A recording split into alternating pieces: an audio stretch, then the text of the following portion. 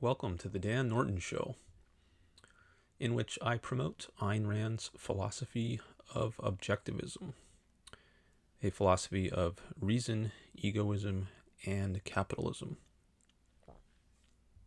It is Saturday, June 6th, 2026.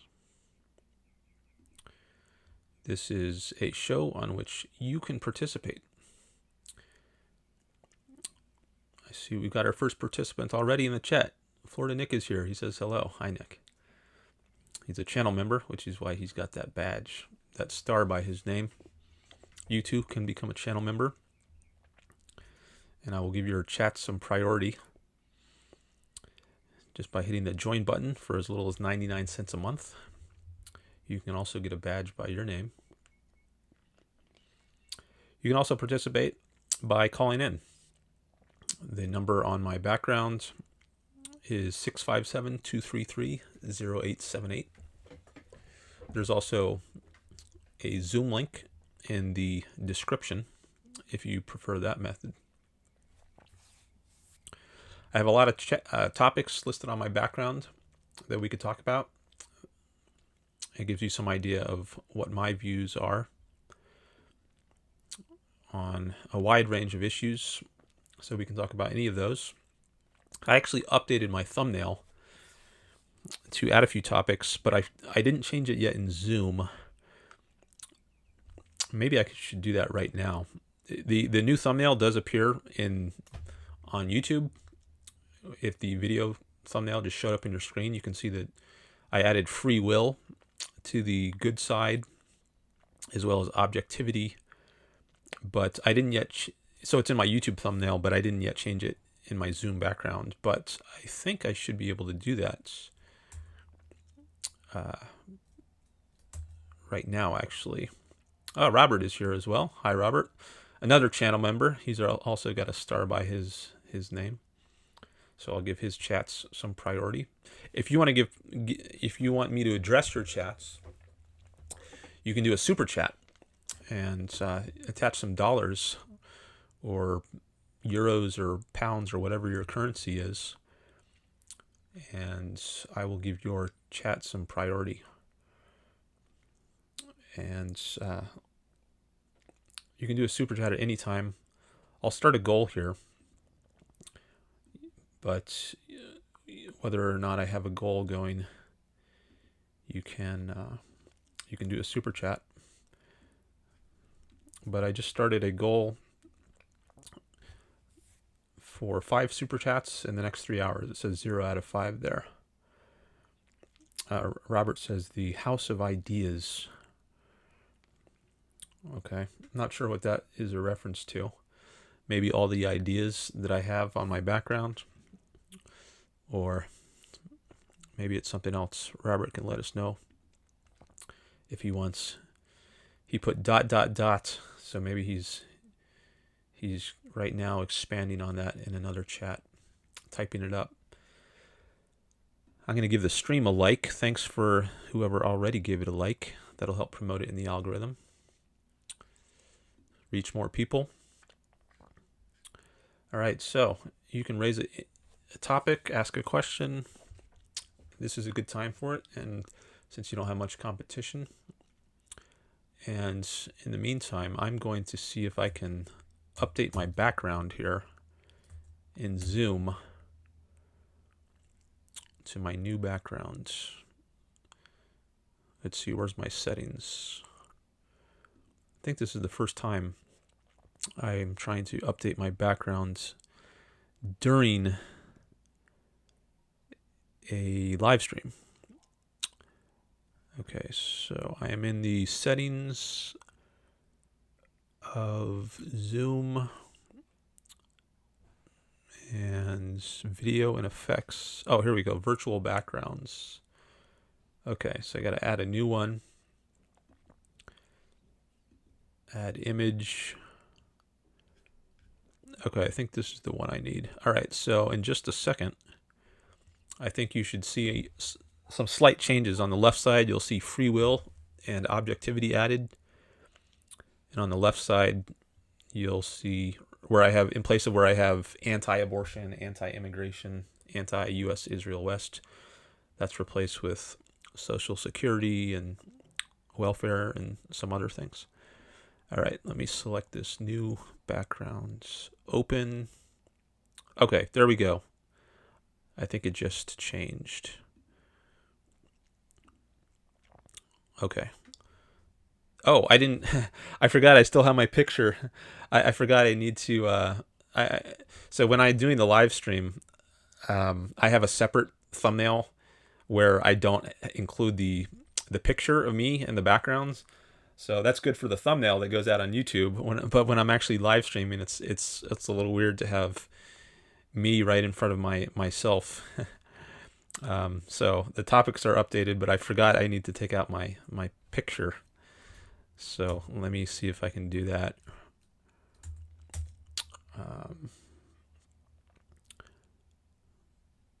All right, for that I have to go into Keynote. That's where I construct my thumbnails. Okay, so I'm going to do save as and retitle this no pick. Okay, save that. And then export it to a JPEG file, which I'll use that format for Zoom. Okay, export. Oh, whoops. I have to delete my photo first. Okay, now I gotta save that and re-export it.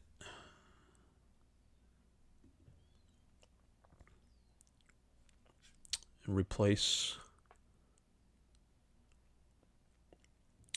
the one with the pick. Okay. Now I think it's ready.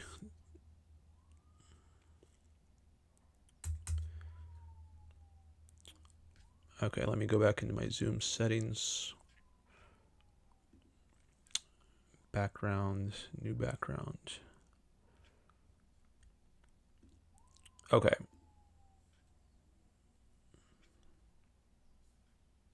Open. All right, there we go. I got rid of the background image of me now. Okay, now it's as it should be. So there's my new thumbnail, or my new background.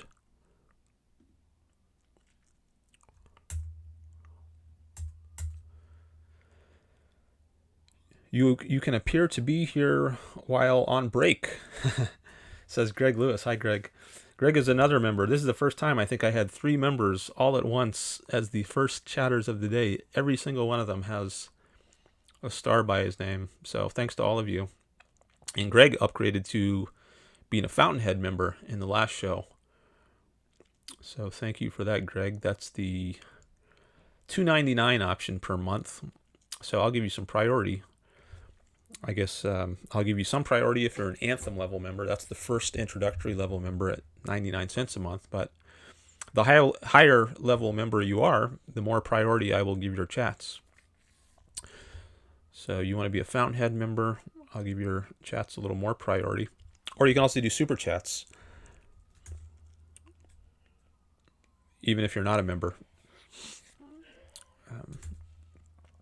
So here's another piece of news. I turned off the ads on today's live stream. So last live stream was the first time I turned on ads for a live stream, and a lot of people noticed it. And I said I was going to think about whether I wanted to continue using ads, and it will depend partly on how much money I get from it, partly on how much effect it has on viewership. So if I lose a lot of viewers, but I don't get much ad revenue and compensation, then it might not be worth it, and maybe it's better to just turn it off. I might rather have the extra viewers than have a tiny bit more ad revenue. So I'm still not sure. I mean, I'm still experimenting with this. I don't have a permanent policy in place, but I decided today I'm going to start with no ads on, but at a certain point during the stream, I want to see if I can turn ads on. So I think I can do that, but I just want to test that functionality out. I want to see if I can turn it on and off and on and off, toggle back and forth during a live stream. And I've researched this a little bit beforehand to see if I can do that, but I want to actually test it for real and see if it works as I think it should work. So at a certain point in this live stream, maybe a few hours into it, I'm going to see if I can turn ads on. And then if that works, maybe after that, I'll see if I can turn it back off and then maybe turn it back on again. And then I might use that as an incentive to get some more super chat money. So if I'm able to turn ads on and off at will, then I might say, all right, well, for $5, I'll turn off ads for the next hour. And if you do a super chat, I'll turn off the ads. So maybe that's a way for me to raise some more money. I am trying to make this financially self-sustaining. So that's one way I could generate some more revenue. If you're a YouTube Premium member, which I believe costs $16 a month, then you're not going to see any ads, even if I do have ads turned on. But I will still get compensated for your watch time if I have ads turned on, even though you won't see ads. If you're a YouTube Premium member, I'll still get compensated. Okay. So I usually stream for a long time, many hours, usually over 7 hours recently. So at some point in this stream, I don't know when, maybe a few hours into it, I will try turning on the ads, and then I'll be interested to hear if people out there start seeing ads. Maybe I'll see if I can detect that on my own end as well, because I can log into my other account on which I'm not a YouTube Premium member, and I should be able to see the ads myself. All right, got 8 people here now. Thanks for coming by. Thanks for the likes. See, we got some more. All right, so what do you all want to talk about today? I can give you a reading update in the meantime, before there are any topics being raised. I've been reading a lot about the Industrial Revolution recently, in particular the Textile Revolution, which I think was the first part of the Industrial Revolution. So in the 1700s, there was the introduction of the flying shuttle. I learned a lot about just textiles in general, like what all these terms mean. What is a shuttle exactly? Because I'm not a weaver myself, so I wasn't sure exactly what a shuttle is. But I also got more clear on the difference about the different aspects of the textile industry. So there's the spinning part, and then there's the weaving part. And there were innovations in both parts. So first, you have raw materials like cotton or wool, and that needs to be spun into yarn. Before that even happens, though, you have to card the wool. That is, get out any seeds or vegetable matter or dirt, or comb it or card it. Slightly different techniques. So you comb the wool, and then once you've done that, you can spin it into yarn. And for millennia, it was done by hands, and with a distaff it's just like a stick, basically, that holds the wool or the cotton or the flax or the hemp or whatever it is that's going to be turned into yarn. And then you pull off a little strand of the cotton, and then you twist it, and that turns it into yarn. And the twisted part goes around a spindle, which is another stick. It would be, if I had diagrams, I mean, you can look all this up if you want on YouTube. I'm not going to try to explain everything, but I've been learning about the details about how textiles are created. So there's the spinning part, which is the creation of yarn from the raw material, the raw cotton or the wool or whatever it is. And then once you've got some yarn, you go to the weaving phase. And that's where you use a loom. And you stretch, there's like a grid. I learned the terms warp and weft. So warp is the vertical strings that are stretched forward and they're taut. And then that's the warp. And then the weft is the perpendicular to that, the thread that goes, up and under, over and under each successive warp thread. And there's different patterns. Like if you go over, under for every single thread, I think that's called just like a plain weave. But then there's other styles of weaving, like satin, or tabby. I think those were the other names. Like maybe instead of going over, under, you go like over 4 in a row, and then under 1, and then over 4, and it gives a kind of smoother texture, which is why silk or satin is more reflective of light, I guess, because there's less ups and downs in the weaving pattern, which absorbs more light rather than reflecting it as much. So you get a more lustrous kind of reflective pattern for satin. So there have been various innovations in the textile industry. I mentioned the flying shuttle. So the shuttle is the device that you use to weave the weft thread, the horizontal one that goes across the vertical warp threads. That's called the shuttle. And for centuries or millennia, there was just a regular shuttle that you just passed by hand from one side of the loom to the other. But then in the 1700s, 1733, a British inventor, John Kay, invented what's called the flying shuttle, which enabled the weaver to work with much wider cloths. So if the cloth was wider than your arm span, then you can't reach both sides of it to pass the shuttle from one side to the other. So you would have to have some other person work with you, maybe 1 or 2 other people, to stand at the sides of the loom. But the flying shuttle eliminated the need for another person.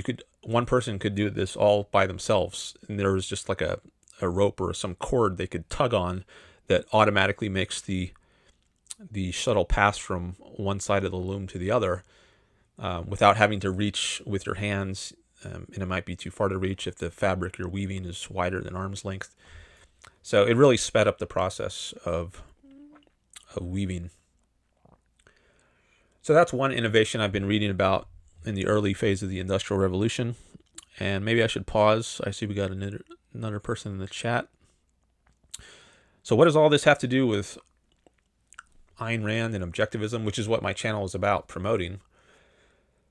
Well, capitalism is on my list here. Oh, on this side here, capitalism. And the Industrial Revolution is, I guess you could call that a phenomenon of capitalism.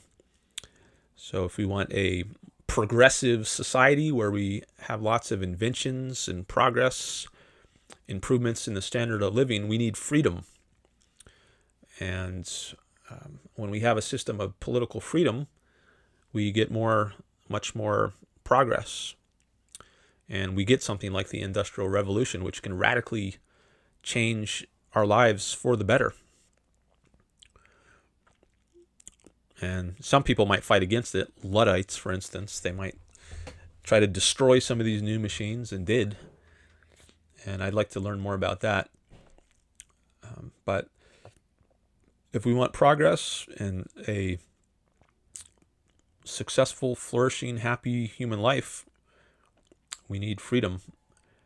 And it's I want to learn some about the progress that has occurred, which freedom has enabled. I think Britain was a relatively free country in the 18th century. Still wasn't as free as it could and should be, but I think relative to other countries, it might have been the freest at the time. So maybe it's not a coincidence. I don't think it was a coincidence that a lot of the new knowledge and inventions and discoveries of the Industrial Revolution in the early phases of it happened in Britain. Or you had a thinker like John Locke, who in the prior century, the 17th century, discovered a lot of important new knowledge about the nature of rights, political rights, which you need to have in order to get progress. All right, well, there's more I could say about all that, but I do primarily want to be engaging here with people who are live in the chat. And I see we got some chats here now, so let me see what they say. All right, we have Gassed MN. I think you were here last time. You're the one who called in about Israel, is that right? I think that was you. Tony, I think that was your name.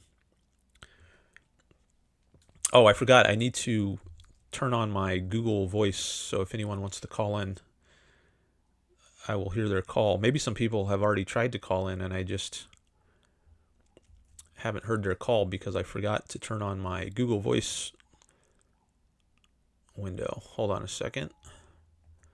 And while I'm at it, let me close down some other windows that I don't need. He says, yeah, that was me. All right. Okay. All right, now I think I got... Now I've got the... Oh yeah, someone did try to call in. Okay. Sorry I missed your call. When was that? Oh, that was only 1 minute ago? All right. So maybe I would have taken your call if I had heard it ring, but you can try calling back, and I think I'll hear it next time. So let's see. Tony says, I recommend you listen to Rabbi Chaim Sofer on the history of Zionism in Israel. Professors Baruch Kemmerling, Tanya Reinhardt, and Norman Finkelstein are also very good. Well, I've heard very bad things about Finkelstein. I mean, depending on your perspective, if you're anti-Israel, you probably like Finkelstein, whereas if you're pro-Israel, you probably dislike Finkelstein.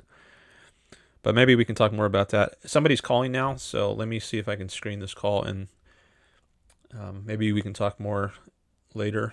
Tony? Oh, Dillon.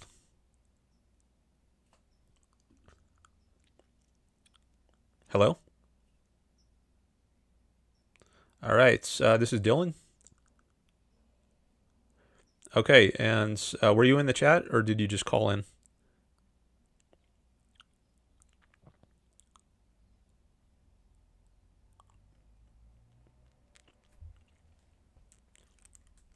What were your questions about?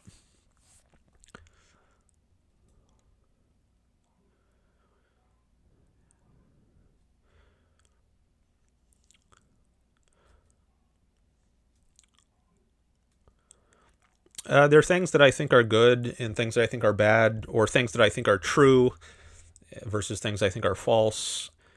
But I guess it would fall into either one of those categories. Either I think it's good and or true on the one hand, or I think it's bad and or false on the other.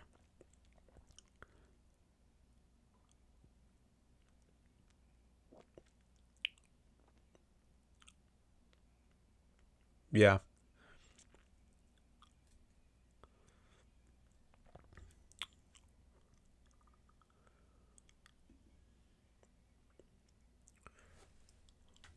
Okay, we can talk about that. Let me just turn your audio on for YouTube so they can hear you also. I just have it off right now when I screen the call, but just give me a second and I'll turn on your audio. Let's see. I think it's make sure I get the right mixer here. Chrome audio. Yeah, I think that's the one. And let me also, I have to make sure I do this for every scene so that when I transition between scenes, I don't lose your audio. All right, I think it's good to go. Yeah, no worries. Okay. All right, so this Sounds is good. Dillon, and he called in, and he's interested in talking about what grounds my view that certain things are good or certain things are bad that I have listed in my background. So go ahead, Dillon. You can expand on that at all if you want to set up your questions further. Yeah, sure. I mean, I was saying backstage there, I noticed that you have subjectivism under the bad category, and objectivity in a good category. And I'm just curious how you ground your ethical system, and if these categories are really, from your view, anything more than just things that Dan likes and things that Dan doesn't like. Yeah, well, I think it is not just things I like and things I dislike. I think there are good reasons for putting the things in the various categories that I have them. It's not just a groundless preference, but Okay. we So I can, think that's just like, that's taking another step back. So like, how would you justify reason without God? well, maybe you're raising the issue of, we could talk about what needs to be justified. So some things I think there are just starting points, and there's not an infinite chain of justification. There's some places where you just start, and I don't think it makes sense to say, well, how do you justify that? Well, It's yeah, just I where you mean, begin. didn't Aristotle say that all worldviews are like ultimately circular? So the thing about believing in like a Christian paradigm or a Christian God is your ultimate grounding, while the argument may be circular, is you don't fall into an infinite regress because you have the grounding of epistemology and ethic in a divine creator that gives reason and order to the world. However, it sounds to me like you just want to pick an arbitrary starting point and just assume the rest. All right, well, I would not say my starting point is arbitrary, and I don't think Aristotle would say that either. And I don't think Aristotle said everything is ultimately groundless or requires circular justification. He thought there were axioms, and Ayn Rand also, who is an Aristotelian, she thought there were axioms which are self-evident starting points, and they don't require justification. They're just self-evidently true. They're just self-evidently true. So like the existence of the self, that's just self-evidently true. Maybe, but that's not what Rand at least identifies as an axiom. Her fundamental axiom is existence exists. She takes that to be self-evidently true. There is something. Maybe that's another way you could formulate it. Something exists. Yeah, that's not very like that doesn't really like, it sounds profound, but that doesn't really say anything of like, okay, like a phenomenon, the sky is blue. Well, it's not true that it doesn't say anything. It says something very basic and fundamental, and it's a groundwork on which all other knowledge rests. Like if something doesn't exist, then well, that's the end of all knowledge. I mean, Yeah. nothing follows. I guess there has to be something in order to consider anything else, like whether the sky is blue. There's no sky if something doesn't exist. So it is saying something. Okay, so you want your like your first axiom or your starting point to be that existence exists.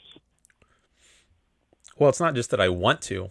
and maybe this goes to your point about just arbitrarily wanting something or liking something. I think it's self-evidently true, and it's not that I want it to be true. It is true. I observe that it's true.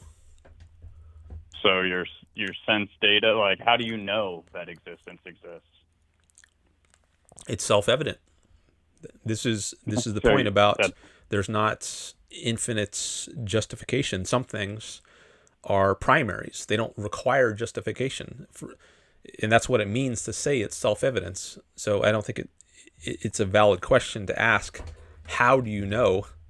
I mean, you're conscious and you observe it well, to you're be the just saying case. you just want you just want to take it for granted, like you could like your sense data or like that because it's not like the reason I think it's a valid question is because we're getting in when you get into like the ethics of why something is good or bad, it would be helpful to know why existence exists. I don't think that's a valid question. Why existence exists? That assumes there's, well, maybe it assumes there's an explanation or a cause of existence. Like what would be So you think that existence is a just like an eternal thing? I think it's just a given. You could call it that. It's just a given. Well, It's I'm just a not brute fact. granting it though. Like I Well, like whether you you just grant it or you say not, like I don't brute. think. I think it exists whether you grant it or not. Whether I believe in it, well, okay, so it like objectively exists. Is there other things that objectively exist? Like you said, you care about the truth, right? I do care about the truth. I don't know that I said that right now, but in this discussion, but yes, I do. Okay, so does the truth exist outside of what is in your brain? Like, is it exist in existence, or like how does it exist? Well, truth is, there's a question as to whether that's a mind independent concept or if it's a mind dependent concept. And another way of putting this is that a metaphysical concept or an epistemological concept? Now, fact, I think, is a metaphysical concept, and maybe that can be used as a contrast to truth, and also knowledge. That's another nearby concept. So I think even if there are no conscious beings to grasp the facts, like the fact that the Earth revolves around the sun, that is a fact, whether or not we grasp it. So there are Okay. mind So, independent facts, but are there mind independent truths?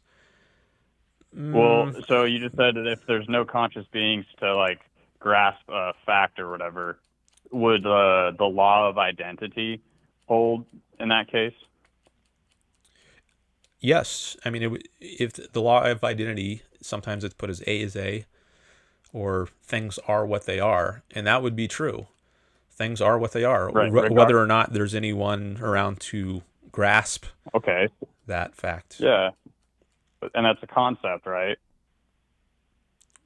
The law of identity, well, I mean, it's Well, it's not physical at the very least. I mean, it's like it's a concept, right? well, a concept is like the concept man that refers to a number of things like me and you and Aristotle and Trump.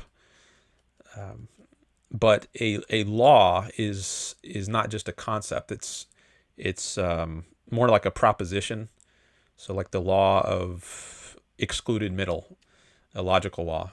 A thing Right. That's cannot like be this. both A and non-A. Sorry, a thing is either A Right. or non-A, Yeah. not both. So a Okay. law like the law of identity, it's not a concept. It's you could say it's built out of concepts. Like things are what they are. Those are all concept. Things are what. I guess that's a Yeah. I guess like if that type of truth is mind dependent but it exists independent of a human mind, it seems to me like that posits the necessity of, especially like a universal concept like the law of identity or a universal truth, whatever you want to say. It seems like it necessitates a universal mind. I guess you're heading towards God with that. I take it that's what you mean by universal Yeah. minds. Yeah, I don't Yeah, see. some kind of God. I mean, I saw atheism on there, so I'm curious how, like, the reason I started with I was hoping that you would give me some sort of framework for how you determine what is good and bad besides this thing that I like or versus this like subjective taste preference, without God. And because I think that to do reason, to do ethics, to do all of these things that we want to do and that we want to have, you need to have those things grounded in some type of theism. Yeah, I don't think theism is the way to ground ethics. I think it Well, actually might that's not undermine. how I ground my ethic, but I'm curious how you would take to the task then. Okay, well, we could talk about that. We're hitting a lot of topics here. We I guess we started with They're that all kind of ethical issue. interrelated, right? Um, I mean, it is all related. Metaphysics and epistemology and ethics, they're all part of philosophy. So I'm just noting. You have a PhD in philosophy, right? I mean, I took philosophy 100. I'm not trying to I don't see very many debate streams with people who actually have, PhDs in philosophy. I took philosophy 100, so I'm not as well versed as you are, but I am just kind of curious how you arrive to your conclusions. Yeah, we can talk about that. So I was just noting that all these issues that we've covered various issues, and we're coming back to ethical issues, and like the grounding of ethics. So I guess that's meta ethics, rather Yeah. than normative ethics. So normative ethics is what you should do, how should you live, and then meta ethics is the kind of foundation of there being any shoulds at all. At least that's one Right. way or one aspect of meta ethics. How do you ground the claims that anything should be the case rather Right. than something else? So like from your framework, you saying like reason is good, then without having the meta ethic in place, I could just be like, well, why ought I do reason? Why ought I be rational? Yeah. Yeah. So, I mean, this ties back into the earlier part of our discussion. There are some things which I think are primaries, and for those issues, like existence, I take to be a primary in a certain sense. For those sorts of things, I don't think it's valid to ask like a why question, and that's what makes them primary issues. They are the foundation. So there's nothing further behind it or underneath it that explains it. And I think there is something similar to that in the context of ethics. Can I clarify what you mean by that? Like, could you say like being rational or doing that reason is good would be like one of those primary things? Well, I haven't made that claim yet. Ultimately... I haven't made that claim yet. I might, but I'm just saying. Right. I just want to make the. Hold on. Yeah. I just want to make the general point that there are certain claims which are primaries, and I haven't said yet what those are, if any, in the field of ethics. But I just want to flag the point that there might be some like that. Okay. So Ayn Rand, she has a. Have you ever read Rand? I read Atlas Shrugged. Okay. And I'm tangentially familiar with some of the objectivism philosophy and like the virtue of selfishness, but just sort of like tangentially. It's been a while. Okay. So I just wanted to get a sense of where you're coming from in terms of your context of knowledge. she has what's called or what you could call a hypothetical or a conditional view of ethics. So she doesn't think that we have a duty to do anything, like to be rational, and no matter what, it's just like a dogma, a commandment, thou shalt be rational. She has a conditional approach to ethics or morality. That is, if you want some end like happiness or life, success, flourishing, then you should do certain things like be rational, use your mind, follow reason, as well as many other things, which are actually aspects of being rational, like being honest, being productive. She takes those to be aspects of rationality. But it's all in a conditional framework. So there's no just duty, thou shalt be rational. It's, or you could say, thou shalt be rational if you want to live or if you want to be happy. Mm-hmm. Okay.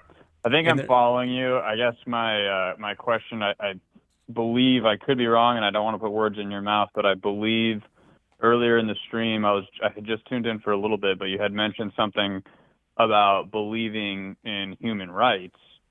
I'm curious how you square that circle without duty. Well, rights are self-interested on Rand's view. There's a self-interested reason to accept a principle like individual rights. So Rand would argue that your life actually goes much better if you have a principle like rights in place, where I respect your rights, meaning I don't force you, I don't force my own views on you. I leave you free to act as you choose. And if I want something from you, I have to appeal to your mind. I have to persuade you. So if I want your car, I can't just take it by force. I can't hit you over the head or steal your keys and just drive off with your car. I have to persuade you. I can offer you some money and see if you're willing to accept my offer. And if you're not, then I have to find my car somewhere else. But the principle of rights, as Rand understands it, means that individuals don't coerce each other. They don't initiate force against each other. They interact with each other in a voluntary way. And she thinks that makes for a much better society than if it's just a war of all against all, like a state of anarchy, which is another term I have on my added recently to my background. If it's just people coercing each other all over the place, that's not good for your well-being, your happiness. That's a disaster. So she actually thinks it's in your interest to accept this principle of rights, meaning not using force against each other. So it's not a duty. You don't have a duty to respect rights, if that means you just should do it no matter what. You have a self-interested reason to respect your rights. And if you're in a what you could call an emergency case, then it might be justified to actually use force against someone else. Like if you're on a lifeboat. She has an article in which she at least briefly mentions lifeboat cases. Like if there's a lifeboat that can only hold one person and there's two people fighting for it, well, you're justified. You would be justified to punch the other person and knock him into the water so that you can get the lifeboat, because that's an emergency case where a long-term peaceful coexistence is not possible. But the context in which rights applies is a context in which there is a possibility, at least, of long-term peaceful coexistence. It's not that you have to survive at the expense of somebody else. Either you die or they die. No, we can exist harmoniously and we can exist together in a peaceful, cooperative way. In that sort of context, the principle of rights does apply, and it's self-interested. Okay, I mean, I get what you're saying. I guess like that all seems kind of like normative ethic, which is fine, because I am still like curious about the meta ethic behind either you or Rand's system, or if you defend Rand's system. But I guess the question that I have about that whole normative ethical thing is like it seems to me like it wouldn't necessarily be a state of anarchy if a stronger group of people come in and impose their view of what rights are. that self-interest them, and they just force wins in that scenario, as far as I could tell. Well, it might not be anarchy, but I think it would still be bad. So I think Well, okay, so there can be a cycle between anarchy and dictatorship, where in anarchy, bad, hold like on, normative bad, hold or on, you're jumping in. Let me explain, and then you can have a chance. Um, there's often, I think, a cycle between anarchy and dictatorship, where you can understand anarchy to be just like warring gangs, and then maybe one gang gets the upper hands and becomes a dictatorship or a dictatorial party um, over all the other parties. But then maybe at a certain point, a faction breaks away and rebels against the dictatorship, maybe assassinates the leader, and then it might devolve into a state of anarchy again. And then the cycle repeats. Maybe one gets the upper hand again, you have dictatorship. But I don't think that anywhere in that cycle is good for individuals, a random individual. I mean, even if you happen to be the dictator for the moment, I don't think that is good for you. I mean, you're in danger of being assassinated for one thing, because people have an incentive to get you off their backs because you're not respecting their rights. But I think a more sustainable, sustainable in the long run system is a system in which individuals' rights are respected, and I think that's better for everyone in the long run. Whereas if you just have this endless cycle of warfare, that there's not going to be much progress in society. It's just going to be endless stagnation or retrogression, even. okay.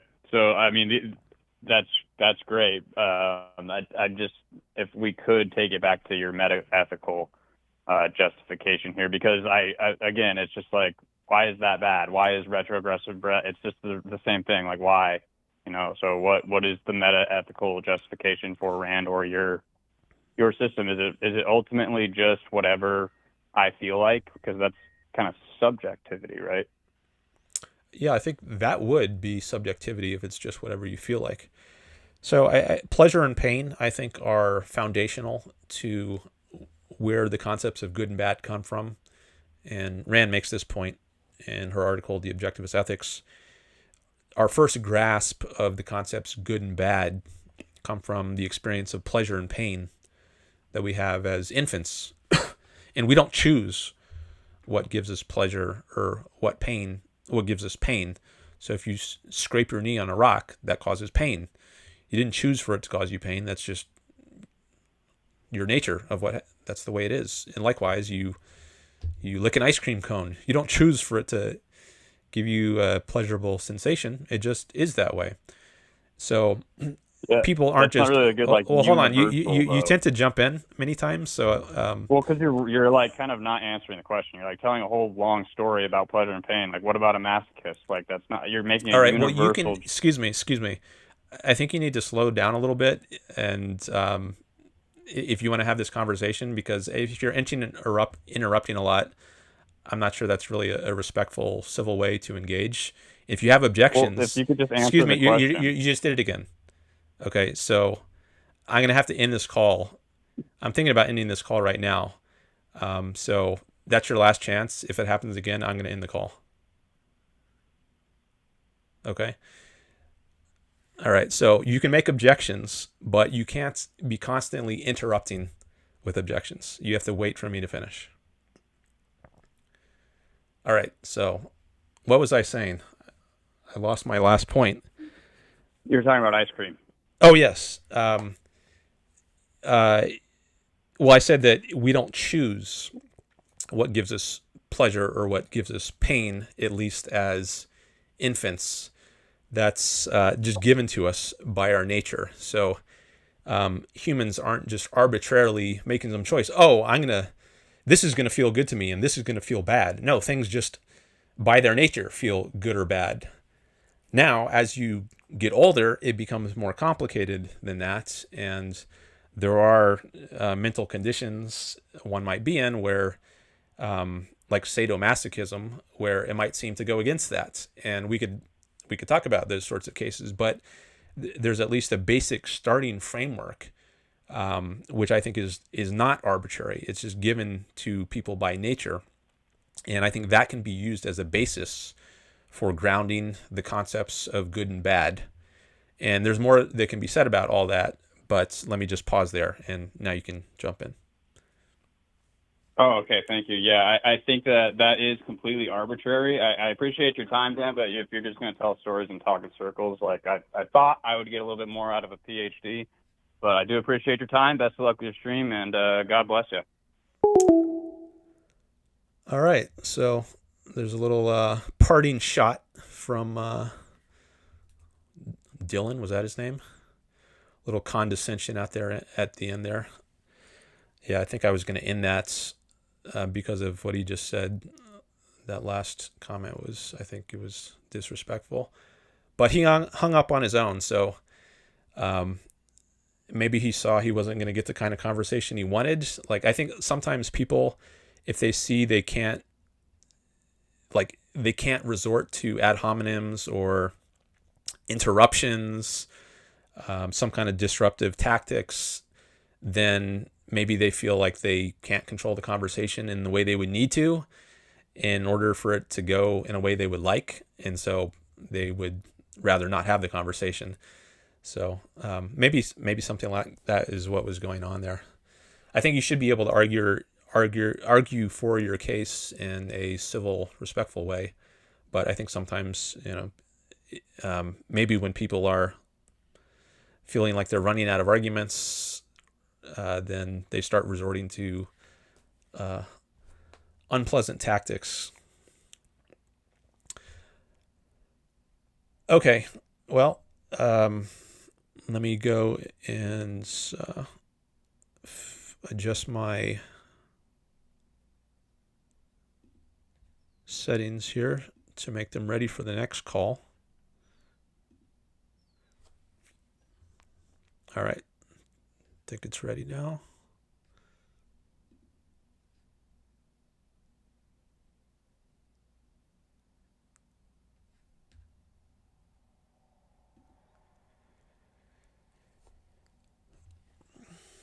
Stephen is here. Hello.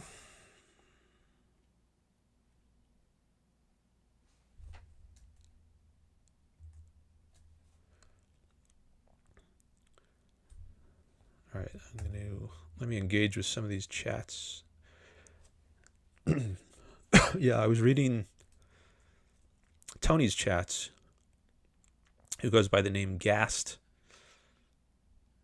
MN.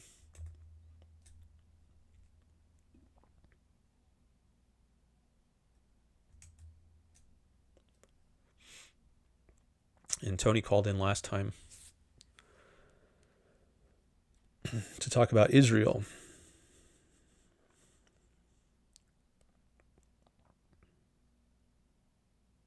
I remember you cited a Israeli defense minister. You were arguing that Israel is engaged in a genocide last stream. And you cited a quote in which I think it was an Israeli defense minister said, "We will destroy everything." And this was evidence. You gave that as evidence of intent of genocide. And I said, I don't think that's the best interpretation. I think that means it's plausibly interpreted as we want to destroy everything that's a threat, like Hamas. And then you said, after I said everything that's a threat, that's what they want to destroy. And then you said, like the babies? And I think I got frustrated at that point. And maybe I was too short with you. But at least at the time, I was doubting that was a good faith kind of response. I guess because I think it's pretty obvious that when babies are killed, or other innocents, it's not because they're being targeted. It's collateral damage, but they're not the target. And Anyway, if we had continued in that call, maybe I would have. I said that after you hung up, but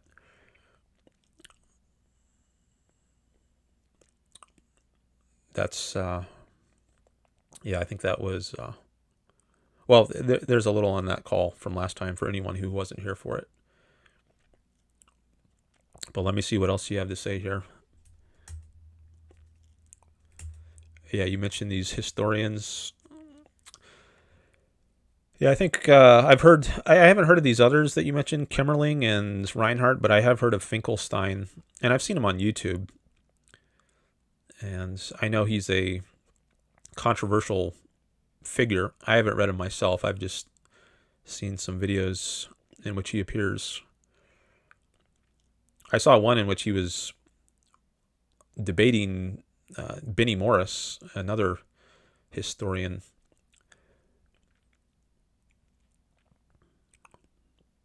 Do you think that international court is reliable in determining genocide? Oh yeah, you were also mentioning experts, genocide experts. I don't know if you're still here. I guess I'm more likely to engage with people who I know are still here. You can let me know in the chat if you're still here. Do you think international court is reliable in determining genocide? I doubt it. I don't know much about international court. I don't even know that it's valid for there to be an international court. There is no international government. Like the UN, that's not a government. It's a body of nations, but it's not a government that can enforce its laws. It has no laws, at least not that I'm aware of, no laws that can be enforced. And sometimes countries that are parties to the UN, I think they violate its treaties or orders or resolutions. Maybe that's the term. So I don't think there really is a international court. If a court is understood to be some body with legal authority, I don't think it has any legitimate. I mean, if there is such a court, I don't think it has any legitimate authority higher than the U.S. Supreme Court, for instance. Certainly an organization that includes dictatorial regimes like Russia, even among its most important members, Russia has a spot on a veto spot. Is it the UN Security Council? I forget the name of the sub body within the UN, but I think the UN is a bad institution because it acts as though there's a kind of equivalence between countries that are really not morally or politically equivalent. Some violate rights very badly. Others are much more respectful of rights. So I don't think it really makes sense for them to be part of the same organization. I think some countries should just be boycotted, if not overthrown, but they shouldn't be negotiated with. There shouldn't be diplomatic relations with certain countries. But the UN doesn't make any distinctions like that. It just lumps all the countries together into one body.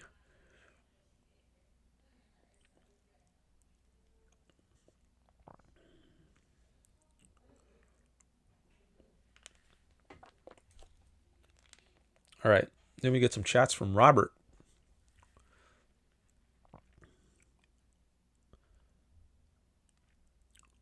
Truth is a description of the relationship of one's thought and knowledge to the facts of reality.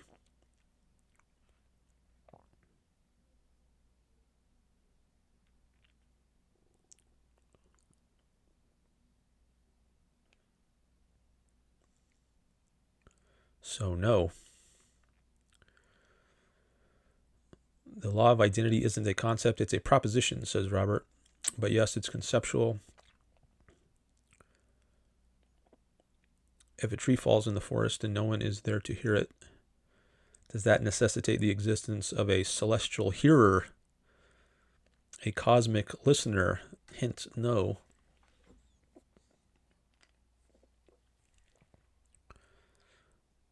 There will always be some animals to hear it. Says Stephen. Mouse emoji from Robert.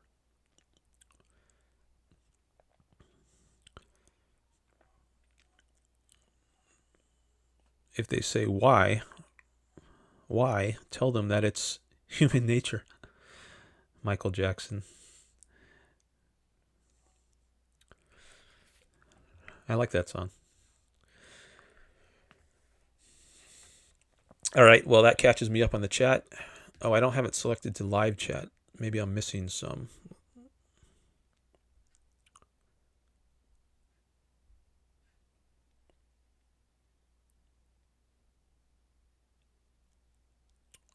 I don't see any that I was missing. Okay, well, I'm caught up on the chat. I got 10 people here now. Anybody else want to raise a new topic, ask a question, call in?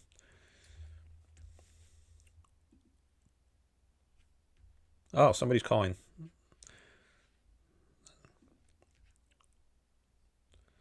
Oh, it's telling me you got to allow mic access. I got to refresh the page. You might have to call back.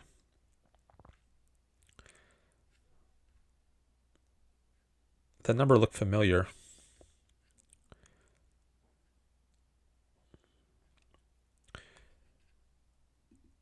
Okay, if that was you who called, try calling back. For some reason, my Google Voice glitches sometimes, and it tells me I have to allow mic access, even though I already did allow mic access. But I just refreshed the page, so I think it should work if you try calling back.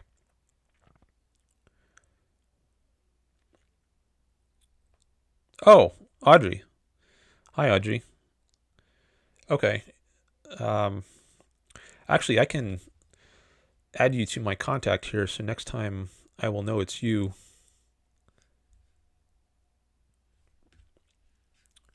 Here you are. Calling back.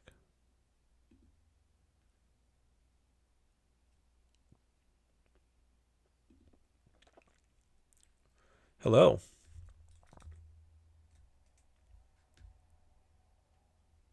Yeah, turn off YouTube. Or mute YouTube. Not yet, but I was going to turn you on in just a second. All right. And I have to turn your sound on in all my scenes. Sometimes I forget to do that, but I'm doing that right now. All right, so this is Audrey, who is often in my chat and has called in once before. Welcome back. Howdy. Thank you. I got a bunch of questions. So I am finishing up OPAR. Politics is not my strong suit, so I got a bunch of questions. Okay. Okay, first one, I don't know if I should give the page number because it might take forever to find the passage. Anyways, I'll just read the questions that I annotated. Okay. First one. Why is anarchism statism? Why is statism on one extreme and individualism the other? Because on that spectrum, I would think that capitalism would be the other end of the spectrum, not individualism. So I'm a little confused about that too. Okay. Let's just set a little context for the audience. So Audrey mentioned she's reading OPAR, which is the book by Leonard Peikoff, Objectivism, the Philosophy of Ayn Rand.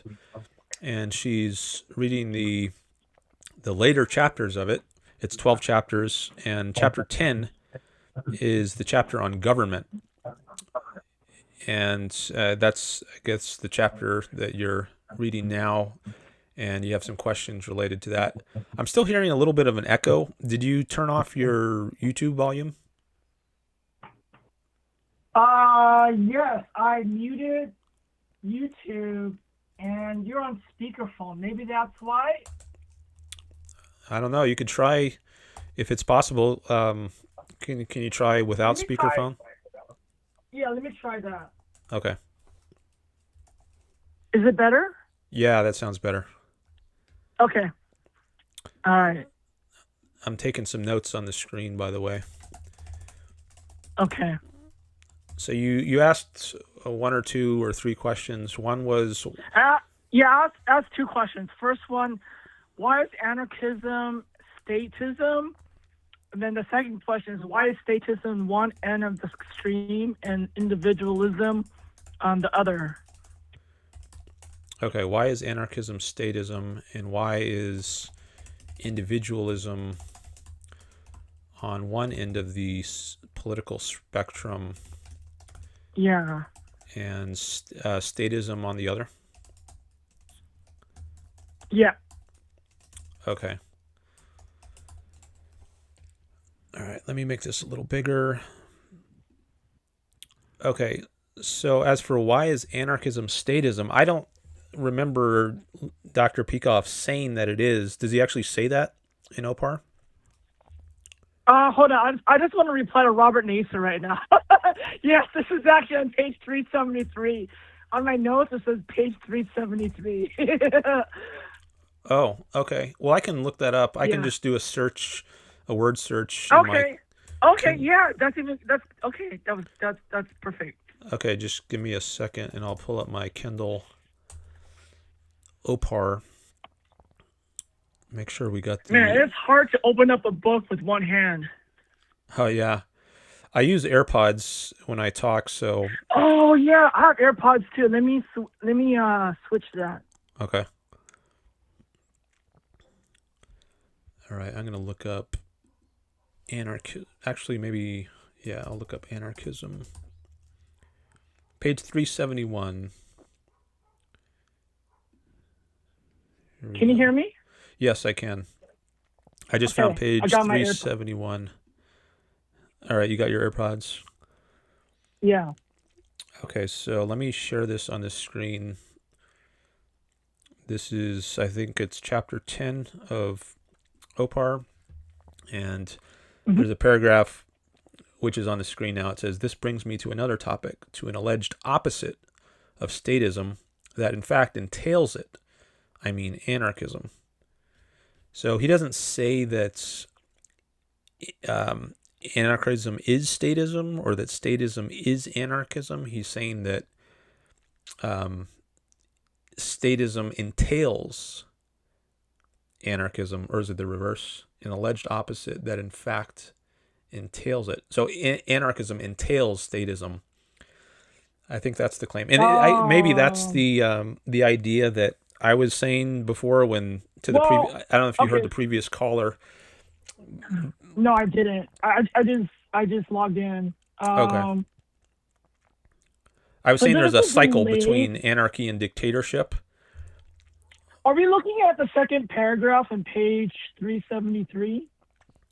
I don't know, because the formatting here is different. It's like two columns instead of one. But if I make it larger, I think it'll turn into. I'm looking at the paragraph that starts with "if words have to stand for objects in reality."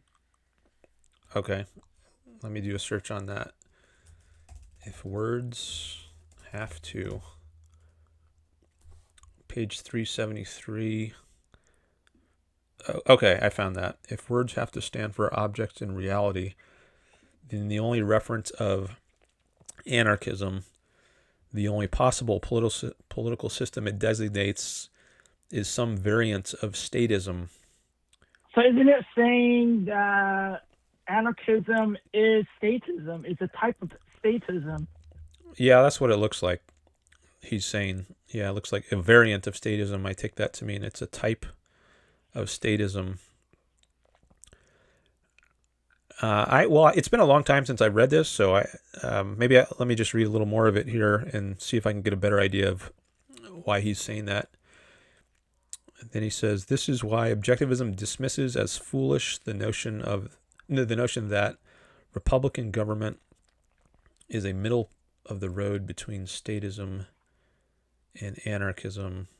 Statism is one extreme, individualism is the other. Anarchism is merely an unusually senseless form of statism. It is not an extreme of freedom, but the negation of the concept. There are middle of the roaders."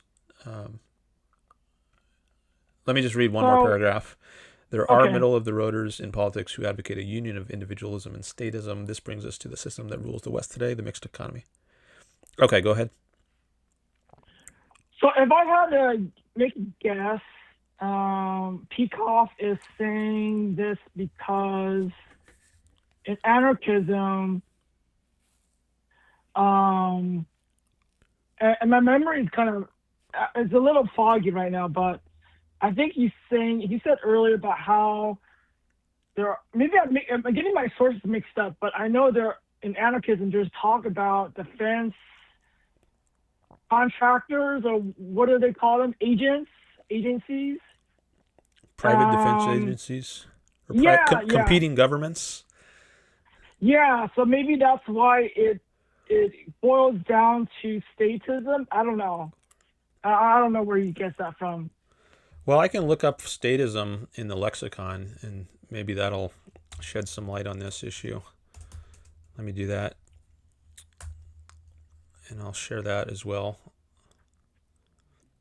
All right, so Rand says the political expression of altruism is collectivism or statism, which holds that man's life and work belongs to the state, to society, to the group, the gang, the race, the nation, and that the state may dispose of him in any way it pleases for the sake of whatever it deems to be its own tribal collective good.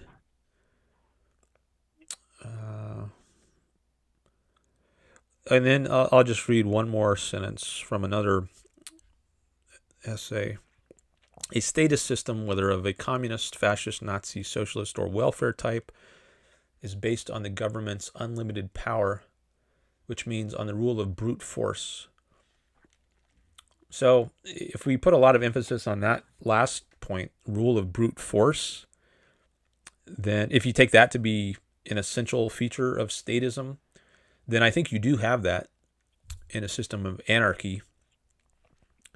It's just a more chaotic kind of brute force, I guess. If you have gang warfare, then if you have one dictatorship, one party in power, like the Nazi Party or the Communist Party in Soviet Russia. So it's still ruled by brute force, but it's just a different form of rule by brute force.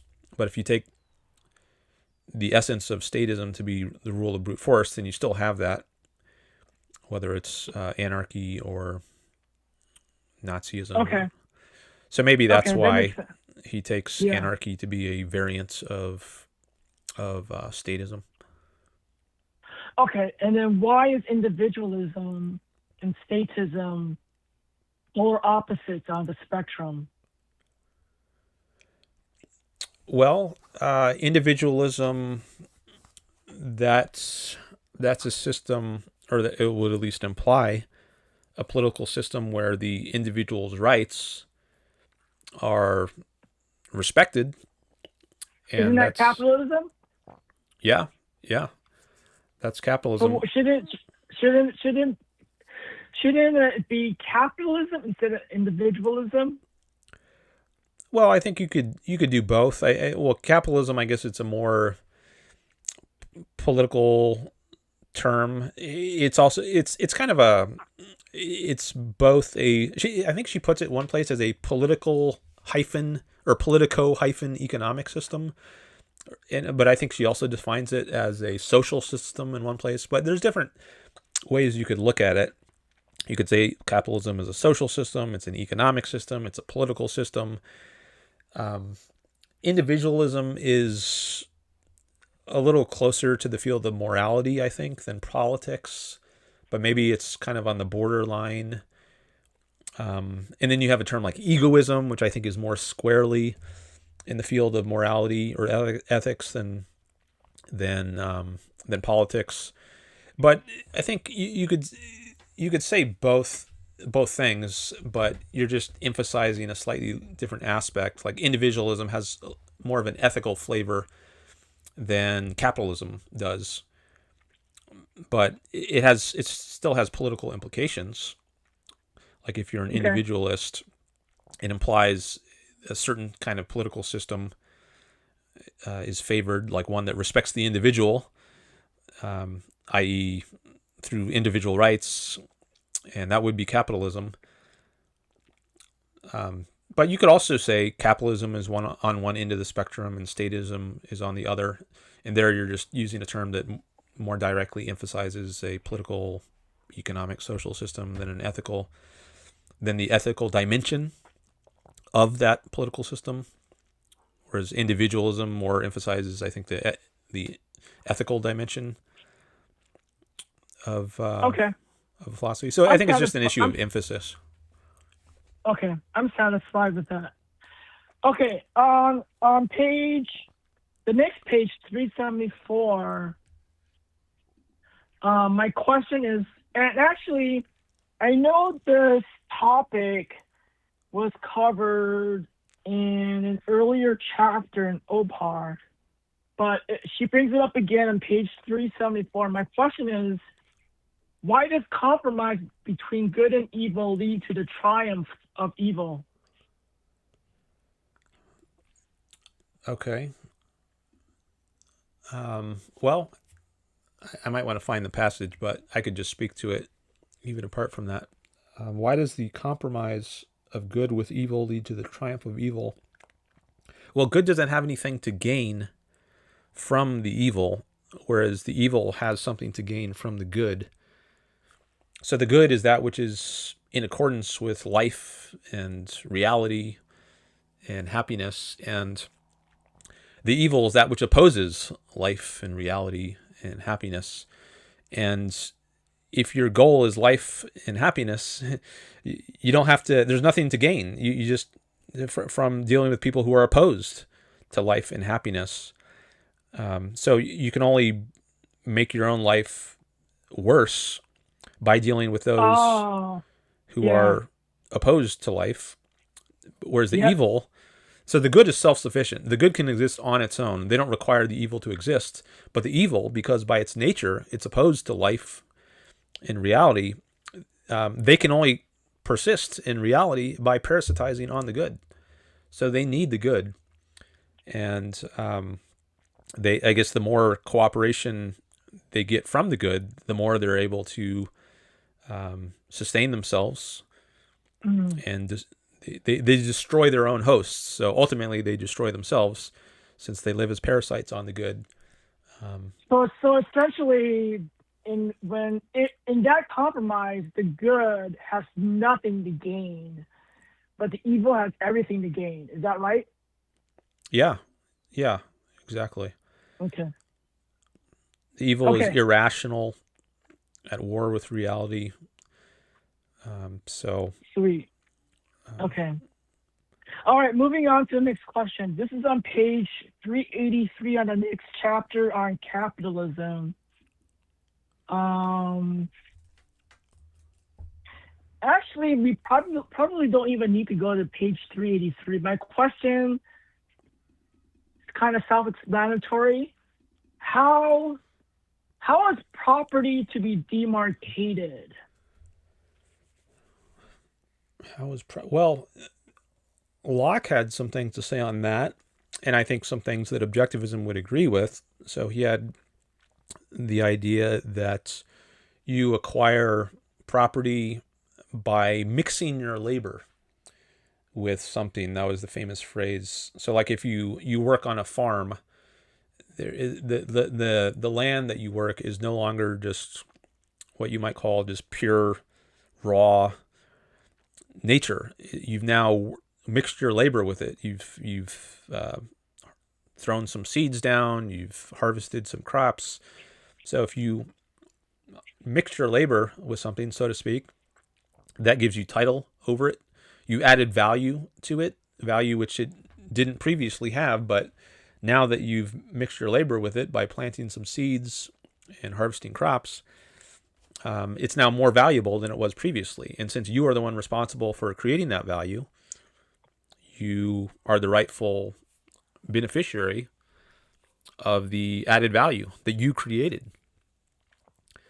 And or to take another example, like you find a stick in nature and then you sharpen it into a spear. Well, you've added value to that stick now, and it's your stick because you're the one who's given it the value it now has. Something like this. But anyways, those are some initial thoughts, at least, on the idea of how you get property. You're actually answering a question I didn't ask, but it's a good answer to a question that I should be asking anyways, and that is, how does one justify property? And you answered it. I guess let me clarify my question.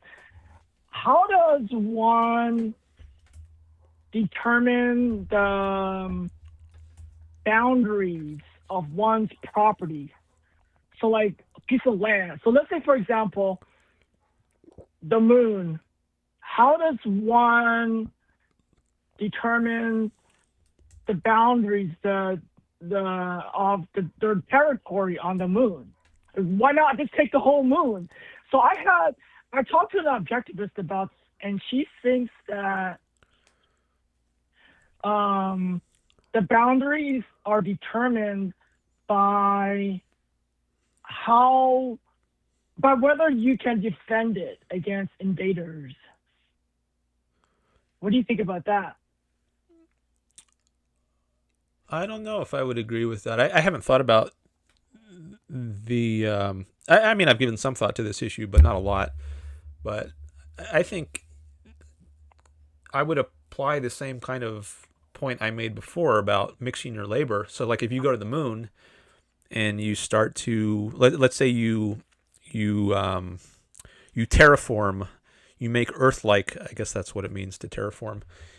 You terraform a little patch of it, and so you can start growing crops there, so you can live off the crops. And maybe you have to create some kind of bubble in which air will be trapped so that you can breathe.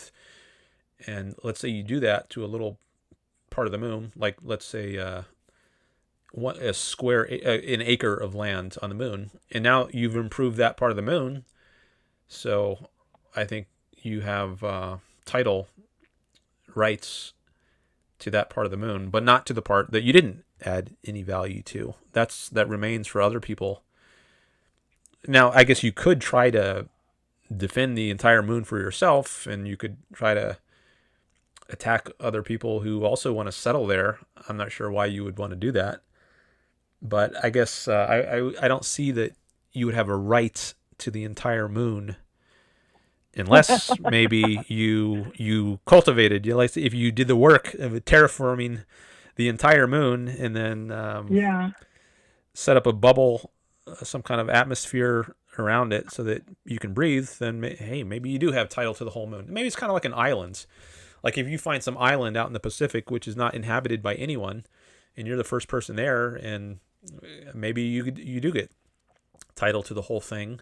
If you cultivate the entire island, you're making use of the entire island. And if someone else wants to come on it, I guess you could reasonably defend your islands and try to keep them off. Or you might decide it's worth trying to rent out part of the island to somebody. Maybe that's a way you can make some additional. You could get some additional value. You could say, hey, I'll let you live on this part of the island if you do some of the work. If you become a farmer and start harvesting some of my crops, so I don't have to do all the work myself. But I guess if you're not making use of the whole island or the whole moon, then I don't see that you would have a right in the whole thing.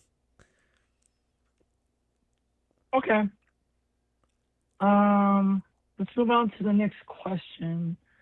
Otherwise, I don't know, otherwise, I guess you would be saying like even though you did the work of producing some value, you have no right to it, and that seems like a formula for exploitation. And Can you say that again? Can you say that again? it seems like the alternative to what I'm suggesting, or at least the only one I can think of right now, is that you don't have a title or you don't have a right to that which you produce. But Oh, okay. that seems like a bad principle.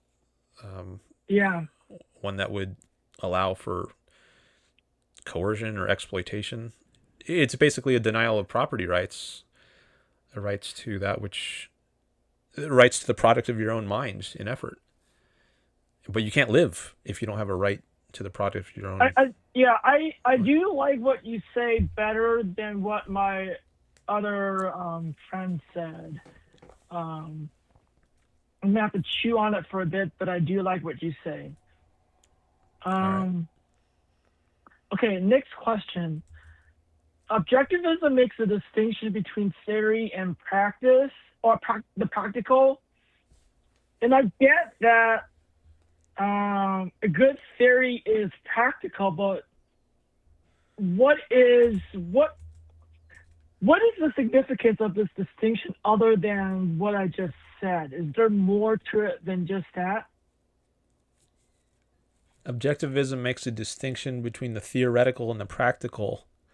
Is there more to that than what?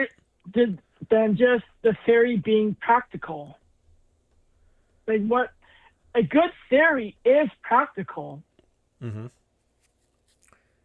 Yeah.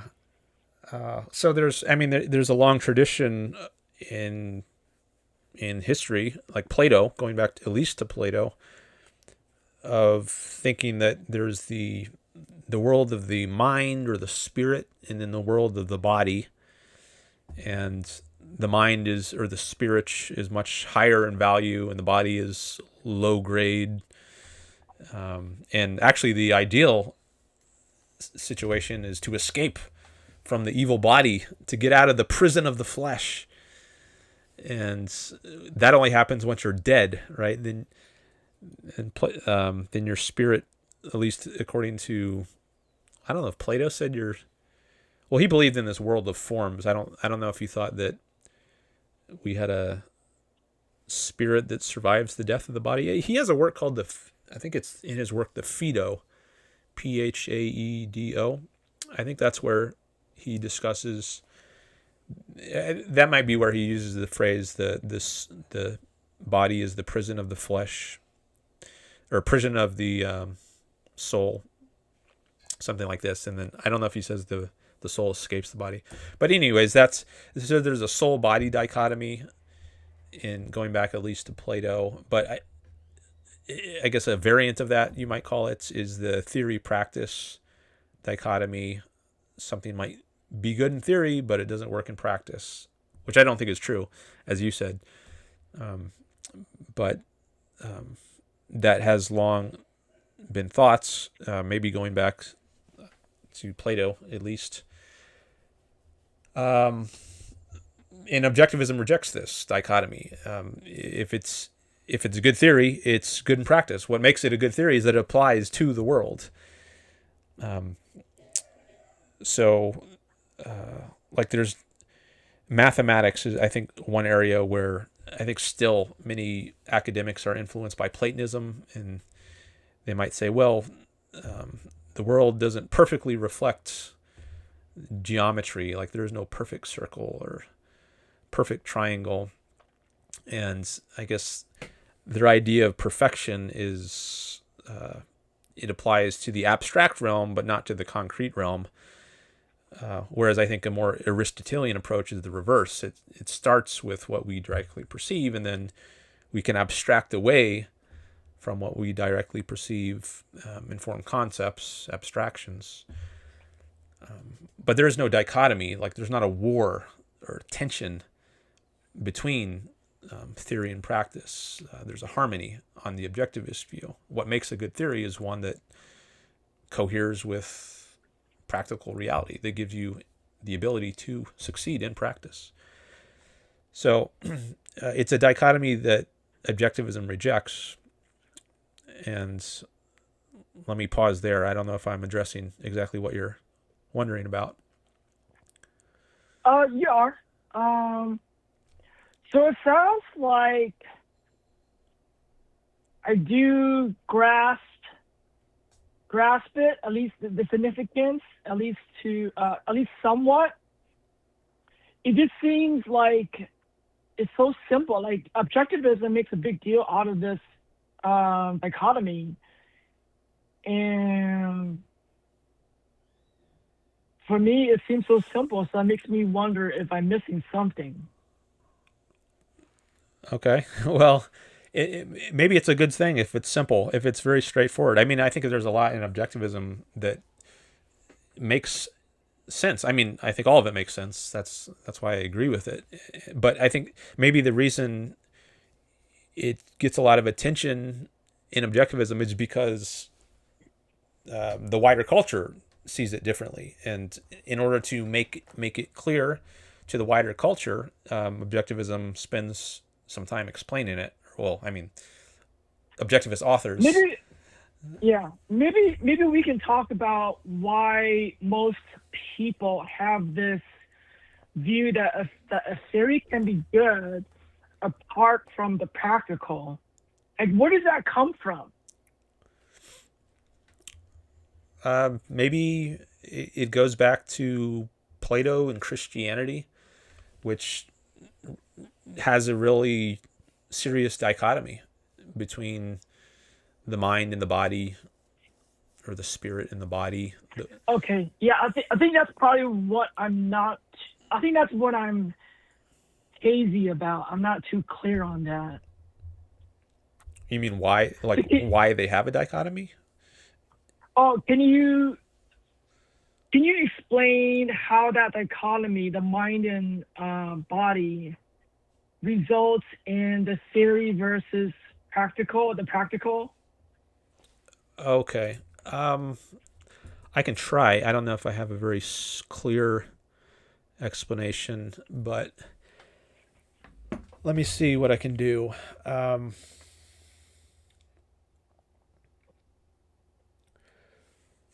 Well, if you just some thoughts off the top of my head, if you have the idea that the goal of life is to get away from this evil material body or this evil material earth and commune with the world of the forms in the other dimension, or to commune with God, get back to God.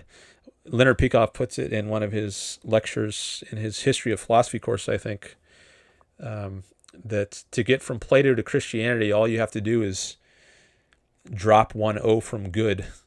So Plato had the form of the good, which is part of some other dimension. It's not something we perceive with our senses, but it's this otherworldly form, and exists apart from anyone who would grasp this form. So it's self-subsisting.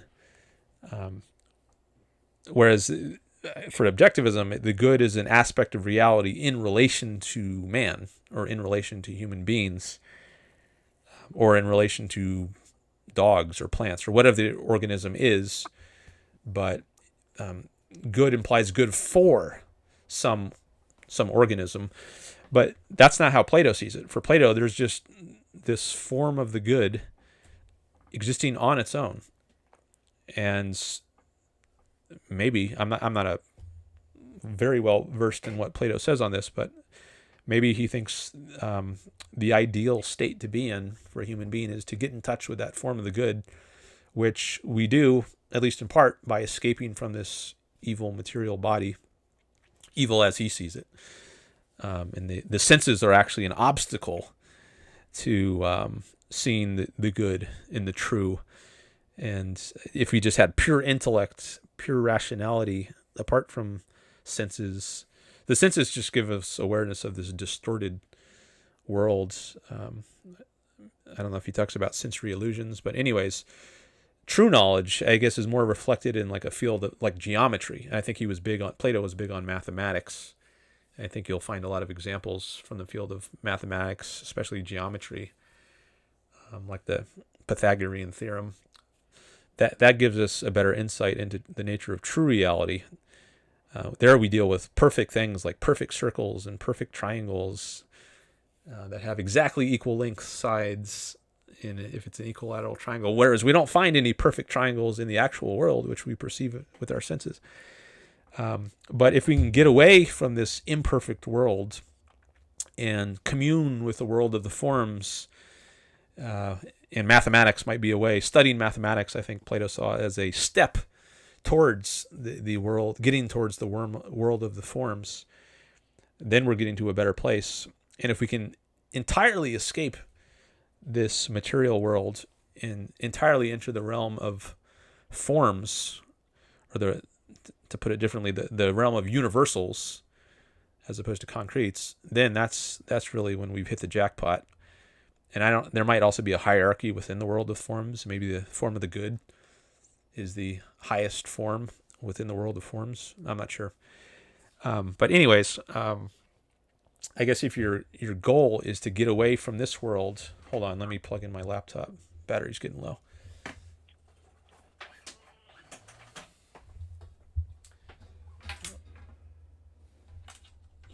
So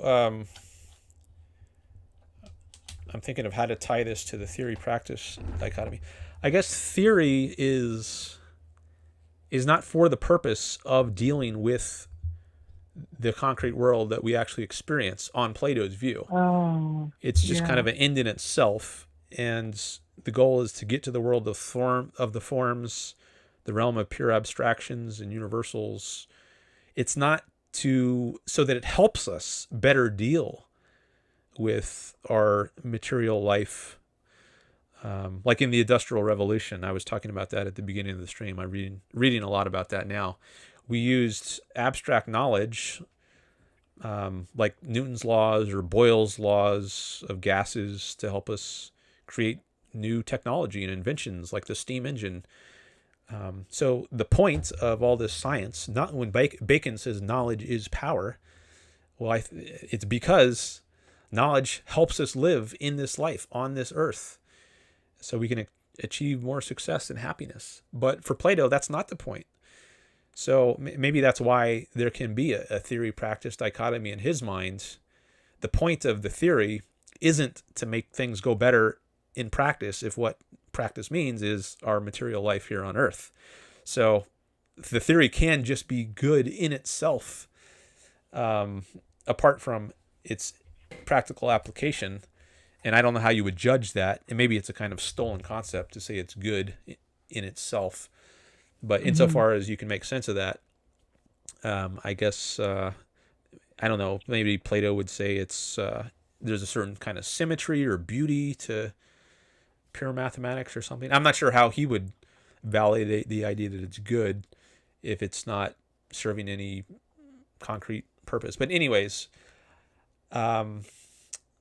maybe I should pause there and see where you're at. But that's some initial thoughts on why people might think that you can have something that's good in theory if it's not good in practice, since the goal isn't tied to helping you in practice here on this earth. Yeah. Yeah, you did say a lot, but I think I'm following. It seems so wild to me that people have this dichotomy. I guess because, like you said earlier, objectivism appealed to me because it made a lot of sense to me, but I guess that's just the way I've always think. And I never thought I've always had a very I've always thought critically, and I've never accepted things from the culture blindly. So maybe that's why I never absorbed that dichotomy. I don't know. It's just I guess what I'm trying to say is I really want to understand the perspective of other people in why they hold this dichotomy. Is it just, do they just get it from the culture?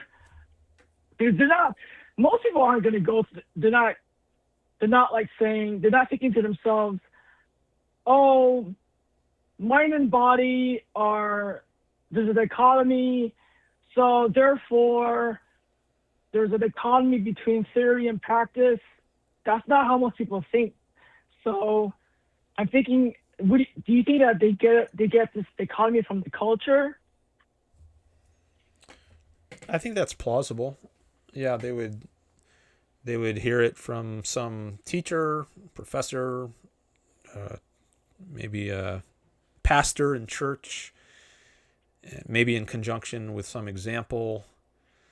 Because in the culture, it's really common. In the culture, there's a common saying, "Oh, that works in theory, but that's a common saying. It works in theory." Yeah. So that's yeah. Yeah, I mean, I could Google it and we could look for some examples of people saying this. But if you weren't raised religiously and... No, I wasn't. Well, I wasn't. Well, my parents were not religious, but I did become Christian early on as a child. A friend introduced me to Protestant Christianity, and that's how I became. But I don't think I don't recall the church saying or implying this economy.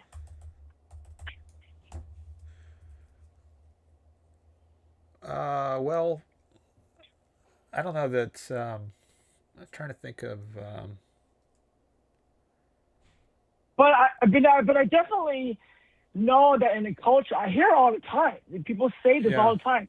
Oh, it works in theory. It only works in theory. I hear it all the time. Well, I think there are. Well, I'm going to explore this a little bit. The way in which it might actually be present in church teachings. Like if they say, well, maybe heaven and hell is part of this. Like being good or being honest, for instance, it's something you should do. Well, for one thing, they appeal to the commandments. Like there's no practical reason you should be honest. It's just because God commands you to be honest, or maybe because you're going to go to hell in the afterlife if you're not honest. So maybe that's a way in which they are subscribing to a kind of theory practice dichotomy. Like it's not really practical in your life here on earth, at least, to act in a way that's moral, if that means being honest. I can see that. Yeah, it's not practical, but it's still moral. But that's so they have an idea of morality which is not tied to success here in this life, and actually the exemplars of being moral. So this is another kind of dichotomy. We've talked about mind body dichotomy and theory practice dichotomy, but another related dichotomy is the moral versus the practical dichotomy. And I think that's very big in the church teachings. Like the really moral people are the saints who, like Mother Teresa, who gives up all her life to go tend to the sick and the poor in India, or the monks in the Middle Ages who would go out in the desert, give away all their possessions, flagellate themselves, or Jesus who died on the cross. Like you might say, well, this is a very impractical way to live. These are actually people who are dying. Maybe they're martyrs to their religion. So they're certainly not practical, but they're highly moral on the Christian view. So there is that kind of dichotomy. I don't know. That's really interesting. I guess a bit different, at least, from the theory practice dichotomy, but probably is related. They're all related, but the most fundamental is the mind-body dichotomy. Is that right? Well, I think there might even be a deeper dichotomy I think Leonard Peikoff might make this point in various places, but the dichotomy between concepts and percepts. So in this is where Ayn Rand is her theory of concept formation is crucial. So she finally answers the question of how our ideas are tied to concrete reality. Prior to her, I don't think there was a good answer in the history of philosophy as to how our thoughts, which are made up of concepts, how our concepts are tied to reality. And have you read ITUE? I think you might have said you're reading that. I finished ITOE a while back. Okay. Introduction to Objectivist Epistemology, for anyone who doesn't know that book. Yeah, so she solves the problem of universals, which goes back to the ancient Greeks. And if your ideas or if your concepts are not tied to reality, then I guess there's a temptation to either be a so-called realist like Plato, where you think, all right, well, there just are these concepts, but they exist in some other dimension, like the form of man or the form of the good. Or on the other hand, you might say, nah, there's no other dimension. I'm just going to be a nominalist and deny outright that there actually is anything universal. There's only concretes, and any grouping we make of them is just arbitrary, and that's what the nominalist said, called nominalist, because all that was in common between the various things that we call man, for instance, is just a name, nomen being the Latin term for name. So both sides, the realist side and the nominalist side, they agreed that there was no connection between the abstractions and the concretes, but that makes for a mind-body dichotomy, or a mental physical dichotomy. There's a disconnect between your mind and the world.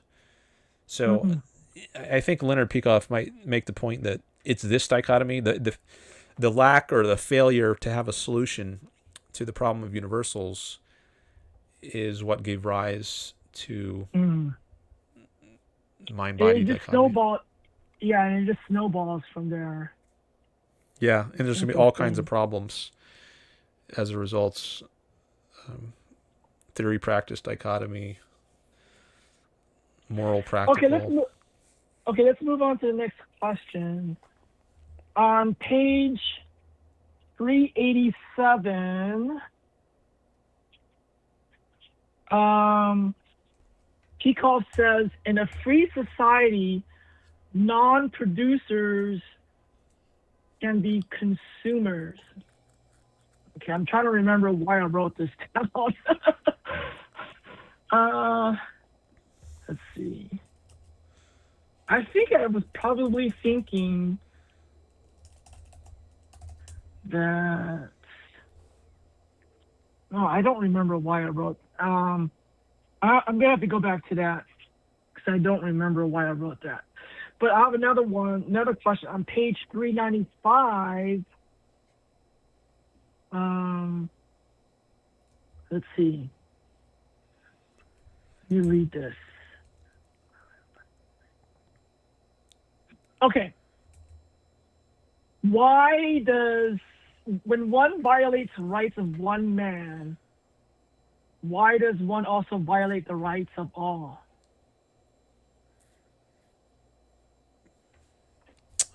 Maybe because you're a threat to all. Like if a murderer kills some guy, Joe Schmo, who I don't know,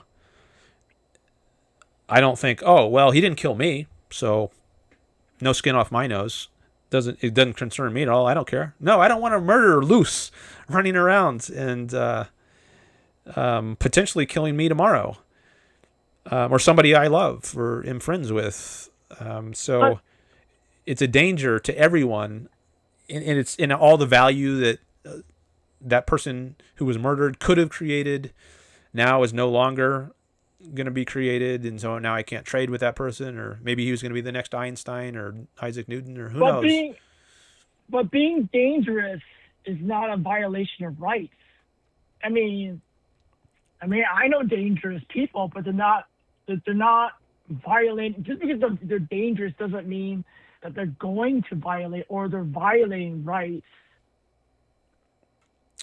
Well, they could be a threat. I mean, it depends on the type of danger. So a murderer, I think, is, even if he's not murdering someone at the given moment, like a murderer is not someone who is constantly at every instant murdering somebody. It's someone who murders people sometimes, or has the disposition to murder. So he's a threat, even if he's not in the moment engaged in a murder, which is why you lock those people up. Or, a bank robber or a mugger on the street.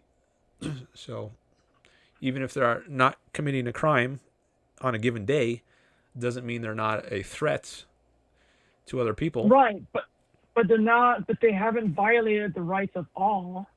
So if John Doe steals from Jane Doe, how does John Doe violate the rights of everyone else? Well, he's violating the principle. He's going against the principle that the way to conduct yourself in a society is through trade, in voluntary agreements. That's the principle on which a free society is organized. And the idea is that if you don't accept that principle, then you're a danger. You're like a wild beast let loose in the streets. And sure. I don't know, on any given day, is the wild beast going to attack me or somebody else, somebody I know? But the point is, he's not living in a civilized way, so he's not fit for a civilized society. But being a threat is... Well, I guess there's a difference between being dangerous and being wouldn't rights be violated when one has initiated force? But just simply being a threat. Well, I know a threat can be a initiation of force, but when John Doe steals from Jane Doe, John Doe hasn't initiated force on Max and Frederick. Yet. Right, yeah. Well, we can't just assume that he's going to steal from Max and Frederick. But we can assume he might. He's shown that he's right. willing. He's willing he might, to... He might violate the rights of Frederick and Max, but he hasn't yet. Yeah, but you don't have to wait for someone to pull the trigger in order to be justified in shooting them. You can preemptively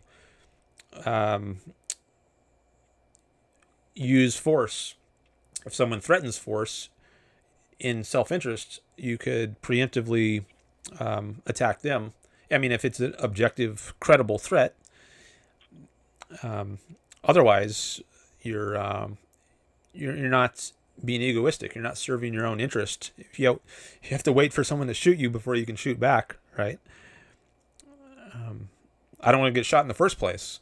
So if I see that somebody is a credible threat, I'm justified in shooting them first, or calling the police on them, doing something to restrain them, if they've shown that they are willing to use force, willing to initiate force against people.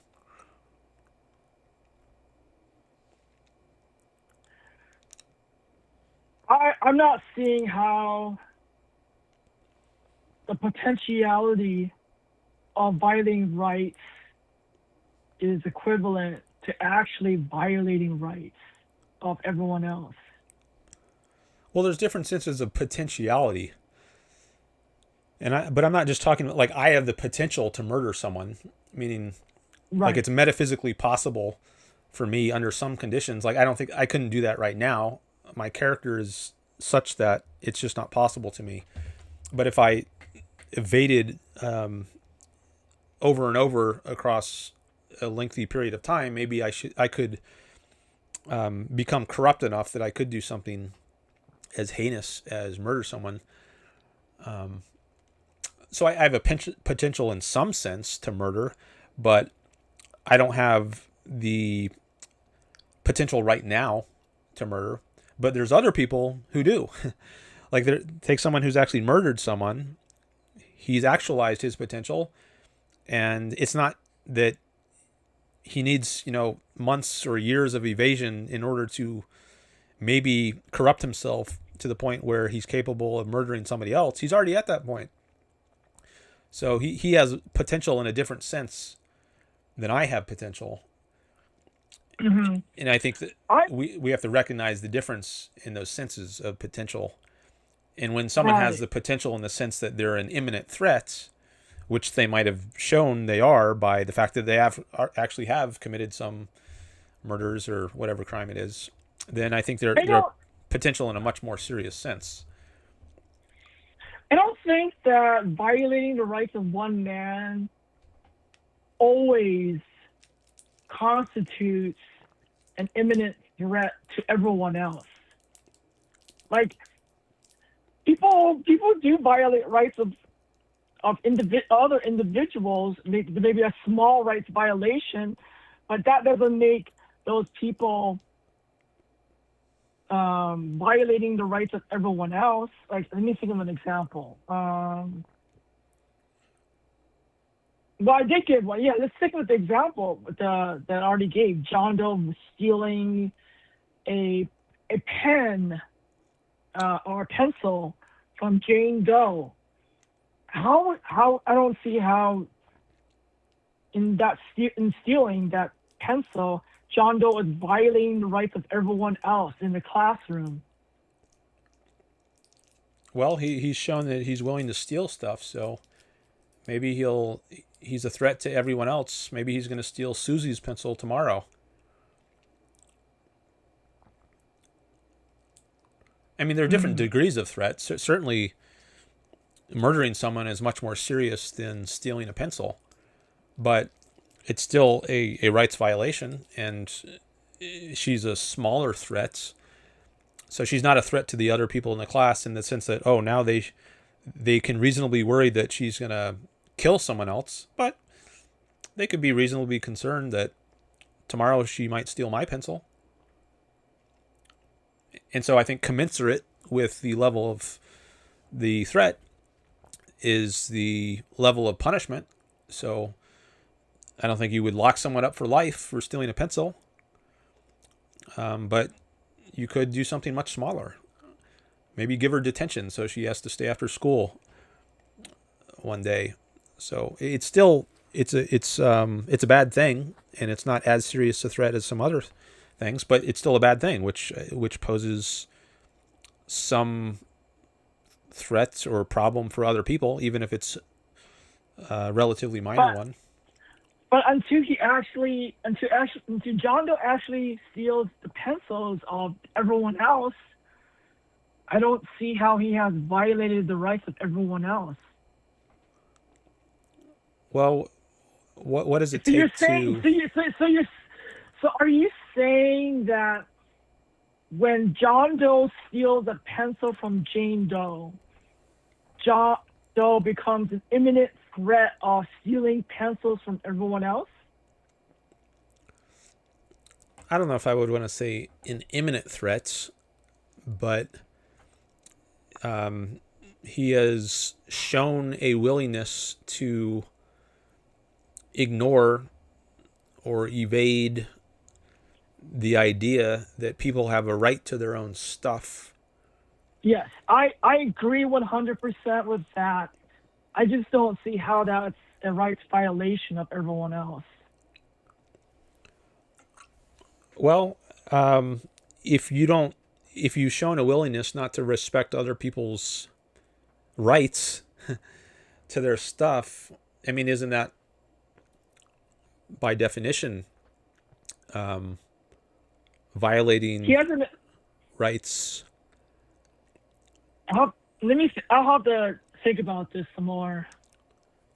He's not acknowledging rights, in effect. He's saying, screw rights. I don't care about rights. If I can grab a pencil and I'm going to grab a pencil. So he's thrown out the principle of rights. And that's a threat Okay. to everyone. Because he's saying, I don't care about your rights. He's not concerned with not initiating force. If he can grab something, get away with it, he's going to do it.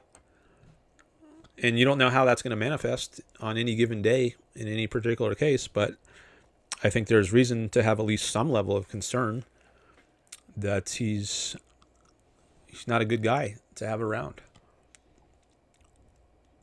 Okay.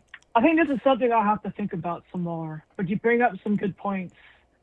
I'd like to go back to page 387. I remember now why I wrote what I wrote.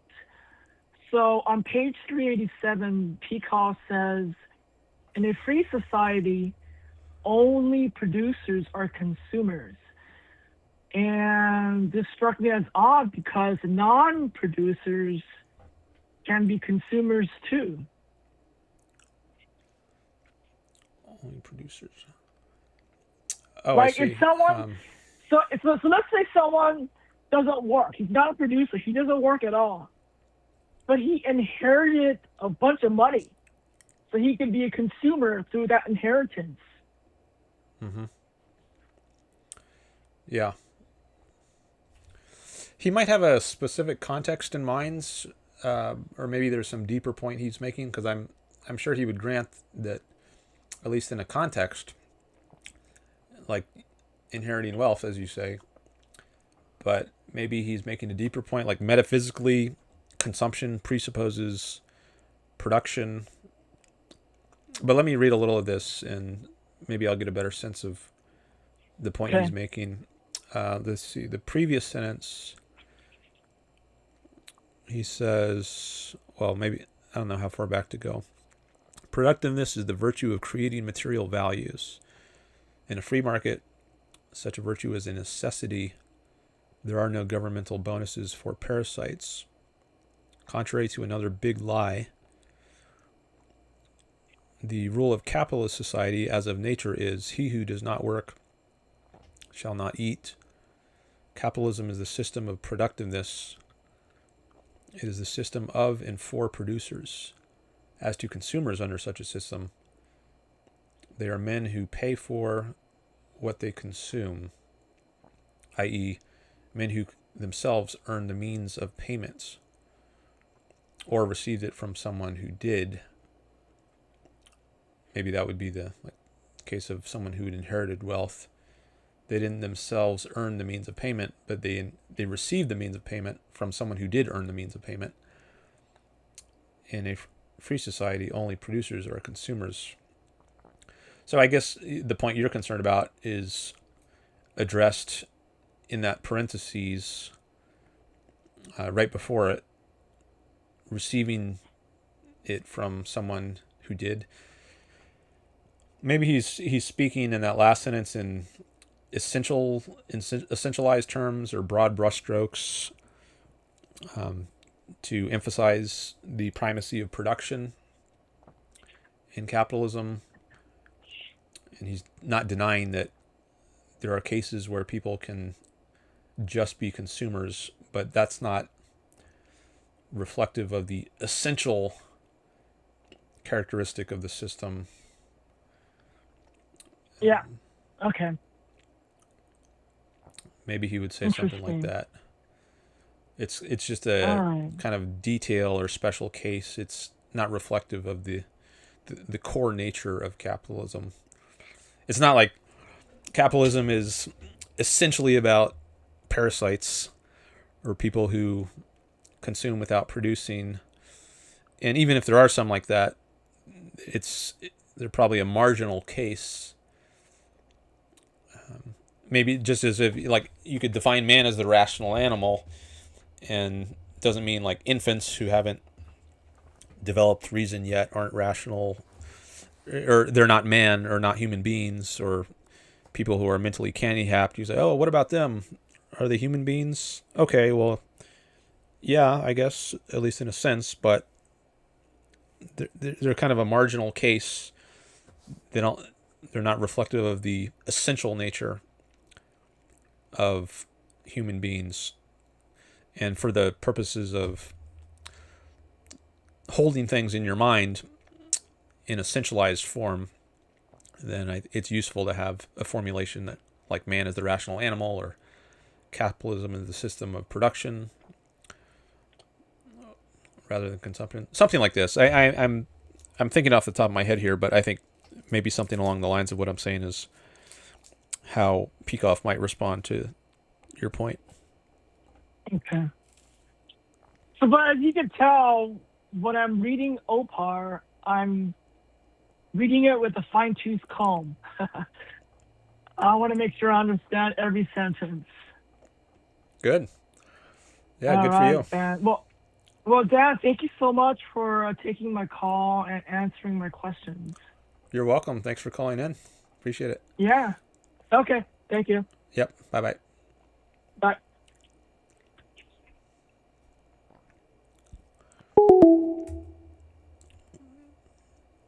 Okay. I think that's good to really think carefully about what you're reading and not just accept it as dogma. Challenge it, raise questions. If something is unclear, doesn't make sense to you, that's good. All right. Let me see if I can add... Oh, Roman Viking is here. Hi.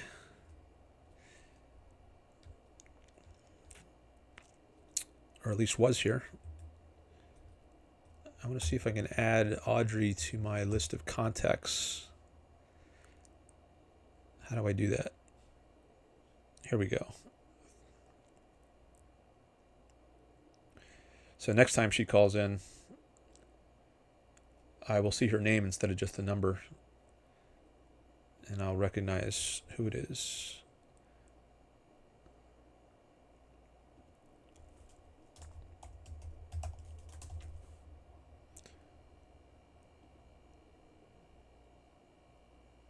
All right. Audrey has been added.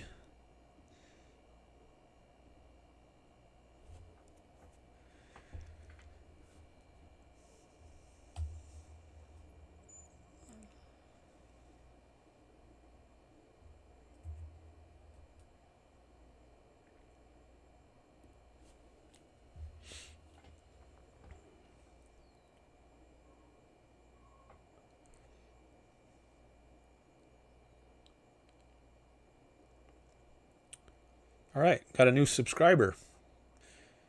Thank you for whoever that was. Hope you're enjoying the stream without ads. Remember, I said I was going to turn on ads at a certain point. I haven't turned them on yet.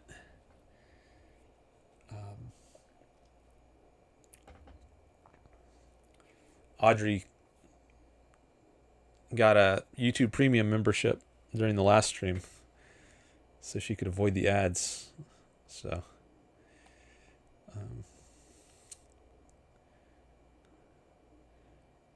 maybe I can incentivize some more people to get YouTube Premium by turning on ads. I think only a third of the people, it was like 28% of the people, I think, last time said they were YouTube Premium members when I did a poll.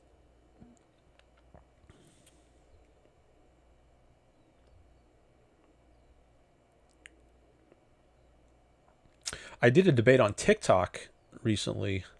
I think it was about 3 days ago.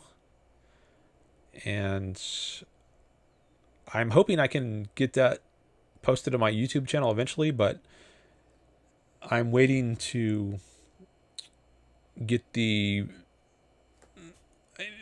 person on whose TikTok channel I did this debate. He said he also has a YouTube channel. He's going to post it on his YouTube channel. and then I can download it from his channel once he posts it, but I haven't seen it on his channel yet. But I'm hoping that soon he will post it on his channel, and then I can get it on mine. We talked about free will, mostly.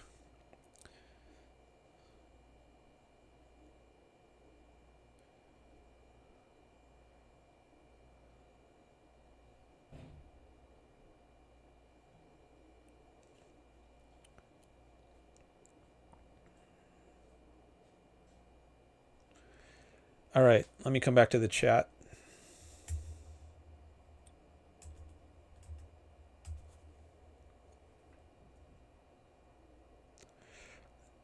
How do you get paid with YouTube Premium watchers, asks Audrey. I think I get 55% of the revenue, and YouTube gets 45%. I don't know exactly how it works beyond that. I think maybe... well, so you pay YouTube for being a premium member, so you pay YouTube $16 a month. And I guess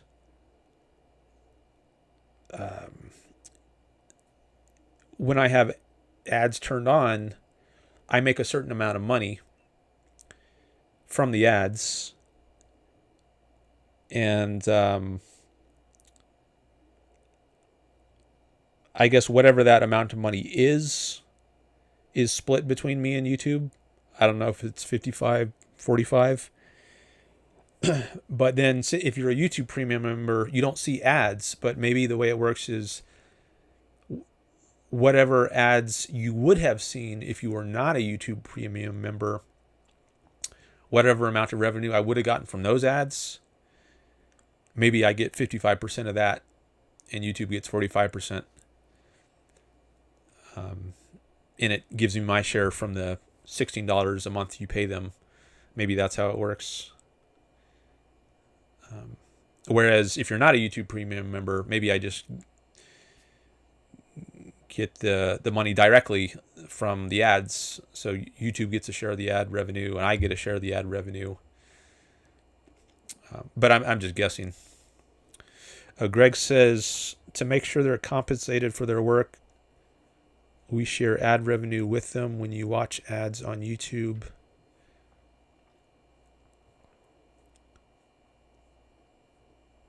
If you're a YouTube Premium member, you won't see ads. So we share your monthly membership fee with creators. Oh, okay. Best of all, the more videos you watch from your favorite creators, the more money they make. Okay, thanks for that, Greg.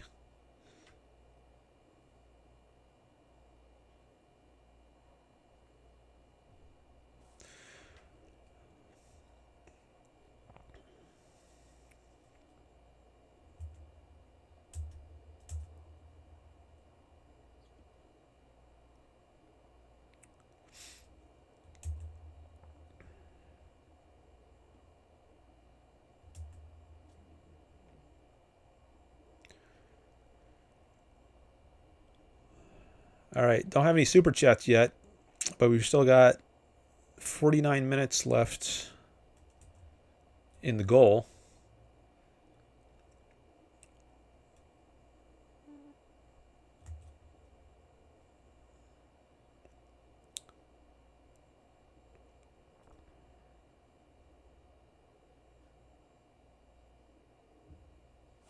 Maybe now would be a good time to turn on ads. Since I've been talking about ads, yeah, how about we do that? So I wanted to experiment and see if I could turn on monetization in the middle of one of my live streams. So I'm going to try to do that right now and see if ads start appearing. Greg says, so far Dan Show is the only live podcast I've ever encountered an ad on before. Audrey just did a super chat. Thank you, Audrey. Appreciate that. $5. Oh, Greg just did a super sticker. Awesome. Thank you. Thank you both.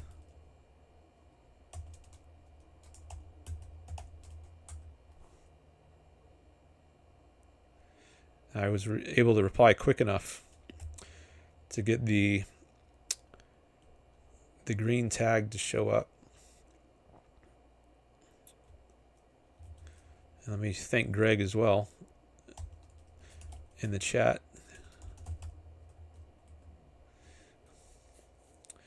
for a super sticker of $1.99. All right, excellent. And see, now it went up to 1 out of 5 here because Audrey did a super chat. It only counts the super chats, not the super stickers. But in my own mind, I'll count that as 2 out of 5.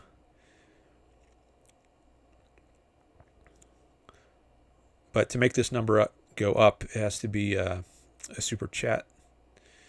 So you could also do an empty super chat for $1.99. So Greg could have done a super chat for the same amount, and he could have just left it blank if he had nothing to say, if you wanted this number to go up. But that's fine. I can keep track in my own mind. All right, good stuff. You're welcome for taking your call, Audrey. Oh, yeah, so I was going to see if I could turn on ads. Now, I don't know if any of you are going to see it because Audrey is a premium member. I don't know if Greg or anyone else here is, but I can also log into my own YouTube account that's not premium. I have another YouTube account where I don't have premium. So I could log into that account and see if I start seeing some ads. But I'm going to try to turn on ads mainly just as an experiment. I don't necessarily want to have ads, but I at least want to know if it's possible for me to turn on ads in the middle. Greg says super chats have hard divisions. $1.99 isn't one of them. $2 is the closest. I think it might vary depending on your platform. Like sometimes if I look in my laptop, it gives me an option that's not on my phone. So maybe on the laptop, it'll say I can do a super chat for $2, but if I go on my phone, it doesn't have $2, but it does have $1.99.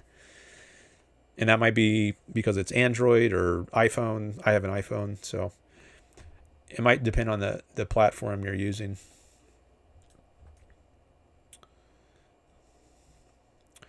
All right, where do I need to go to?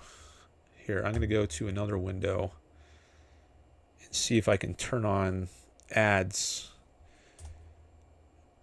at least temporarily. And maybe if someone wants to do a super chat to turn them back off, then I can try to turn them back off, but I can't guarantee that's going to work. I think my guess is that it would work, but I just can't guarantee it. All right, I'm going into my YouTube studio now, and I'm going to try to turn on monetization.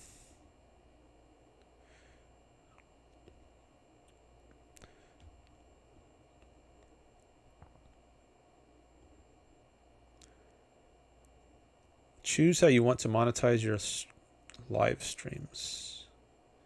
Pre-roll and display ads are automatically inserted when monetization is turned on. So pre-roll ads are the ones you see before the stream starts at the very beginning. And then mid-roll ads are during it, and then post-roll ads are after it. You're not going to see any pre-roll because I'm turning this on, at least I'm trying to turn it on in the middle. Let's see, mid-roll ads. Viewers may not see ads at the same time in automatic mode. You'll still be able to manually insert ads for automatic or scheduled mode. I'm just going to choose automatic. I'm not going to try to tell YouTube manually where to place the ads. At least not this time. And then I can choose the frequency of the ads. I can either choose low, medium, or high.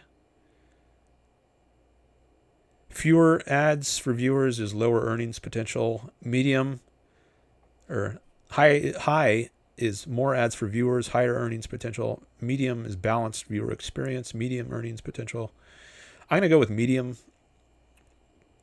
That's the same one I went with last time.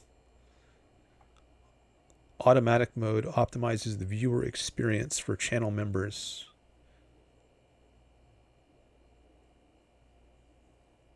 And snoozes ads during high engagement moments.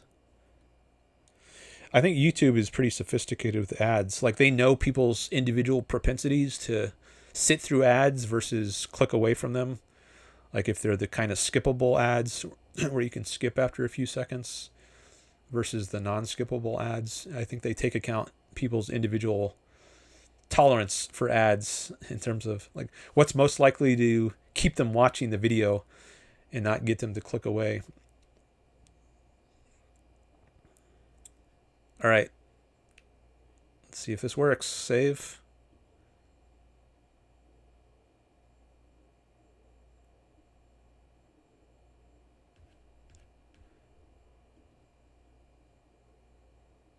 Okay, it says monetization is on now. So let's see if you start seeing some ads. I'm going to open it up on my own phone here using my my other YouTube account on which I don't have premium to see if I will start seeing some ads there.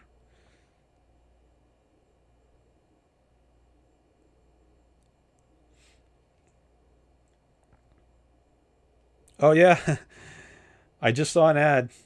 I guess it's working. This is a skippable ad. It's an ad for shoes. Let's see how long the ad goes.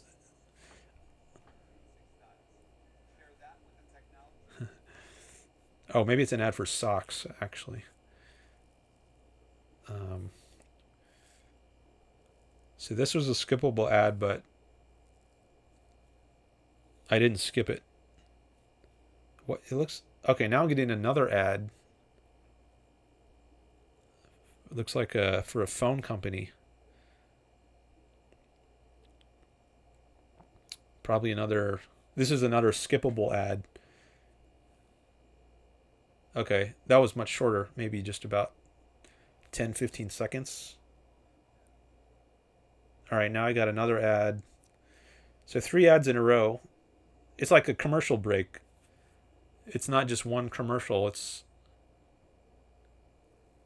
okay. That was about some app for cleaning up your phone. Okay, now I can see my stream. All right, so I sat through 3 ads totaling, I think, under a minute, and now it's showing me my live stream.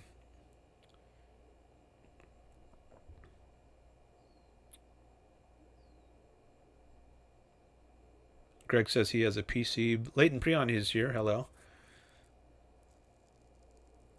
Greg says, I've seen podcasters that insert their own ads for software or other merch during the course of the show. That ad looks like everyone gets to see it, whether a YouTube Premium subscriber or not. Oh, yeah, there are kinds of ads. Like, I could do an ad right now. I could say, hey, check out so-and-so's podcast, which I think is really great. And I could just say the ad myself. Is that the kind of ad you're talking about? And then, yeah, you're not going to skip that. I think Ben Shapiro does that kind of ads, at least sometimes. He inserts his own ads. He reads them himself.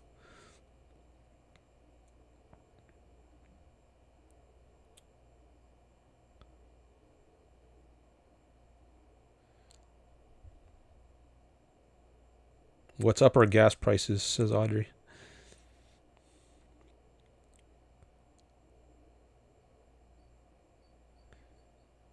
An ad for tea. Greg feels compelled to get a cup.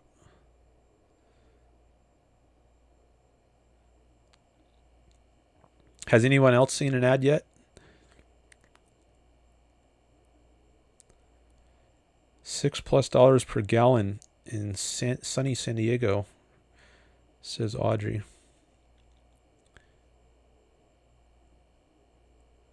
Yes, that self-done ad during the context of the show, says Greg.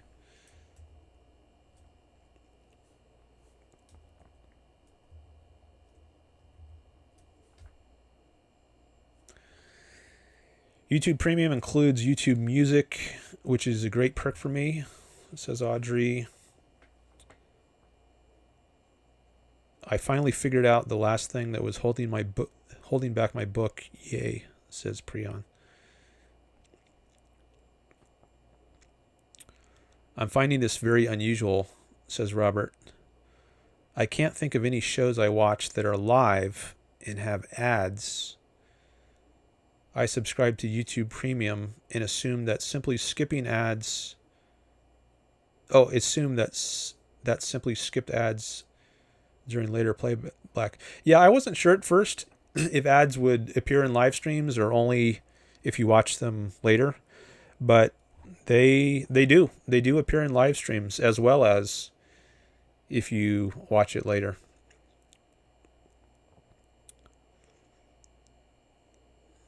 At least that's an option. Maybe I don't know if there's a way you can toggle that off so they only appear after the fact, or maybe you would just have to manually.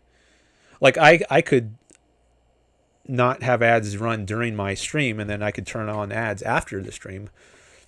You could do it that way, but you can also have ads during the stream.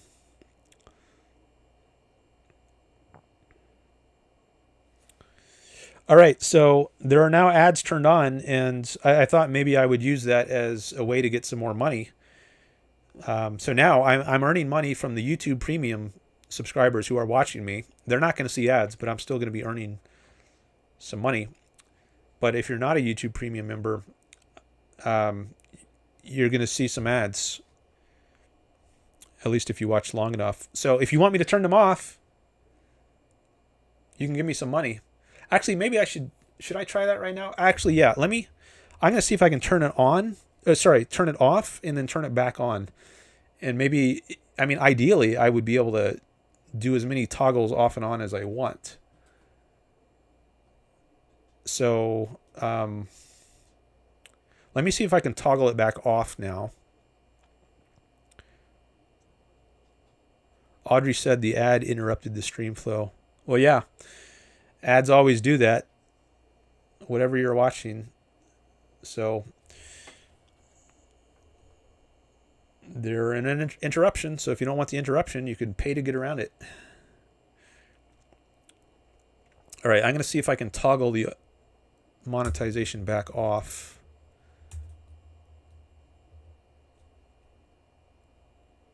Now, I read somewhere that if you toggle it off during a live stream, you can't toggle it back on. So maybe I'm not going to be able to switch it back on, but I'm going to at least try.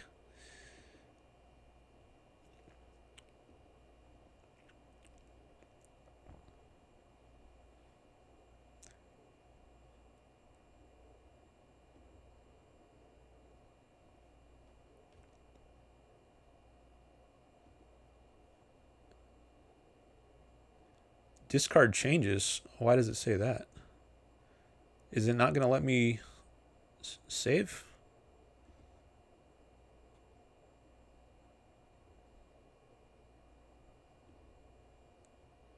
Oh no, I think it worked. Okay, so I think it worked. It looks like it worked. I just toggled the monetization back off. So no ads right now. But now the final test is to see if I can toggle it back on.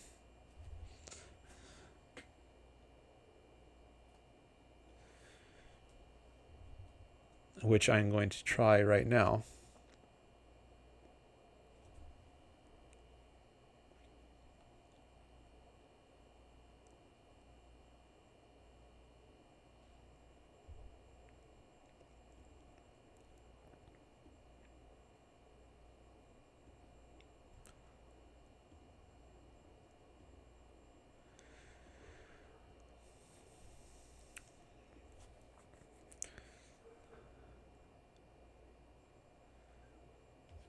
Okay. Okay, it looks like it worked. All right, I toggled it back on, and I should be able to verify that myself. So I'm going to see if I can see some more ads. Let me reopen it.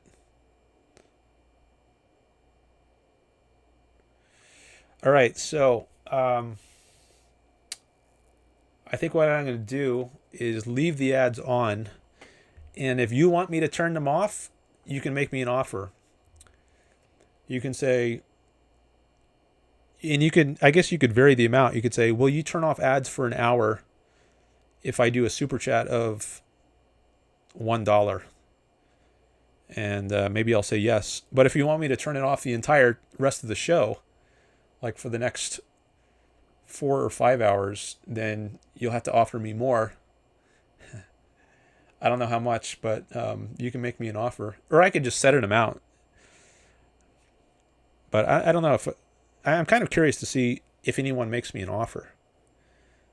So that's what I think I'll do. Make me an offer, and I'll consider it. And if it's enough, I'll turn off ads.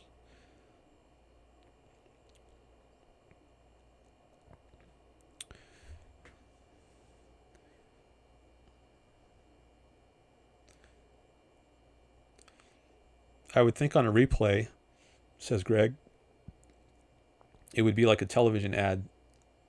Stopping the show, show the ad, restarting the show.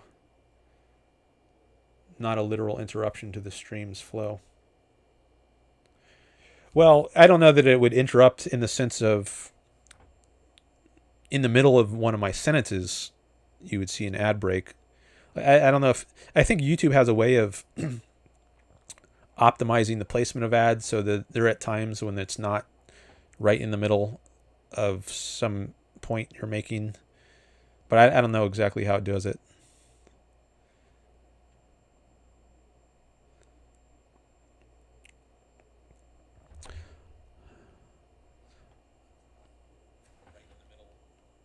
I'm looking forward to seeing the next ad just so I can verify that it's actually working.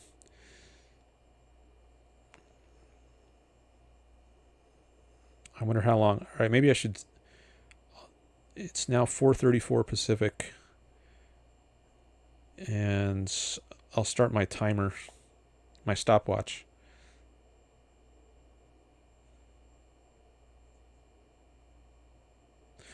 I just got a note on YouTube. It says, you're missing out on background play. Yeah, that's another advantage you get from YouTube Premium. You can have a YouTube video playing in the background while you're using other apps on your phone. Whereas before, you had to have your YouTube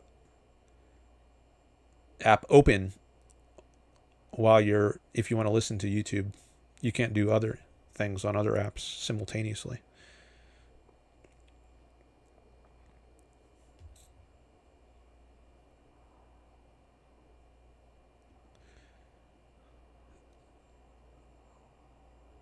All right, let me look at some more chats. Actually, I should I want to put a note in the chat. Audrey says, yes, background play is so useful.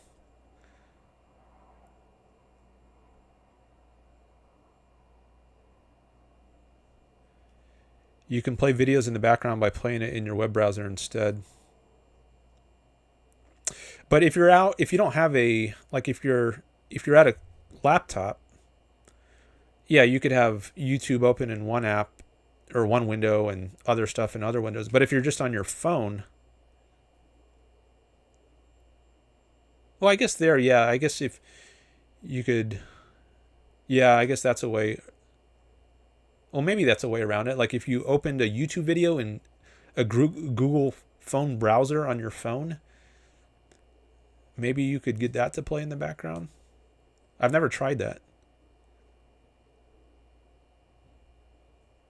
Yeah, on your phone, if you open YouTube in a Google browser rather than in the YouTube app, maybe you could get it to play in the browser while you use other apps. I've never tried that.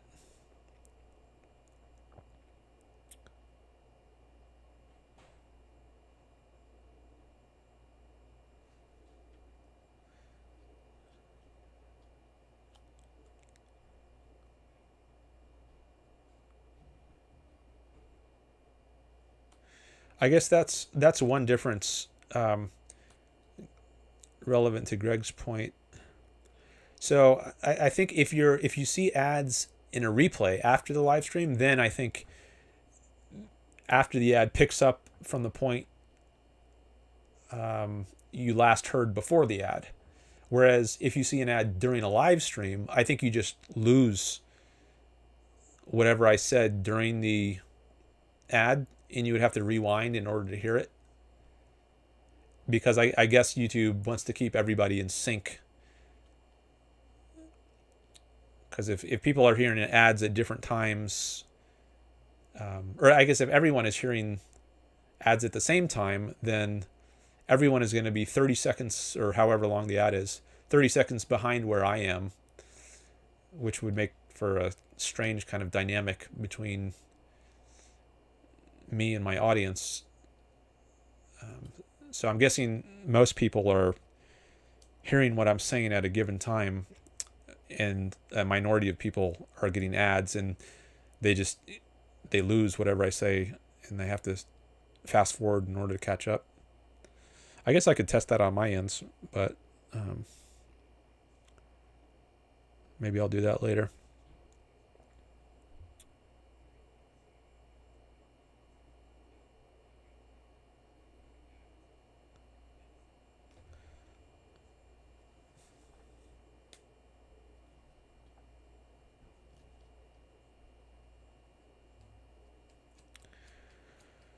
Okay, so I want to type here in the chat, if you want me to turn off ads,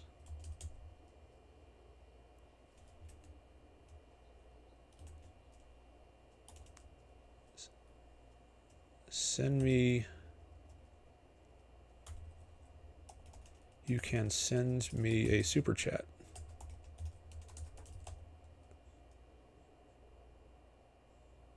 Audrey says, before I got premium, ads caused me to miss what Dan was saying during the ad. Yeah, I think that's what happens. At least if you're listening during the live stream. But if you're listening after the live stream, if it's just a replay later, then I don't think you would miss anything. I think it would just pick up from the point you left off, that I left off with before the ad.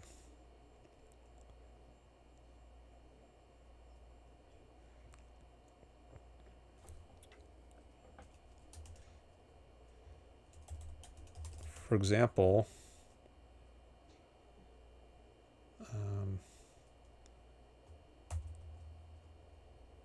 $1 to turn off ads for 1 hour, or $5. I don't know if that's a good amount.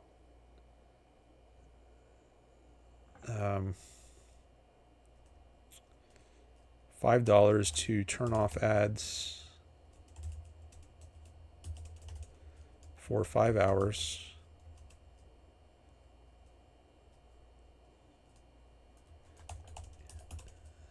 You can make an offer and we can negotiate.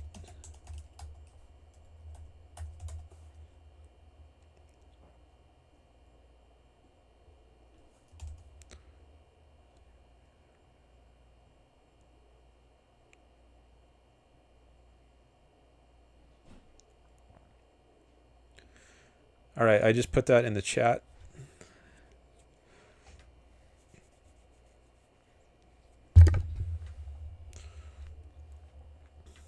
If you want me to turn off ads, you can send me a super chat. For example, $1 to turn off ads for 1 hour, or $5 to turn off ads for 5 hours. You can make an offer and we can negotiate. Ad-free viewing experience for everyone. Woohoo. Oh, wow. Awesome, Audrey. All right, that's so cool. I gotta say thank you, Audrey.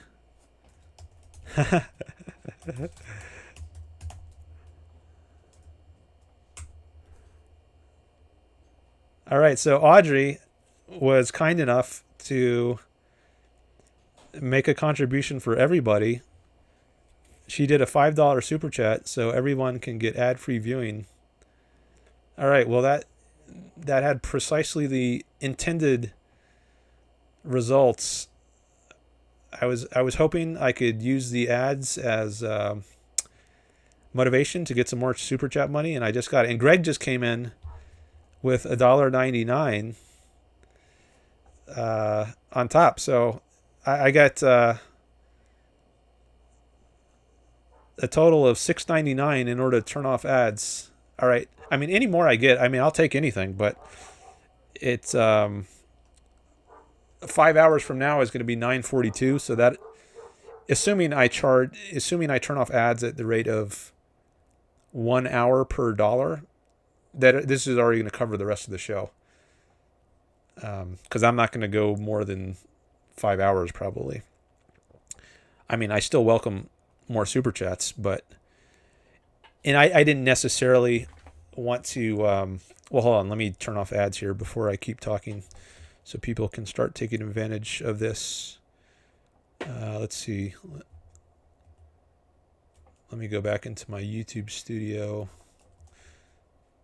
So I haven't seen any ads yet in my other YouTube account. So I'm guessing it takes a while before I start seeing additional ads. But I'm not going to see any ads now, for sure, because I'm about to turn them off.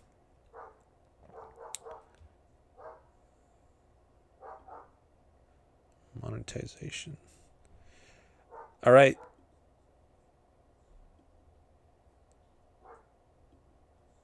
Save. Oh, Robert just did $5. Thank you, Robert. Save. I'm trying to save my... Okay, I think it just turned back off. Let me verify that. Okay, ads are off. Thanks to Audrey and thanks to Greg. So you all, anybody in the chat who is... oh my goodness. Robert says, what if I send a super chat requesting that you turn ads back on? Oh my God. Fight. Oh, that's awesome, Robert. Talk about a way to make money. That's awesome. Oh, I don't know what to do now. I just turned the ads off. And Robert gave me $5 to turn them back on. Oh my God. This is like manna from heaven. Although, since I don't believe in heaven or manna, maybe I should say money from my super chat. All right, I don't know if I'm fast enough here to reply to Robert. Is that going to have a tag? Oh yeah, good. I got the green tag. You got to be fast if you want to get that. Oh, Robert says, just kidding. So he doesn't actually want me to turn the ads off. Okay. I was actually going to consider that. I didn't know what to do. If people are paying me for opposite requests. Okay, so Robert is just kidding. All right, well, thank you, Robert. I appreciate your super chat. And Audrey just came in with another super chat for $5. Oh, let's see if I can reply to that quickly enough to get the green tag. Thanks again, Audrey.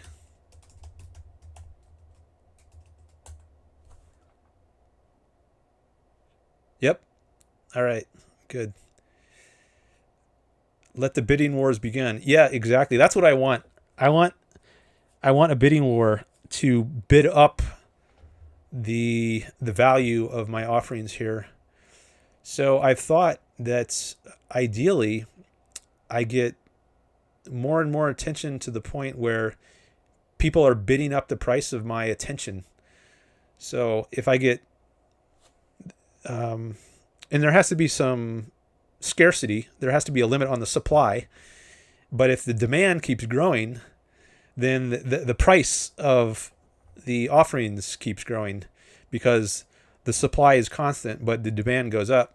So the more demand I get, the more I can charge. So I'm hoping eventually people will have to pay me like $500 just to answer one question. Or like if I get so many people starting to call in that people can start attaching money in order to be able to call in and have me take their call. So I'm hoping over time people will bid up the price of being able to get their chat answered or to be able to call into the show. And then that will really help me make this show self-sustaining. I've been doing all this for free for almost 7 years. I didn't turn on monetization until 5 months ago. But you have to do that when you're starting out a business. You sometimes, at least, you offer something for free, and then over time, as you build your audience and grow your market, then there starts to become an increasing demand, and people are willing to pay more and more for it. So that's what I'm trying to do here. Install a toll number to have them call you on. Yeah, well, that would be another way. Or another way would just be have them send me a super chat.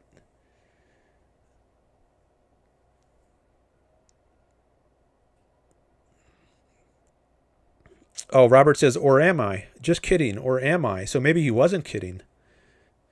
Maybe he is paying to have me turn ads back on. Well, I don't... Okay.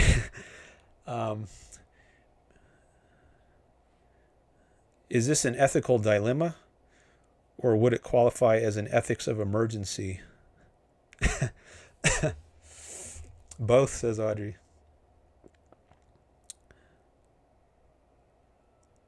But can one be kidding and not kidding in the same manner and respect? And speaking of which, why doesn't Aristotle rhyme with Chipotle? Yeah, so Aristotle said, a thing cannot be both A and non-A at the same time and in the same respect. That's his law of non-contradiction. So you can't be kidding and not kidding at the same time and in the same respect.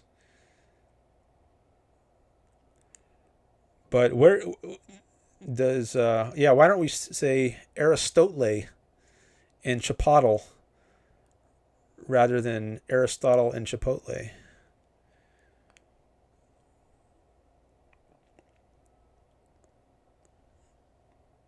$1976, is that a toll number? 1-800, that's the one I usually hear. Or 1-888.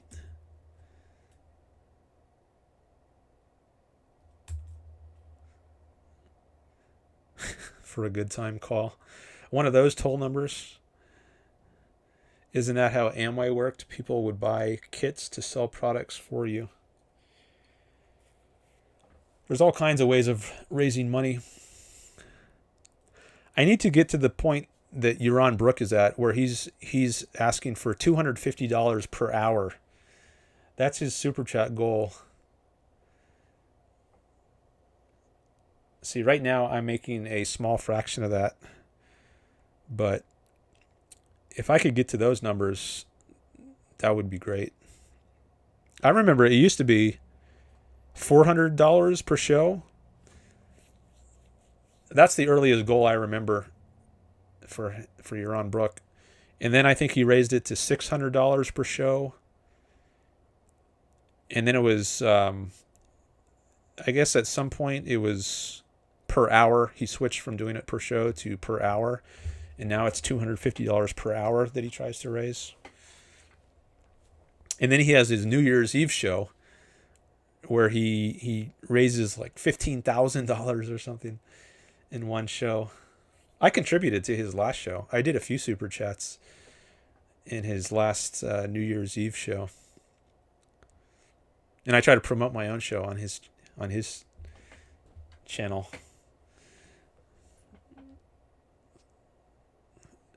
Dan's fractional reserve fundraising campaign, says Greg. All right. Well, we are up to 4 super chats. Look at that. Oh, we got 12 minutes left in the goal. So if you want to help me hit the super chat goal of 5 out of 5 in the first 3 hours, then actually we did hit the goal because Greg did a sticker, and I'm counting stickers. YouTube counts only the super chats, but I'm also counting the stickers. So we're actually at 5 out of 5. Dan, I gotta go soon, says Audrey. Can you answer my super chat question? Yeah. Let me do that now.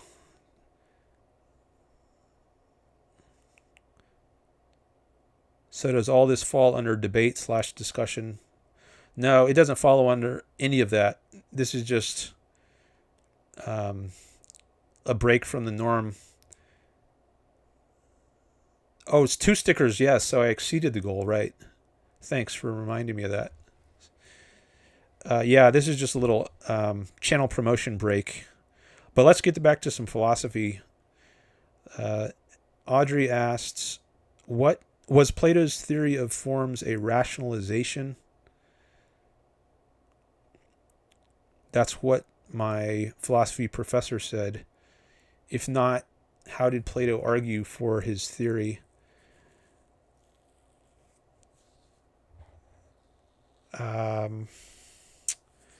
Was it a rationalization?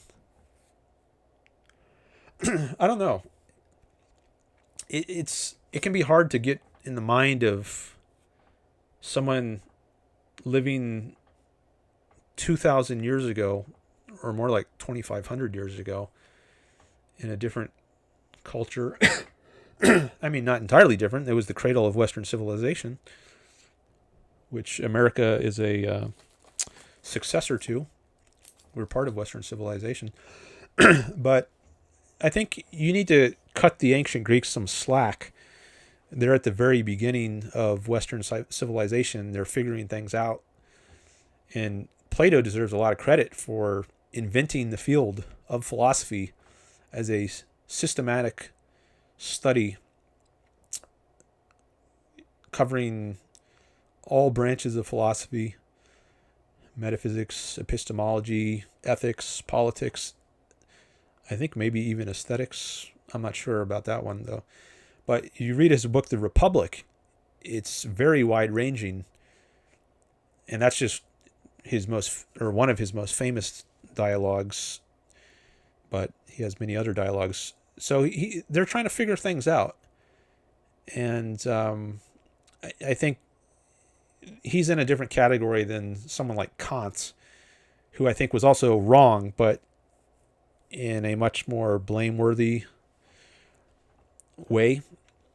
At least it's more plausible to me that Kant deserves more blame because he's coming much later, and even says explicitly in the preface to his book, The Critique of Pure Reason, the B edition.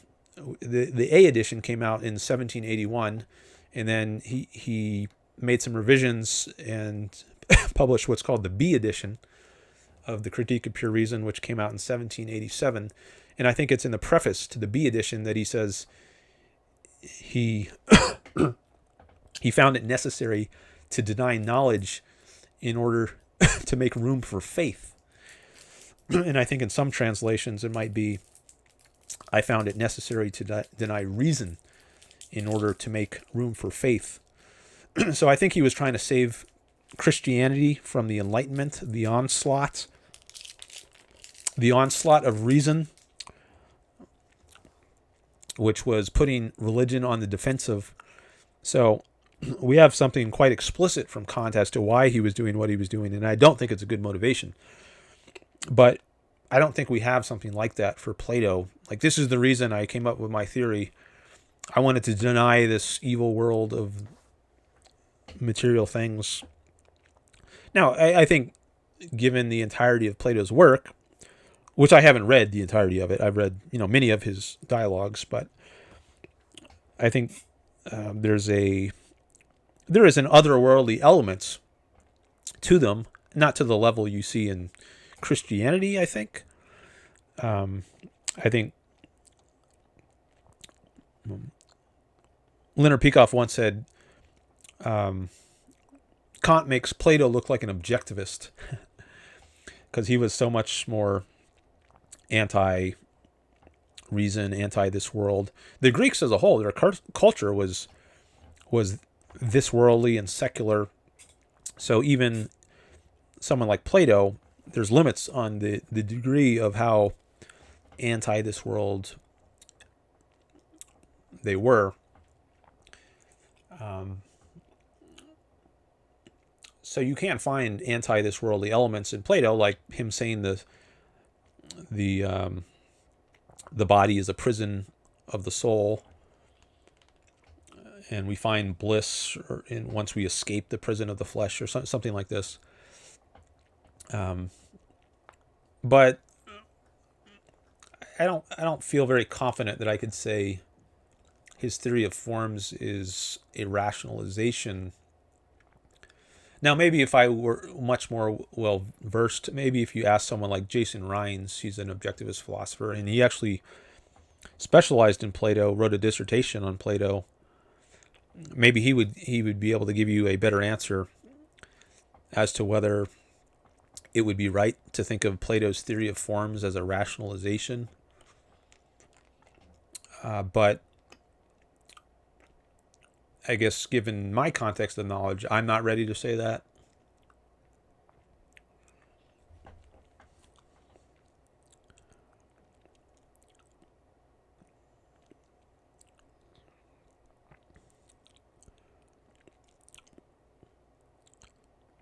W.T. Jones and Leonard Peikoff gave the layman's edition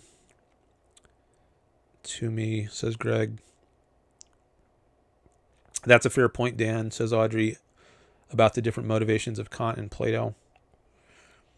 Yeah, I think I would not be as hard on Plato as I am on Kant, or as Ayn Rand was on Kant. But then you also say, if it wasn't a rationalization, how did Plato argue for his theory? Well,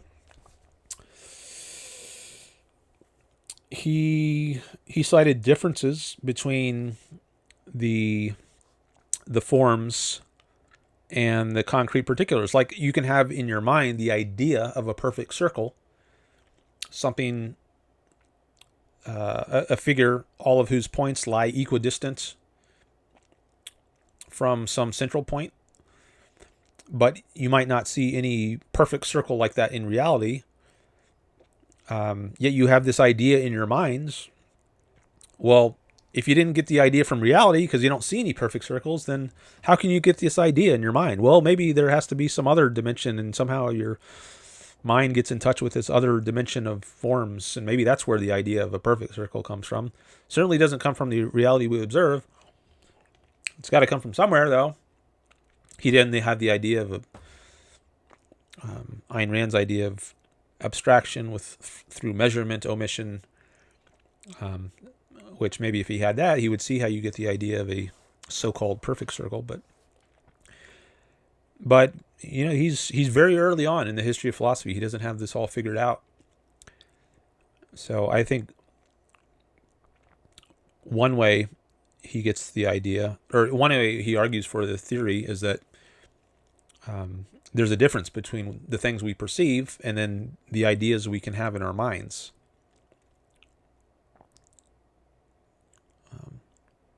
Also, the world we observe with our senses is changing. It's a world of flux, whereas we can have, there are immutable truths like 2 + 2 is 4, or the sum of the square of the sides of a right triangle is equal to the square of the hypotenuse of a triangle. That's an eternal truth. But is there anything eternal and unchanging in the world that we perceive with our senses? Well, I think the world of immutable things, immutable truths, how do we get the idea of that from our senses? We can't. I think he thought the world we observe is a world of change. So if we're going to have the idea of immutable characteristics or immutable truths, that would have to come from somewhere else. So maybe there's some supernatural or other dimension of immutable forms, immutable truths, something like this. It's been a while since I've heard Leonard Peikoff's History of Philosophy course, but I think if you listen to that, which is now free available online and has been for years, I think he probably goes over some of the arguments Plato gives for his theory. All right, I don't know if Audrey is still here. She also asked, what did you write your PhD thesis on? It was on physicalism, which you might be more familiar with in terms of materialism. The idea that everything is material. This is a very popular view among academic philosophers, materialism, including materialism about the mind. So even the mind is a material entity or property, or it's a physical property. This is the view of so-called physicalists. And many philosophers think that that view is supported by science. There are scientific reasons to support a physicalist or materialist view of the mind. And I critiqued the arguments that they offer in favor of materialism or physicalism. So the title of my dissertation is A Critique of the Scientific Case for Physicalism. And I actually have a video on my channel about it. I did a presentation, I think about 3 years ago, on the Ayn Rand Center UK channel. And I eventually put the video on my own YouTube channel so you can see my presentation. I'm looking it up right now. I'll share it on the screen. So if you just go to the search box and you type in physicalism, that'll probably bring it up. Yeah, here it is. Is consciousness or the mind physical?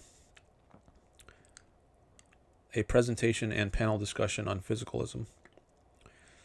So I go through some of the key ideas in my dissertation in this video. Not everything, but at least the core of 1 or 2 chapters in my dissertation.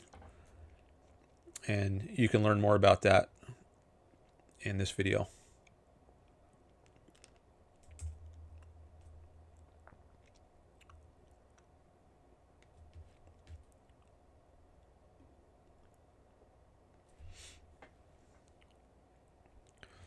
Yeah, Lee Pearson is on that panel.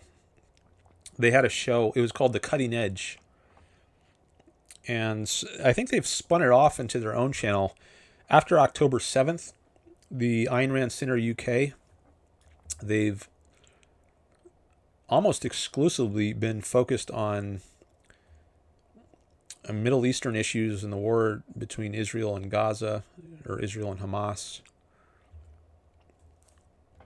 And the regular show called The Cutting Edge, which Lee Pearson was one of the hosts of, they've now spun off and they have their own YouTube channel.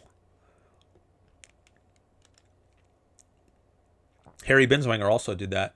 He had a show called HBTV, Harry Binswanger TV, which was, I think that was on the ARC UK channel. And he just recently started a new season of HBTV on his own YouTube channel.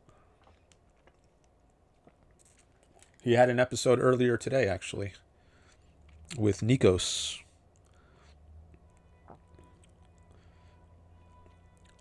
Nikos Sotirakopoulos.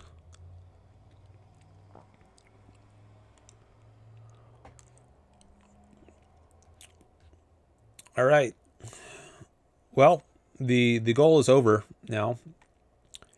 But we hit the goal, even though it says only 4 out of 5 right here, because I am also counting the 2 super chats that Greg did. So we actually exceeded the goal. Audrey says, thanks, Dan. All right, got to bounce. Peace out, peeps. All right, thanks for coming by, Audrey. Appreciate the chats, the call, and your super chats. And thanks to you, everyone has ad-free viewing for the rest of this live stream. So you can all thank Audrey. Anyone who is not a YouTube premium member, you can thank Audrey, and also Greg. I think Greg might have, he said, did he say his super sticker was also contributing? Yeah, I'm going to count that towards the ad removal as well. Now, this doesn't apply permanently, so maybe after the live stream ends, I will turn ads back on. But if you want to see them, you can send me what's called super thanks. So you can do a comment below the video afterwards, and you can attach money to the comment. So there's still a way you can send me money even after the live stream. And also I have PayPal and Patreon linked in my description. So that's another way. So maybe I'll turn ads back on after the live stream. And if you want me to turn them back off, you can make me an offer. You can say, hey, will you turn the ads off on this video for a week? I'll give you $5 or I don't know how much, but you can make me an offer and I'll turn off the ads again.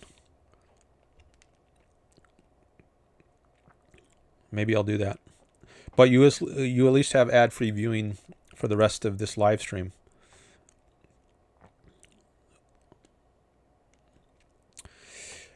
Okay, what next?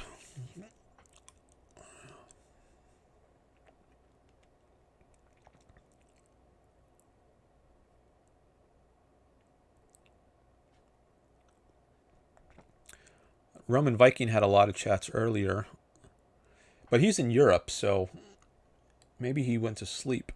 He's probably, I think it's Germany, which I think is 9 hours ahead, which would make it 2:09 a.m. his time. So maybe he's gone now.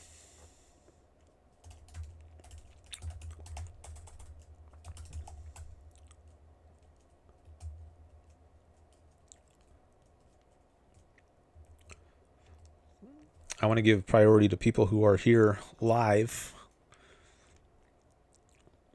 or people who have done super chats, or who are channel members. They have a star by their name. I haven't seen anybody else try to call in. Sometimes I give preference to callers, even if they're not contributing money, because they do provide content for the show, and that's good. I'm going to start a new super chat goal here, because I'm still going. I'm still providing value, I hope.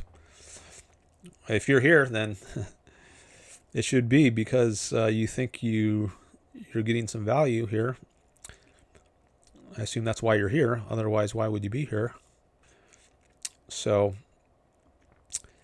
if in exchange for the value you are getting, you would like to send me some value in return in the form of a super chat,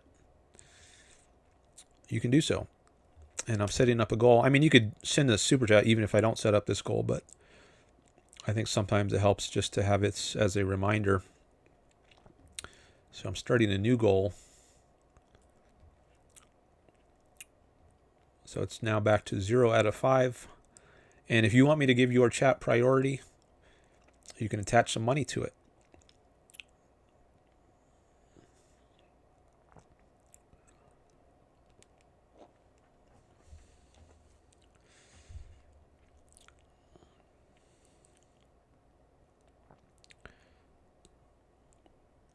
Okay. Let me go back and look at some of the earlier chats.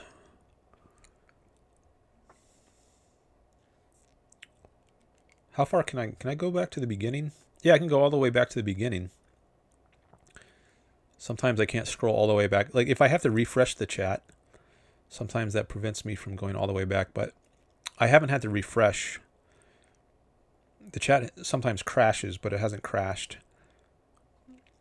So it's letting me go all the way back to the beginning.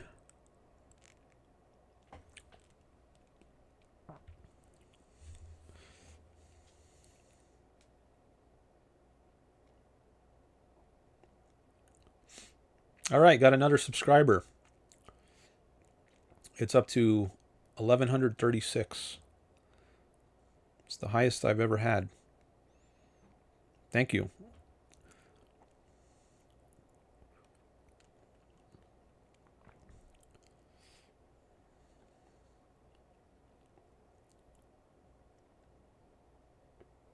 Looking at some analytics here.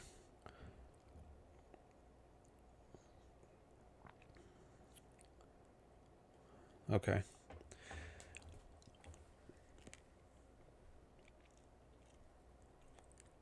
I read some of these from Robert. Yeah, this.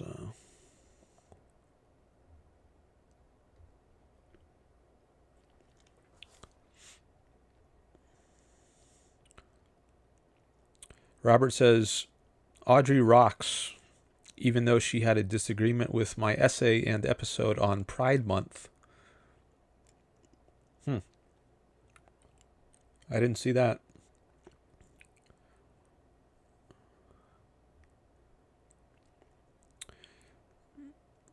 Yeah, I guess this is Pride Month. Oh, I saw a little commentary from Audrey about that. I think it was in reply to someone's Facebook post, not yours, someone else's. I don't know if you had a Facebook post on it or an essay somewhere else.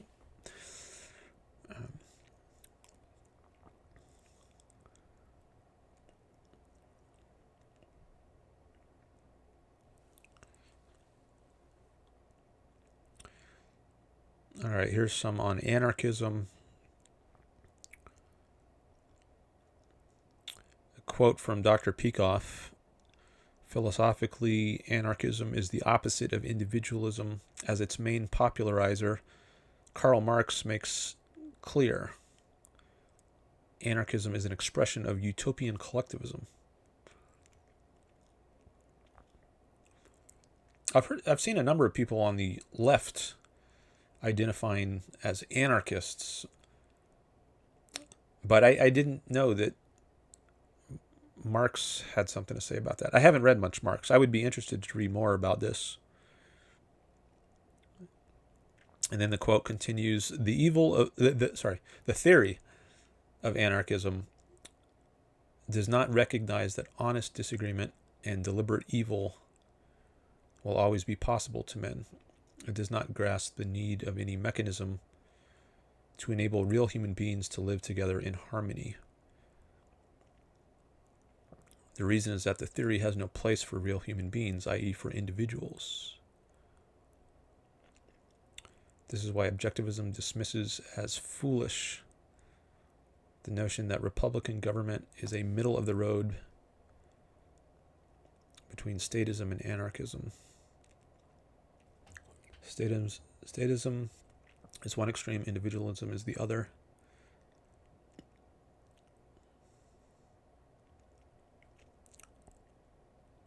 Okay, how much longer does this go on? This is a long quote. All right, well, I don't know if I'll read all this, but I read some of it. Fran's Nature says hello. Hello to you.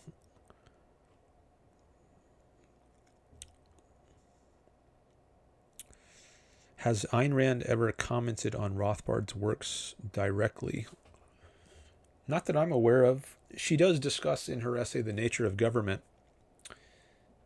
the idea of competing governments, but she doesn't mention Rothbard by name. I don't know if she has him in mind.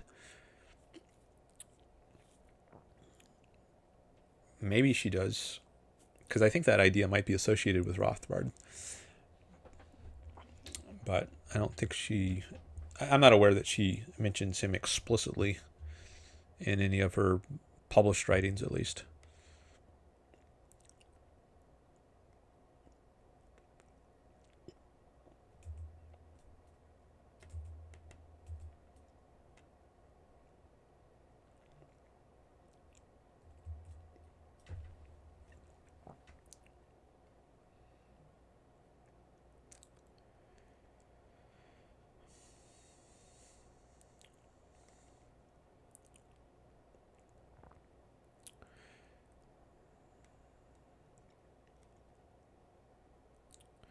All right. So I was going to say before, I don't know if the rates I said in the chat, I said I'll turn off ads for an hour for $1 and 5 hours for $5. I don't know if those are necessarily the ads that are going to, or the rates I'm going to stick with.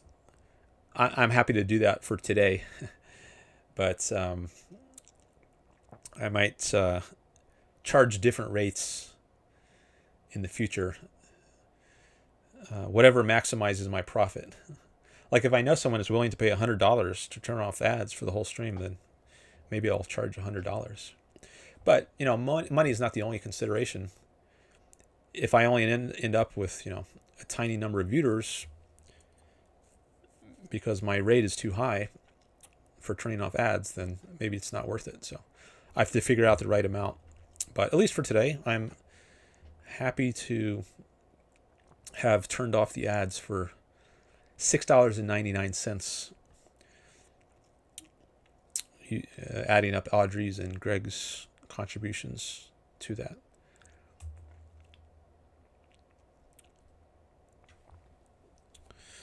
Okay, Greg says, what metrics do you use when looking out at the world to personally assess the state of reason and what impact the fight for reason is having, interpretable as having a positive impact? Okay. So let me just remember that I was up to Roman Vikings question at 3:43. So if I run out of new chats to engage with, I'll go back to 3:43 from Roman Viking and pick up there. But I want to give priority to people who are here live. So let me engage with Greg's chat that just came in.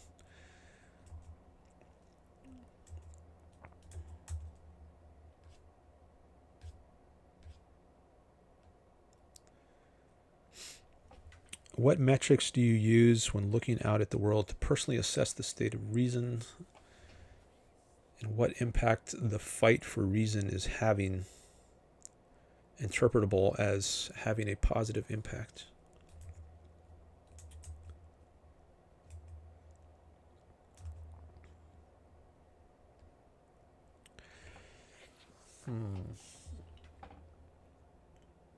I got to think about that. Which tells you I don't have a ready answer to give.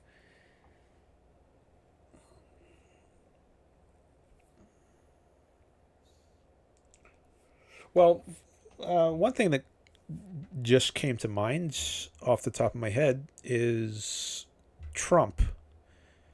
I think he's a sign that things have gotten worse, at least in some respects. Now, I think things are getting better in some respects. Like technologically wise, I think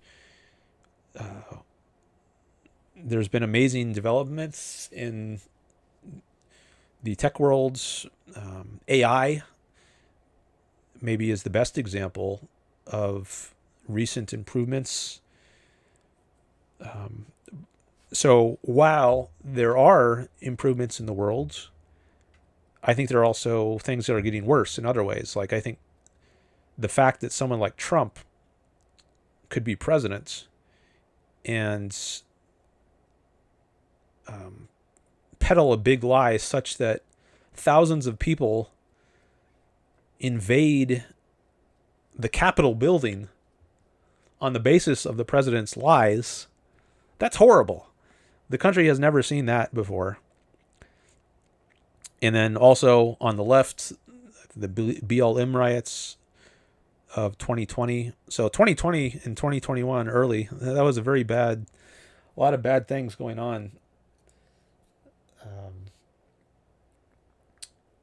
Maybe unprecedented, I guess, at least to some extent. Yeah, they are unprecedented. So I think it's complicated to say, how do you assess the state of reason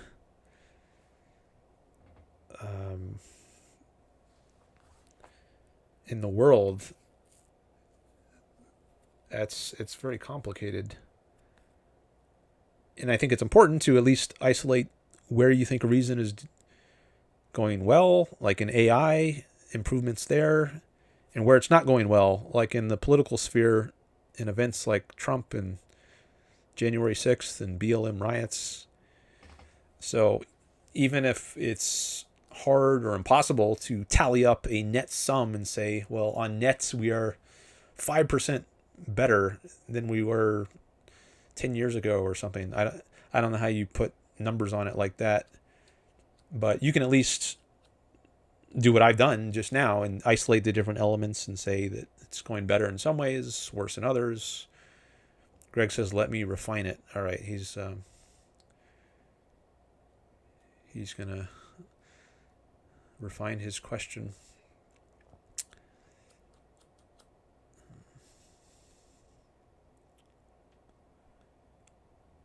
Assess the state of reason and what impact the fight is having. Maybe mentions of Ayn Rand is another way you could try to gauge this, like how influential she is in the culture. Like, it used to be that it was pretty rare that you hear Ayn Rand discussed, at least in the mainstream media. But now you hear her name all the time, and she's been quoted in Congress, like by Ted Cruz many years ago. He read from Atlas Shrugged. I think he was doing a filibuster speech or something. And you hear politicians mention her sometimes. Obama mentioned Ayn Rand, even if it's in a negative way. She gets more mentions, more attention than she did many decades ago. I think that's a good thing. All right. Greg just did a new chat. The impact of objectivism seems to be growing in some regards. There are more folk that associate with the name, but not all are moving in the same direction.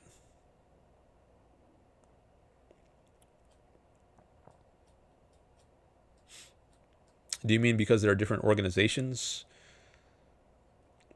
like David Kelly's organization, and they associate with the name objectivism, but they move in a different direction, like what they call open objectivism? Is that the sort of thing you mean?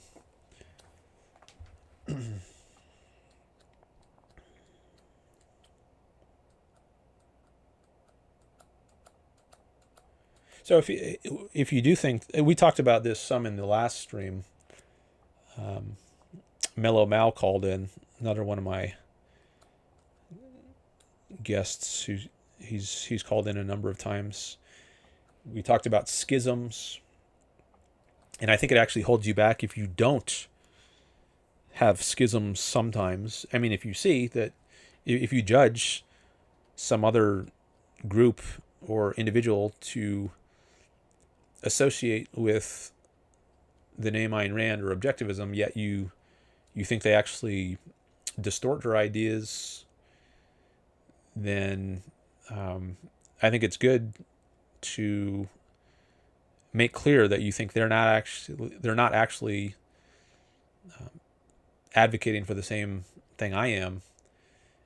Whereas if you don't make that distinction clear, then I think you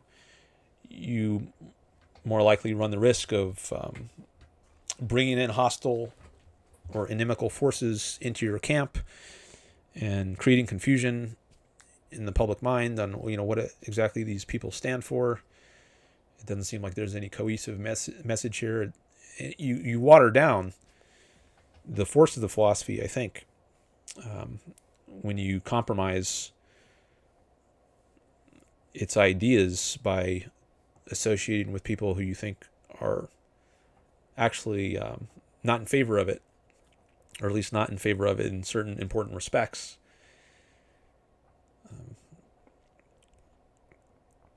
Greg says, fair enough. I need a better articulated destination for the question.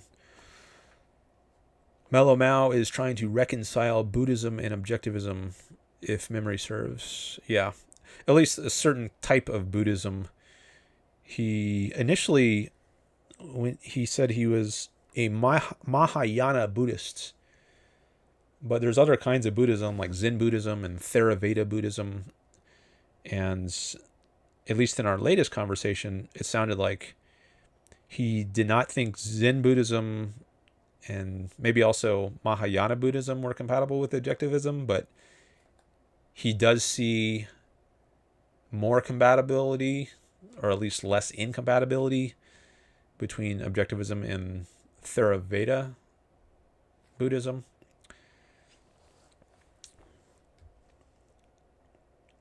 Yeah, and I also said that I don't want to help him in his project of reconciling objectivism in Buddhism, insofar as I think Buddhism is wrong. But I guess I'm open to having discussions with him. I guess I haven't seen his product yet. I think he plans to work on a book, but it sounds like it's maybe just in the planning stages. And I'm okay with just talking through issues with him, and maybe there are certain points of similarity. I don't know much about Buddhism, so to some extent I'm just going off what he tells me about Theravada Buddhism, and I can give him my take on whether I think a given aspect of it is consistent or inconsistent with objectivism.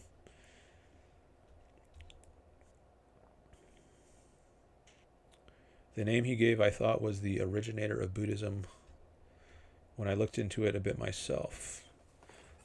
Yeah, I got that impression too. Theravada was the kind of Buddhism that the Buddha himself accepted, and Zen Buddhism, I think, was a later development. I don't know if it was centuries later. I don't know the history of Buddhism well. But yeah, that's also my recollection, that Theravada was what Buddha himself accepted. I think that's what Mellow Mal was saying.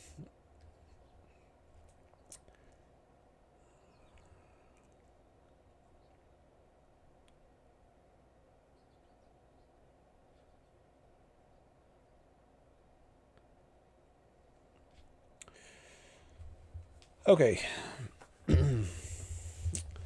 That's the latest chat.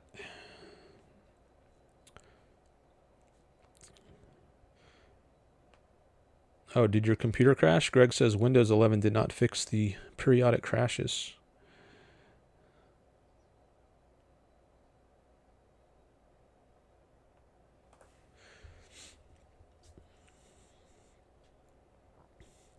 I got 8 people watching.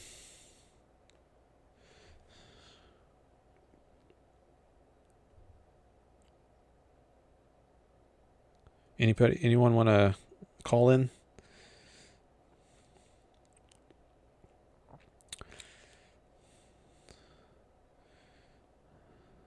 It might help my voice.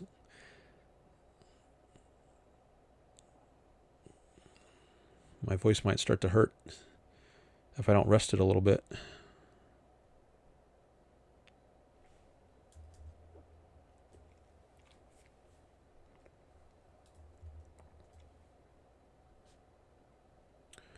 All right, I was up to 343 by Roman Viking.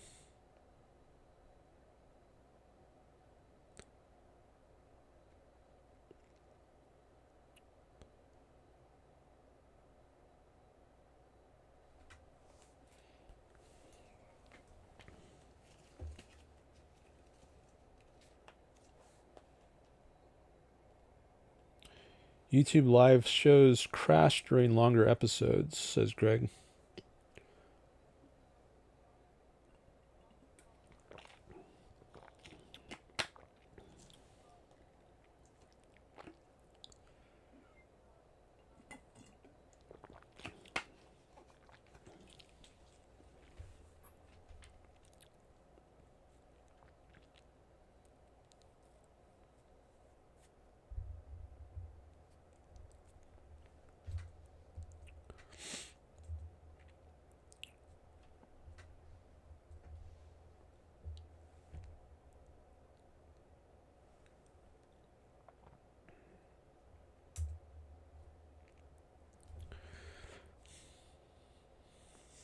Roman Viking says, I think it's stupid to come up with a dichotomy between statism and individualism if the concrete implementation of individualism in its perfect form should entail a state.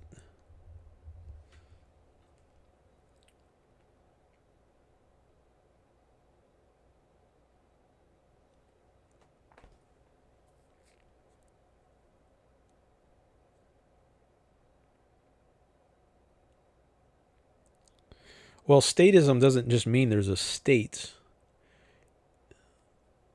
It's that the state is given power it shouldn't have. Let's go back to Ayn Rand's description from the lexicon. Statism holds that man's life and work belong to the state,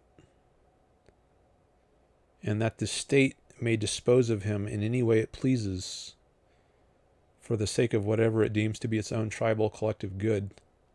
So Ayn Rand wasn't anti-state, she was just anti-statism.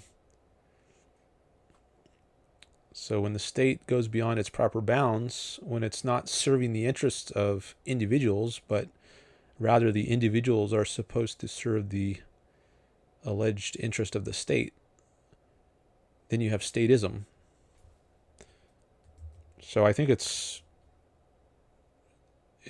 fine to, or at least not bad, to oppose individualism to statism.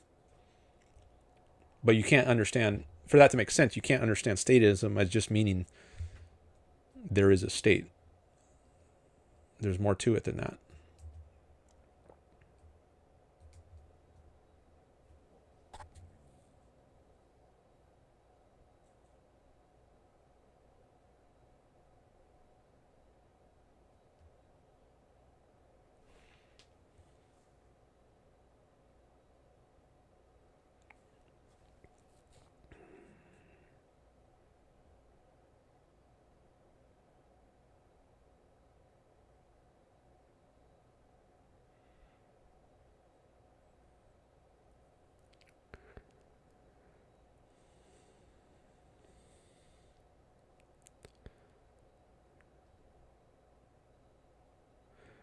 All right, there's a lot of text here. I feel like my brain needs a break. It would be easier to engage if someone just called in rather than reading all this text and trying to pick it apart, analyze all its elements. That takes a lot of work. And 3 hours in, 3.5 hours in, I don't know if I have the energy to do that right now.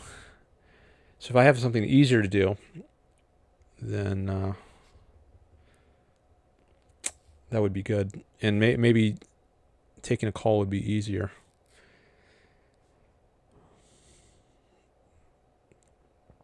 Or I could just take a break.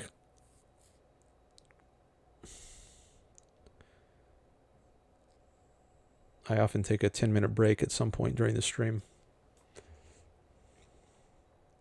I would also be more motivated to engage with Roman Vikings chats if he were here.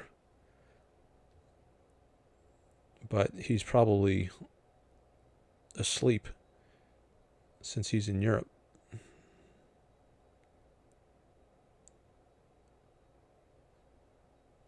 I think those are the only chats I haven't engaged with yet. All the others, yeah, I think I've seen most, if not all, of the others.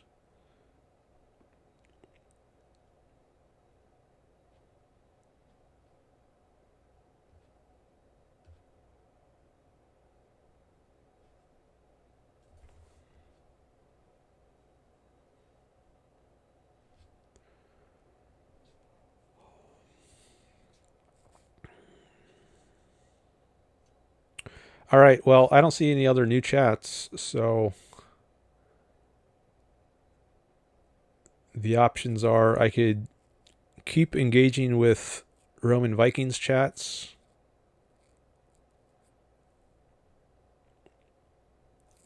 starting with this one, 348.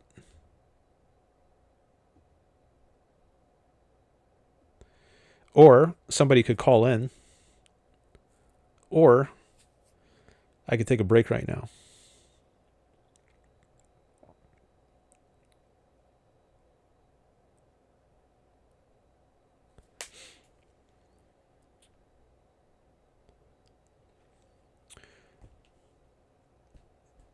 And I'm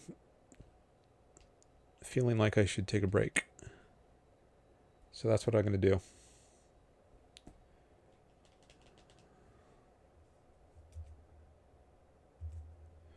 And hopefully I'll get some more engagement after the break. But you can engage during the break. You can keep chatting, and then that'll give me more material to work with when I get back.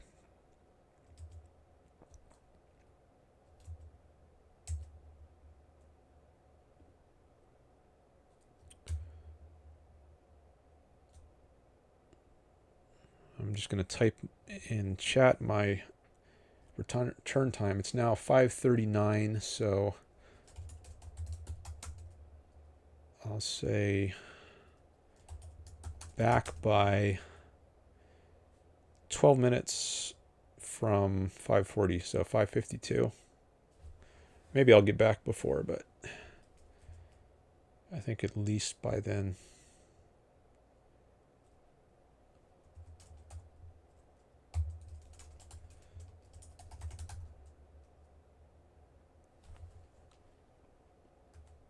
All right, I just put that in the chat. Back by 5:52 p.m. Pacific. Now I'm just going to turn on my break screen. Okay. See you on the other side of the break.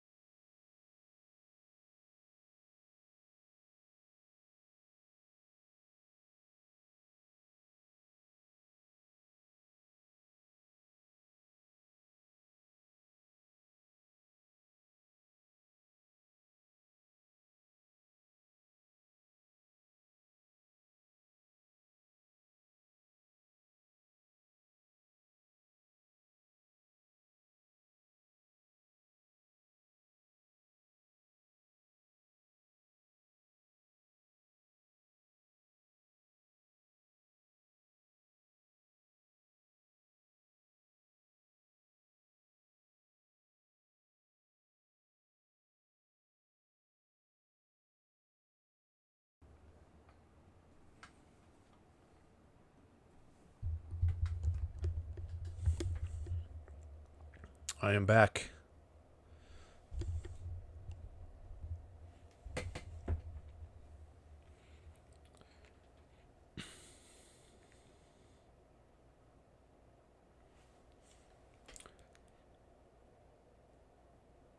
I'm just getting a message on my phone that says YouTube has ads. Get the right ones. That's because I'm still logged in on my non-premium account.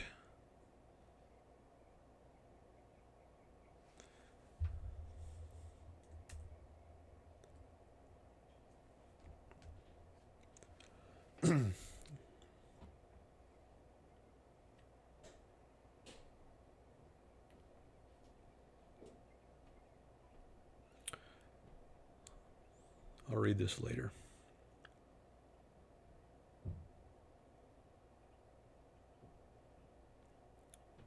Oh, it's not letting me click out of it.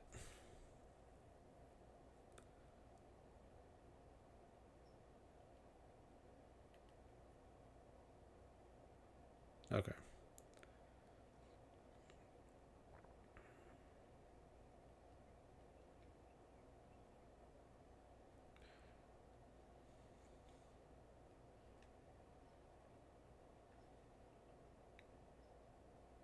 All right, now I am switched back to my YouTube Premium. Although I guess it doesn't matter. The stream is going to appear the same whether I'm logged in on Premium or not. Now that I turned off ads. Actually, maybe it'd be better just to confirm that there are no ads to stay logged in on my non-premium. Yeah, I guess I'll do that for now.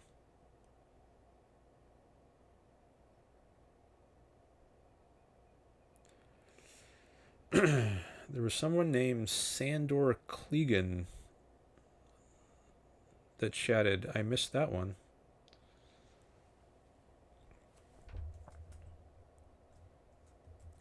I just looked in my list of chatters and I saw someone. Oh, yeah, 437.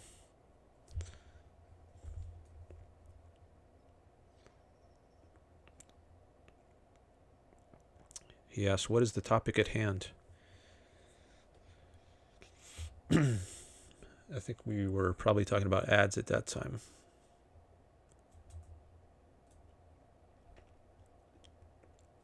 Based on the other chats around the same time.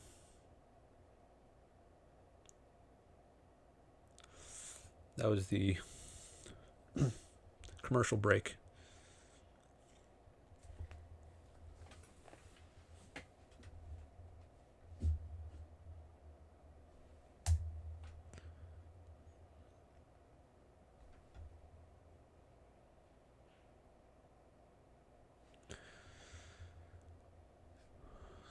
So I was reading some of Roman Vikings chats.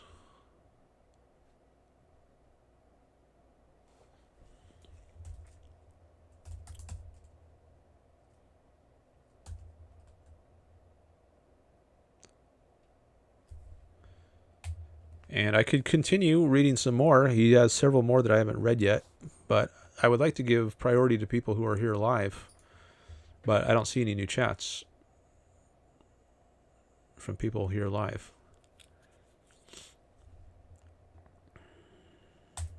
Or taking a call. That would also be good.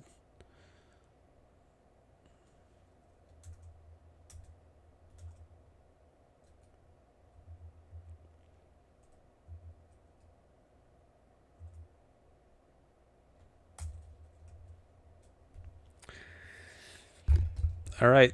Well, since there are no new chats or callers, I guess I'll go back to Roman Vikings chats. Unless I can think of something else to talk about that I think it would be good to talk about.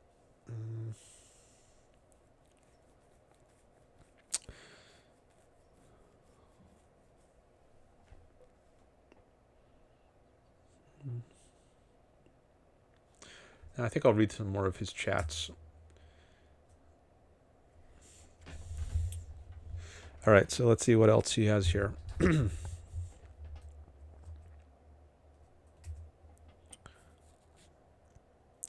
Lawless chaos is incompatible with a free society. Oh, somebody's calling.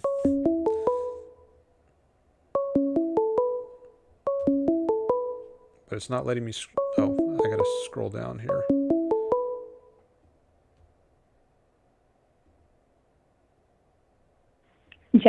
Lawless chaos. Hello? Incompatible with a free society. Hey. Hi, Hello. who's this? Oh, somebody's calling. You got your YouTube turned on. Can you mute your YouTube? It's not letting me. Okay.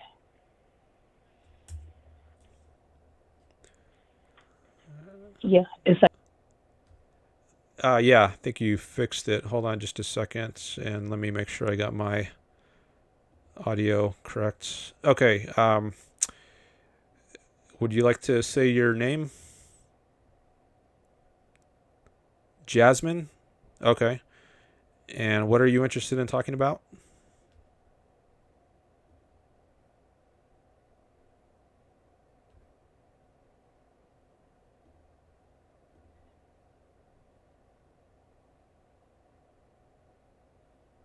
School choice programs. Okay. I don't know much about that, but you can tell me about it, and I can give you my reaction. All right, hold on. Let me just turn your audio on so people on YouTube can hear you. Just a moment. Yeah, don't turn on your YouTube because then there's gonna be an echo and it's gonna be distracting for the audience and me and probably for you too. But okay, I think I got it all set now. Okay, so this is Jasmine, and she says she wants to talk about school choice. So go ahead, Jasmine. Yeah, so I've been following that for a few years. I had my kids, of course, in the public schools. They're adults now, but I was always interested in the education stuff. You know, I sent them to Montessori and stuff when they were younger for a few years. But when it came time, to put them in schools, the private schools are too expensive. So I just followed the route that most parents take and put their kids, just in the public schools. But I guess my interest got revived, even though my kids have been out of, the K-12 for a few years now. I think at the time of COVID, I got interested back in it because I started hearing about what is going on in the government schools. And then I started reading up a little bit more, and I got some more, a little bit more perspective from some other people over X. And that's how, it kind of strengthened my thinking about the school choice, what they call, I put it in quotes, choice, because it's not like parents do not have a choice right now. And this is, I learned a little bit more about that for the last few decades. I think since the 80s, there were some parents and there were some organizations too that they had built together to try to get the homeschooling up and, they really put in a lot of effort into a lot of different states.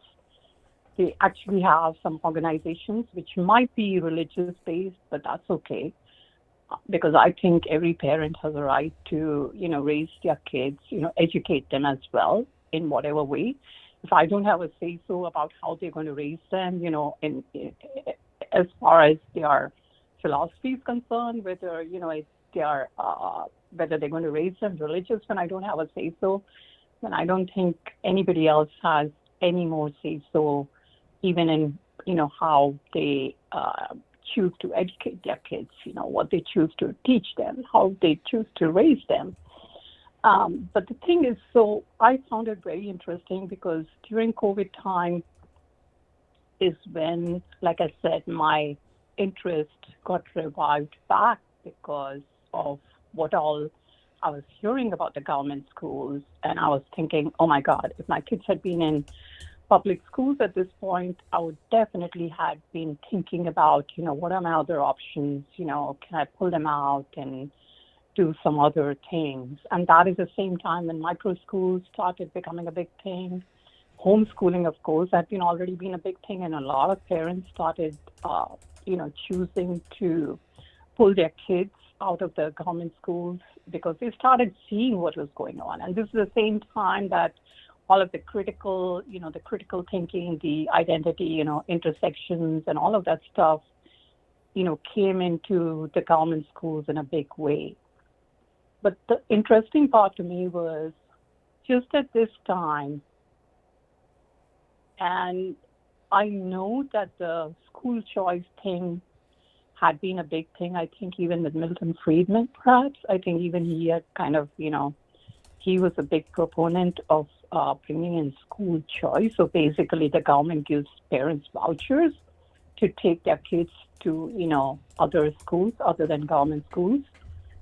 But I just found it very, very interesting that just when the whole movement of more parents leaving public schools, they were not looking for some kind of a carrot from the government to pay them. They were just, these were, possibly the more engaged parents, more concerned parents. But that's always the case in any kind of thing, You're going to have early adopters and then you're going to have more people.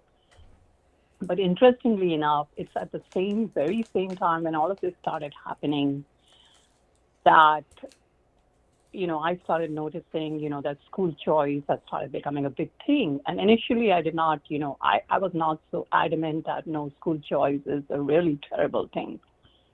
But then I was following a couple of people on X, and what they were saying about, the school choice stuff was making a lot of sense that, yeah, it's going to be way worse. And then I started reading even a little bit about, some people would say, oh, look at Sweden or look at some of those, European countries where they do have vouchers and stuff. And when I started reading up about that, it's just a lot worse situation.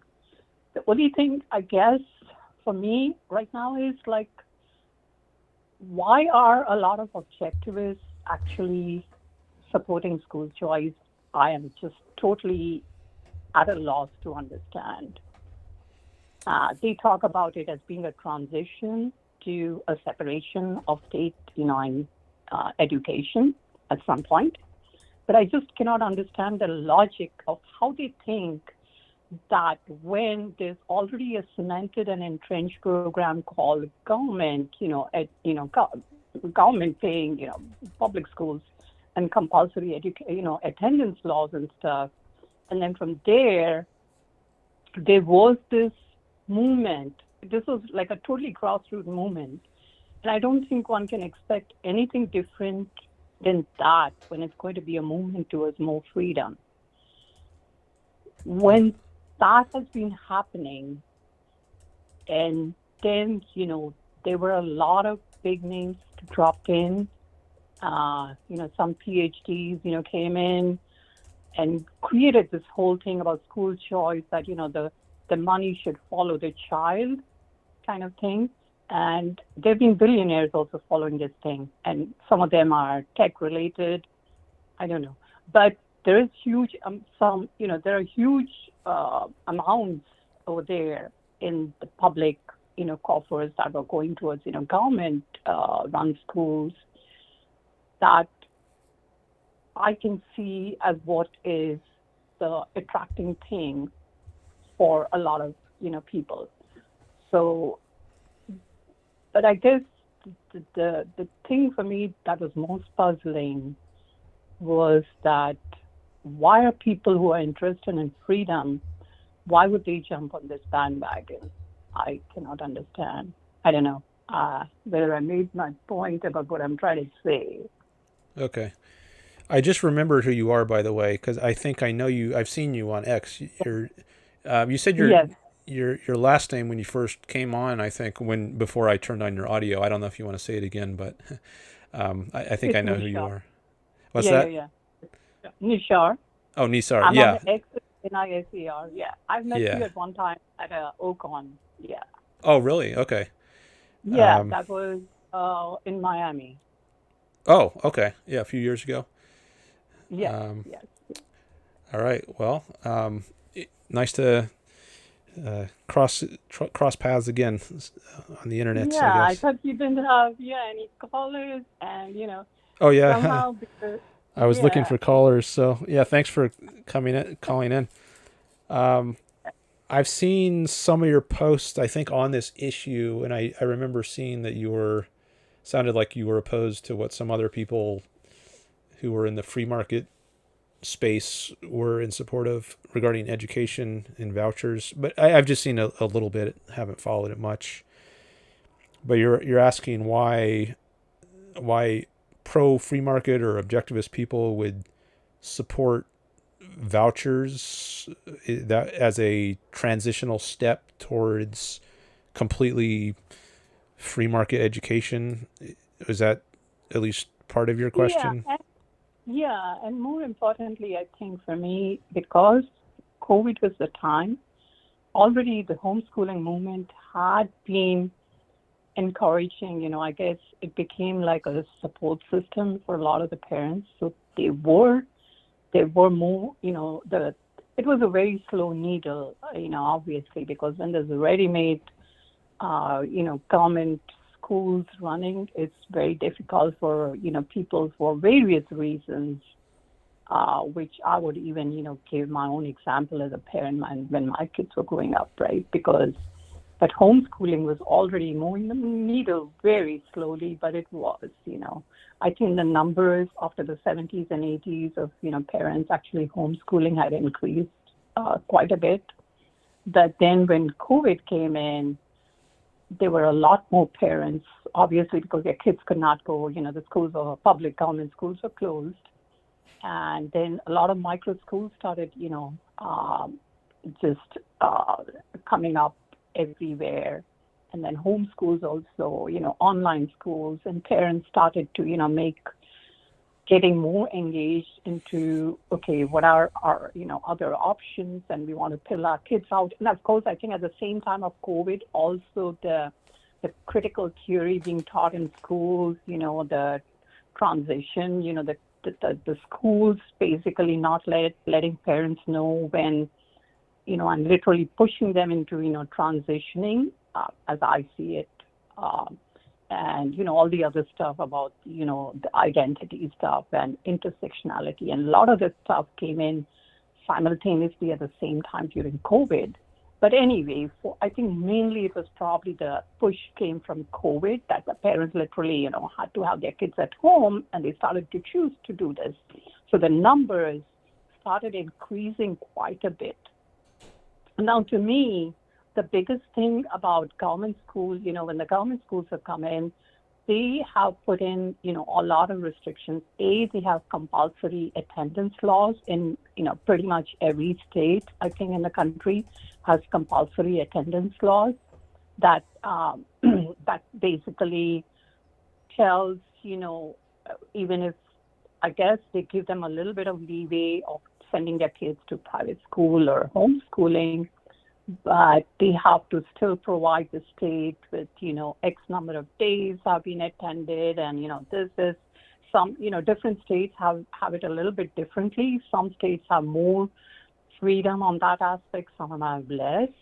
But again, like, I think, I live in North Carolina, and I think pretty much like if it's a homeschooling, parent or family who's choosing to homeschool their kids, they cannot add more than one other, family, So those restrictions and regulations that are there, I don't see anybody, like basically the fight right now that's going on, if you were to, I know you said that you not follow this, because it's a very issue-based thing, but at the end of the day, it's a very important thing too, because the change that's going to come in education, and how the kids are taught and what they are taught, is already, we can see that that's the impact that we can see present day, like, most of the kids, like 95% plus kids are coming out of, public schools. So the thing is that there's no focus from anybody on what can we do to actually increase the ability of, people who might be, interested in providing, options for education at the lower level. Can we deregulate? And that needs a massive deregulation because there are a lot of laws and, lots of things. Once I guess if somebody decides to make it like not out from homeschooling and even adding, I guess, one other family, it probably adds a lot more regulations and controls on them as to what they have to provide and everything. So if that was opened up, it would massively open up the entire thing. Like, I mean, just as cars, right? I could be driving just a basic Corolla or even something lower than that, or I could be driving a Mercedes, or even something higher, or an Audrey or something, whatever, way above. And most of what goes on in schools is basically, it's in government schools, it's just babysitting. So parents get a chance to go to work or I don't know, whatever else they do.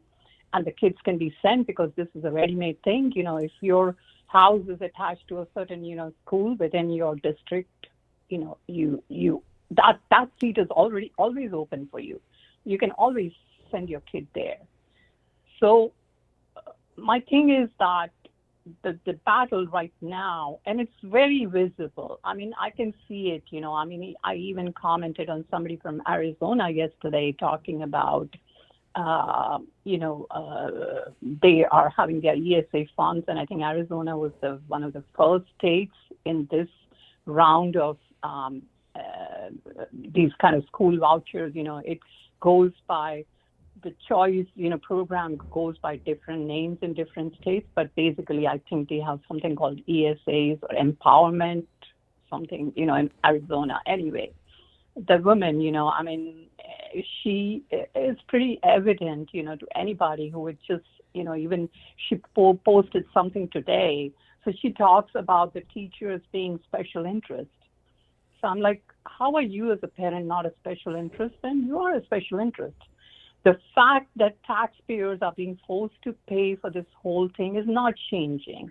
Moreover, whatever little bit of freedom is there right now for homeschoolers or private schools, once this whole thing comes in, as more and more and more of this becomes that entire, it's just a move from socialism to more of fascism as I see it. And over and above, it's going to be impacting even more people. Because now as a parent, as a homeschooling parent, if I think, okay, my state is giving, some funds to me, okay, why don't I take it? It'll make our family life a little bit easier with that extra money. Even though I full well know that whatever I'm paying in property taxes is nowhere close to what I'm going to be, if I have 2 or 3 kids, there is no way there is a calculation between that. But that is, once there is a carrot that's hanging out there, because up until now it was just, the government schools, but I think even from some Supreme Court cases probably also, it was, and this homeschooling organization that I said, was started in somewhere in the late 70s, 80s, they did a lot of work to ensure that the chains of their state government over them being able, pair families to homeschool their kids was reduced because otherwise, they come up with all kinds of things, because the states, obviously the districts, the superintendents, they are very much, it's like a territory, because they don't want any kind of private, the parents to take on the responsibility and teach their own kids, because that's part of their turf. If that happens, so they used to literally be harassed for truancy and, this is the curriculum that you got to follow, and the parents, whoever is teaching the child has to have some kind of a degree in education and all that kind of stuff. They were just trying to, but I think this homeschooling organization pretty much tried to get, as they literally fought in the courts and in the legislate, in their various each individual state legislations, to ensure that at least there was some modicum of freedom that was safe for the homeschooling. My point is now with this school quote, what I always put it as quote and choice, because the choice was already there. It wasn't there like they didn't have the choice. No, that's not what it is.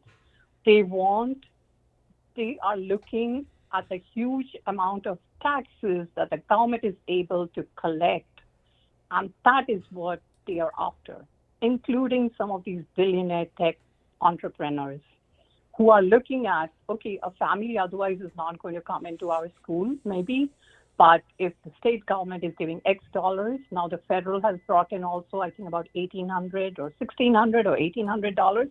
I think that starts in 2027. So adding all of it, it comes to about 10,000. They'll slowly start increasing it at some point. I don't know, just like they're doing in medical care, where the hospitals are all like nonprofit. At some point, they'll start telling them, oh, okay, you are nonprofit, so you don't have to pay any of your other taxes or anything. You can run these things as nonprofits. And there are examples in like countries like Sweden and all, like horror stories basically from all these voucher kind of programs.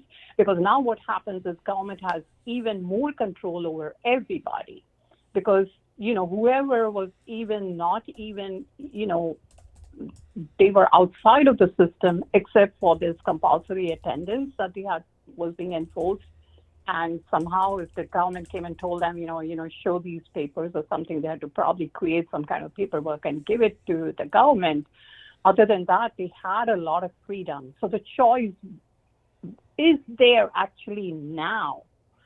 Then what are these people fighting for? I don't know. And which is the reason I find it really puzzling and actually really disturbing that some of the people who are for seeing a future of freedom would jump on this bandwagon. All right. There's a lot there. I don't know what the best way forward is in this discussion. I know there's been, in addition to vouchers, charter schools. I think that's the other type of school that some people have advocated, at least as transitional steps towards a fully free society. But I haven't given much thought to either vouchers as a transitional step or charter schools. It sounds like you are at least opposed to vouchers. Maybe we should just make clear, if only for my own sake, since I don't think about this much, exactly what vouchers are. I did a quick Google on it, on school vouchers, and the AI one paragraph description says school vouchers are government-funded certificates or scholarships that allow families to use taxpayer money intended for public education toward private or religious school tuition. They redirect state per pupil funding directly to parents rather than school districts. And then it goes on from there. But maybe I'll just read that much for now. And you think that gives... Yeah, the important thing is in the first line that you read, basically, that it's government funded. That's what it is. Government, tax money, basically, all of us continue to pay into this. But so let's say that if you pay, well, I guess property taxes are usually the type of tax which is most directly used to support government schools. So, and some people don't even pay property taxes, I think. Like if you're a renter somewhere, you're not paying property taxes. Yeah, you might be paying indirectly because at the end of the day, that rent is going to increase somewhat because of the property taxes. I'm not saying that, but even for the families who might be paying, property taxes, that tax for the most of the people doesn't even suffice to. But anyways, if it was the case that if someone made that calculation, with some objectivists have made that calculation, have tried to put that as a kind of an argument for school, these whatever the vouchers, choice, quotes, I always put it in quotes, the choice thing, that, it's the families are already paying, taxes, property taxes. Property taxes, if you look at a calculation, it's nowhere even close. But more importantly, if that is a thing, if somebody wants to make the argument that, okay, these are property taxes, that now, then why have it routed through the government? Why have it routed through the government? If, for me, the path to freedom is already all of these parents who had been paying whatever extent they had been paying into this taxes, but that is already a tax that's gone.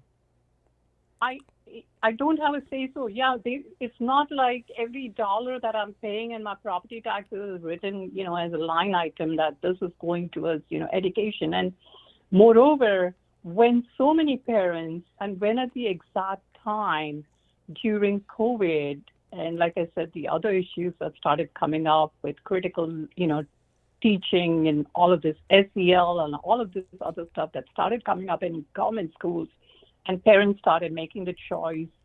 So that needle, again, it's not a big, because then you look at the whole thing, it was probably in a few percentage points. But yeah, a few percentage points within a year or two was a big thing.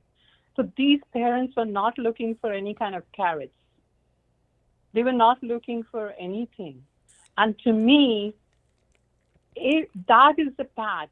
As more parents leave, they basically just need to start walking away.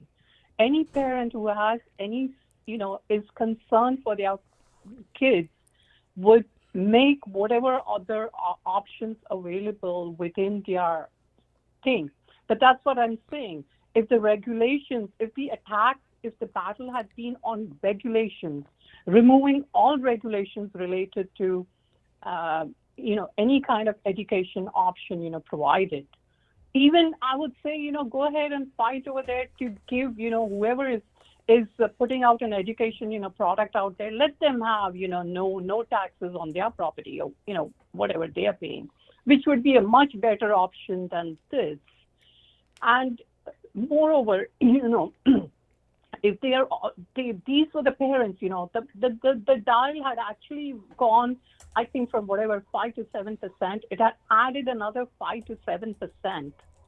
And exactly, if all these options open up, and there are a lot more small, options on every level that open up for parents, for families to make their choices, then that would be a path, not school choice, where you already have one where it's entrenched in people's minds that, yes, education is a right that has to be provided by society, and taxes collected from everybody goes to the government, and yeah, they have to run government schools.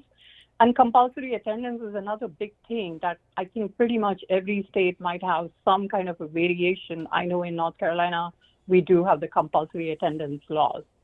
Why as soon as a child is born and it's, like 5 years, I don't know what, I think the requirements are from 6-year-old, it's compulsory, 6 to 16 in North Carolina. They have to be for a certain number of days, it has to be proven to the government that you have sent them, to a school, and taught them, and, I don't know about curriculum, what all they have. Why is that the role of the government? But my point is, I don't see anybody. I mean, the tribal war is going on right now. There's a big tribal war going on. If you were to follow a little bit of any of the, big names who are within this battle that's going on both sides, they are bickering between one another. So on the one side, you have the government schools, so you have the teacher unions, and then there are a lot of other people also who are still entrenched in that kind of mindset that, yeah, government schools have to be there. Like, there have to be a provision for government to provide every child with a place to be sent every day as a babysitting. I just look at it as a babysitting, and worse, it's actually government schools are, I think, proved to be really dangerous for a lot of kids. So that is one key tribe over there. And on the other side, you have the tribe of these people who have come out in the last, 5 years now, and they're spending a lot of money. If you were to even review a little bit of the Texas state, the legislators were removed either from their position so that there could be other legislators who could be brought into Texas, just so that their school choice program, whatever they call it, different. Like I said, every state is calling it a little bit different. They have it a little bit different every state, but it's basically the same thing. That Texas now also has a huge school choice program. So why? Why would the people who are for freedom, and it's not like, I think you said as you started this thing, as you started to respond to what I said earlier, you started to say again transition. No, it's not a transition. That is a misuse of the word completely. Unless somebody can prove how is a transition going to happen from where we are at point A to where we are going to go to freedom, there is no solution that they can tell me about. Because it just makes it more entrenched. And I think like the point I was trying to make to you, that it's going to enmesh everybody now, even worse, into the whole system. So if it has been just government schools right now, everything is going to come into the umbrella because they're going to provide carrots.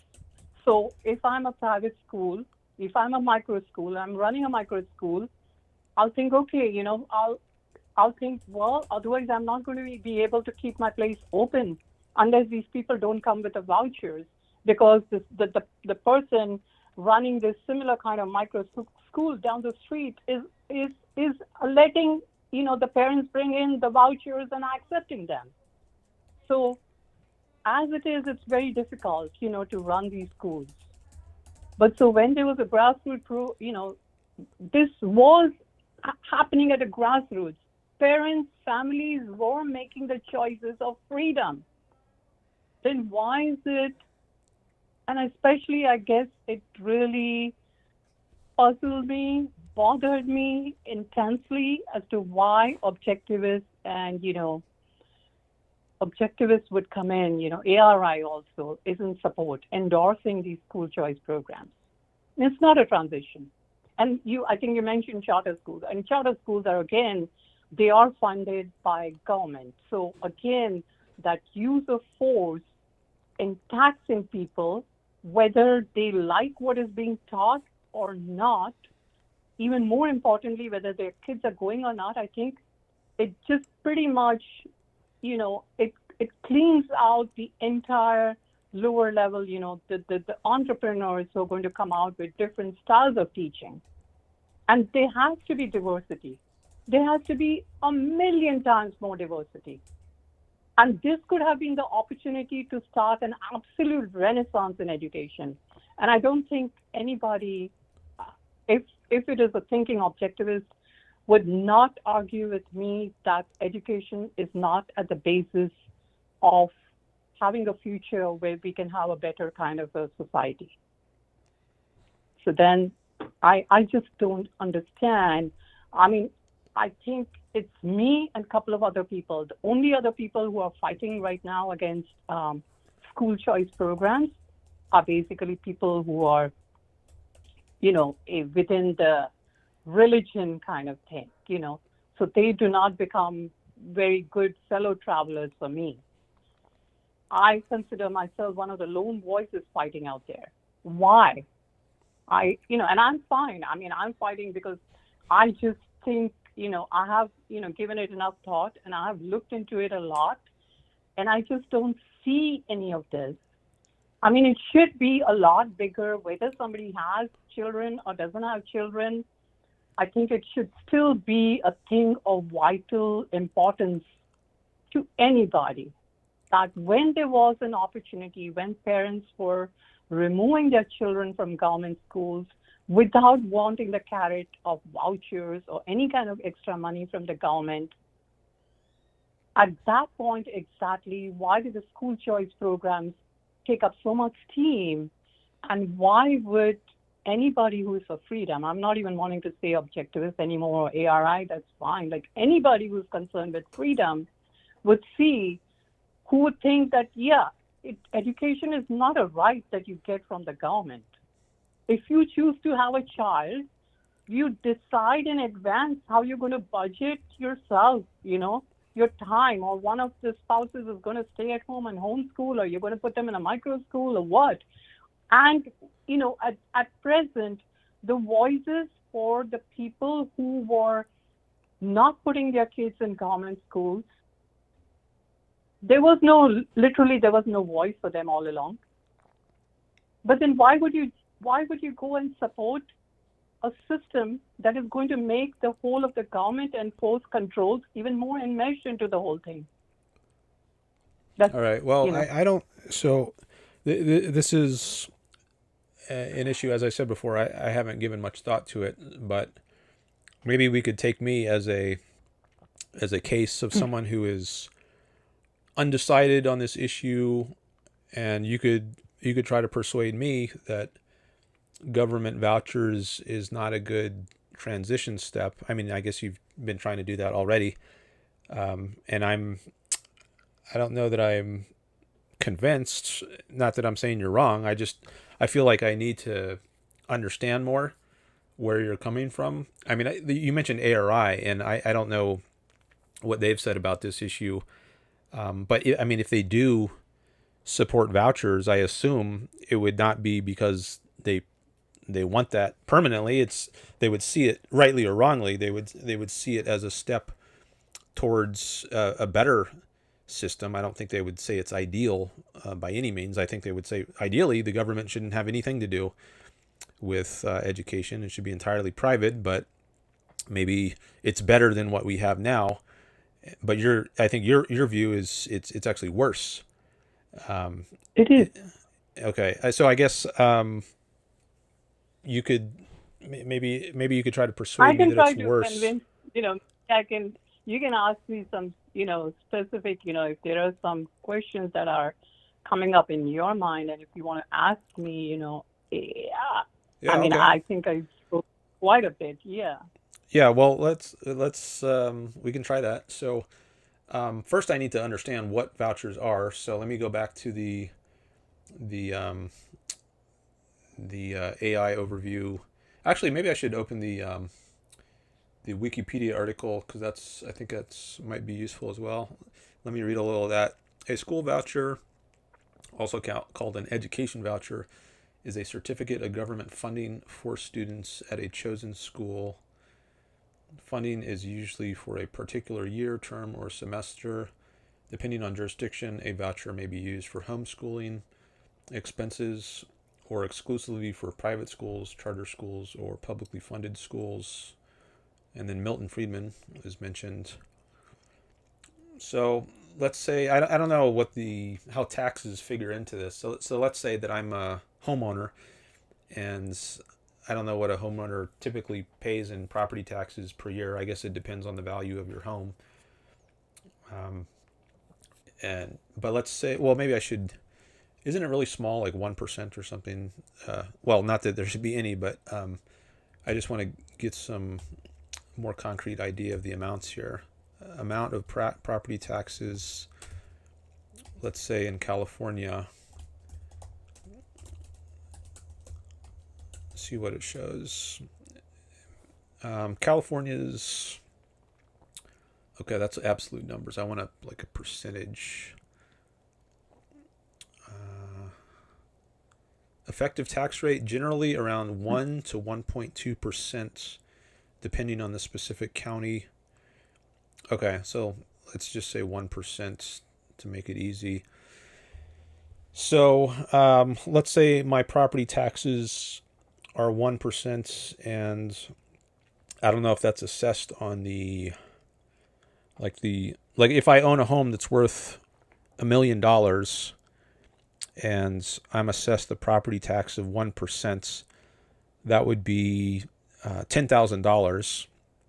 I don't know if that's per year that I'm supposed to pay, or I'm not a homeowner, so I guess that's pretty obvious if you're I don't listening know. to me. I mean, Um, every state and I guess locality, county works somewhat differently. I don't know. I mean, I pay once a year, but the only I think I would just put in over here that it doesn't matter. Like, let's say that, all the various taxes that we pay right now, right, on so many different things, everything, every step, we are paying a lot of taxes. So let's say we just, take that away. Like, if um, if parents were to understand, I think, uh, just how bad the government schools are, and they're really horrible these days.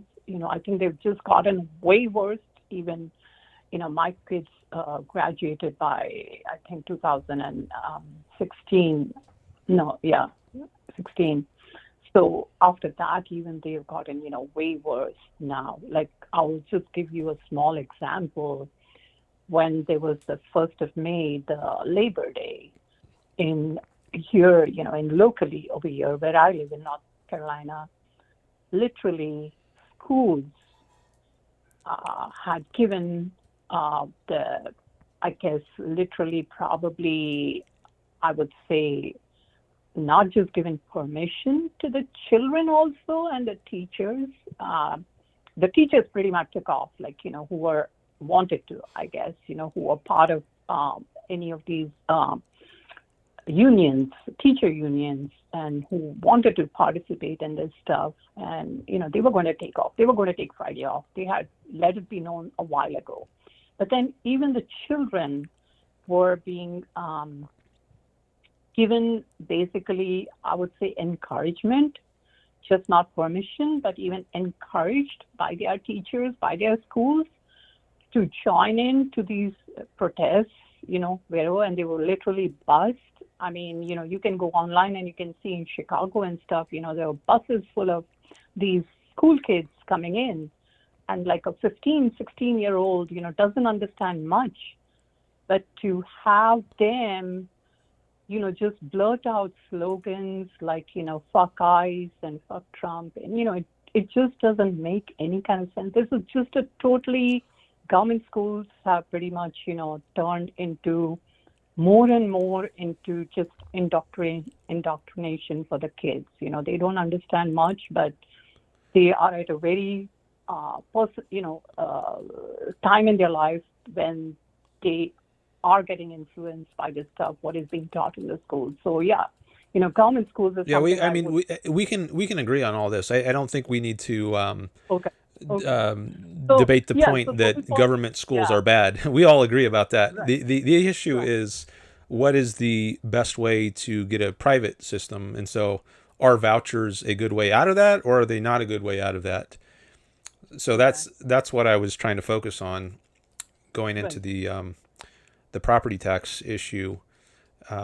So let me just let me just develop that example a little more, and then I'll come back to you. So let's say I own $1 million home, and that means that every year I have to pay $10,000 in property taxes, and that money goes to support public schools in my area, I guess. So let's say if we have a voucher system, then what does that mean? Instead of me paying $10,000 in property tax to the governments, I can now keep that $10,000 and use it to purchase private education or homeschooling, or is that how it works, or how? No. Okay, how does it work? It's not. It's they, the parents who want to get those vouchers sign up. So there's a whole new ecosystems have been created in every state now, where there are these, I guess, institutions or government, departments or whatever you want to call, just like I guess, for example, for Social Security or whatever, Similarly, so the taxes, it's not like you get a rebate on your property tax that you don't have to pay that. That would be like a tax credit. That's not what's happening. This is the money is still getting taxed from everyone. And it's going into, and then state governments are now creating a line item in their budgets for these programs. So parents have to sign up, and then there may or may not be, depending on the state, there may or may not be certain, like requirements. But other than that, and there's a limitation to the amount of the voucher that they can get. And then most of the time, there's also a limited, the numbers right now are limited. How many of these vouchers the government is going to offer? Each state, it's going state by state, because education at the end of the day is still, even though federal has become heavily involved into this, and they are now starting 2027, they are going to have their own federal voucher also that's going to come into play. But no, so it's not like if I'm paying property taxes, then okay, I don't pay the property taxes, and it's not. It's basically it's literally a subsidy. It has nothing to do with how much I'm paying in property taxes or how many kids I have or don't have, or nothing doing. Okay. Thanks for that. Let me just take a quick look at the chats. I see PVM Corp is here, and he says he has a question, but it looks like the in question might be on a different topic.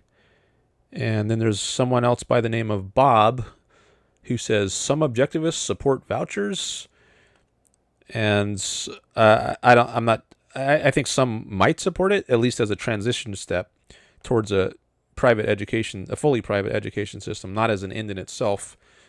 But I'm guessing that if they did support it, it would just be as a transition step. But Jasmine here is saying it's not even a good transition step, and that's what I'm trying to get clear on, is what the argument is for that. Okay, I just wanted to take a quick look at the chat. So you said that it's not a tax credit, so they don't get like their property tax back, or they don't get to not pay it in the first place. People have to sign up for these vouchers, and you said there's subsidies. So let's say I've got kids, and I have been sending them to public school, but I want to instead send them to a private school or homeschool them, maybe hire a tutor to homeschool them. And I think, well, maybe if I get this voucher, I can't afford right now to pay the private school tuition or homeschool tuition to pay tutors, or I can't take time off my work to tutor them myself, to homeschool them myself. So let's say I'm thinking to myself, well, if I had this voucher money, I would be able to afford sending my kid to private school or getting a private tutor. And that might be better. Then they wouldn't be getting the kind of government indoctrination that both you and I agree is not good. So is that a bad thing? I guess you're arguing that, yeah, it's still a bad thing. Yeah, because the evasion over there, first of all, is that the taxes, it's still somebody else is subsidizing whatever choices you want to make as a parent. This thing is very much, I guess, entrenched in the mind of people that education is a right. And I think you and I will both agree it's not a right. Mm-hmm. The decision has to be made when you choose to become a parent. That should be part of the entire, thinking as to, okay, we have to raise this kid, how do we want to, how are we going to, financially support the child?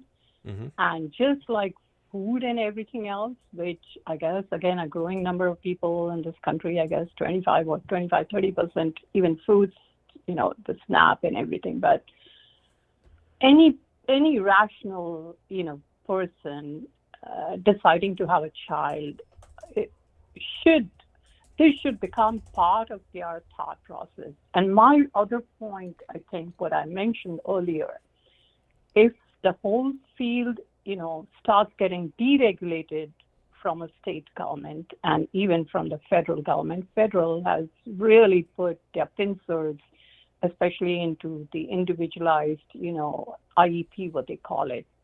I think there is a law that they came up with in the 80s, I think 70s or 80s anyway.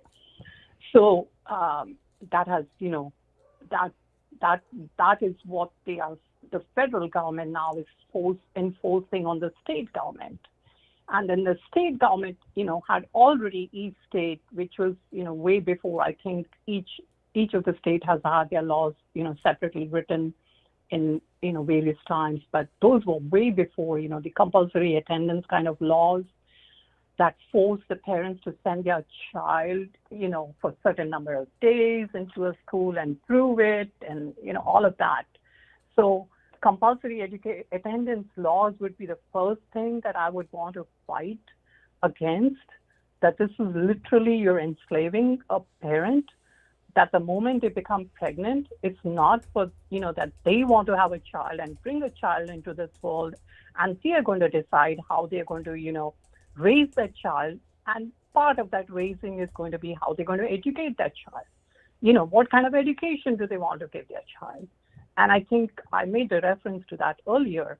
Like, the First Amendment doesn't even give anybody a right even to have a say-so in what kind of faith or religion that the parent, raises a child with. So then what right does the government have to, even any state have to say that what kind of education, or is there, what right does the government have to say there's going to be compulsory attendance? Why? Let the parents figure out how they're going to adjust their routines, like their work life, how they're going to figure, how they're going to, support this child financially. It is an expense. We know that up till a certain time, there's definitely going to be an expense. So that kind of thinking, and I'm sure that 10+%, like close to 12 or 13% almost, during the COVID time, I think the numbers went up as that high. 11 or 12%, which means 1 out of every 10 families in the U.S. was, in spite of whatever they were paying in property taxes, they were not looking at that. Nobody was going fighting. There were no parents protesting out there that give us, there might have been a little, voice here or there, but nothing like organized that give us our property taxes back, at least, it'll give us any money back. There has been no fight about that. Most of these parents have just looked at, okay, that whatever we are paying for that system, we are not willing to send our children into that government schools, which are so horrible, and we are going to choose our own options, whether it's a private school, whether it's homeschooling, or whatever may be the case. All right, let me switch out my AirPods because the battery's getting low. Just a second.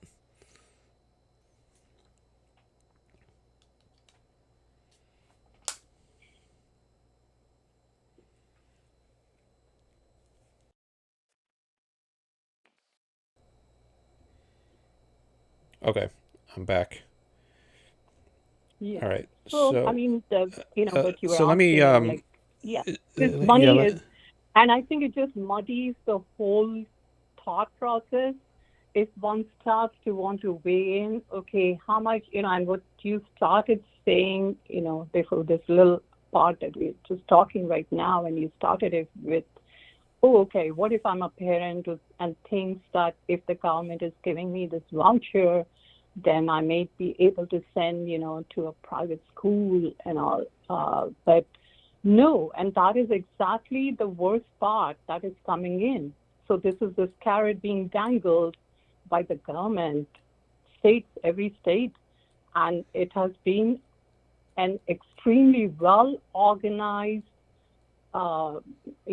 advocacy going on for school choice. Okay, well, let me reply to that point about asking for a voucher or taking advantage of a voucher that's offered. I wrote down Social Security here. I'm taking notes here, and I have a Google Doc up, which if you can see it on YouTube if you have YouTube open. But I wrote down Social Security here because this discussion was reminding me of that issue. Like, what if I take Social Security? What if Ayn Rand took Social Security? Ayn Rand actually did take Social Security. This is money that you could get from the government, and she was in favor of it because she has been coerced, or anyone has been coerced to pay into the system. And her view of it, she wrote an article called The Question of Scholarships addressing this. And she said, if you view the money as restitution for money that has been taken away from you, then it's moral to accept the money. But if you view it as an entitlement, like something society owes you, independent of your having been a contributor to Social Security, if you just think it's other people's duty to pay for your retirement, then it's bad. But if you see it as restitution, it's not bad. So I was thinking, well, maybe in the school voucher case, if you are in favor of, like, you're just as Ayn Rand was against Social Security, she was also against public education. If you're against public education, but you see this voucher as restitution for at least some of the money that the government has coercively taken away from you, then I think, well, maybe it's moral. You see what I mean?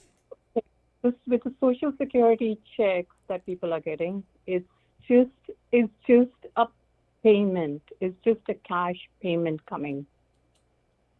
It is not affecting anything else.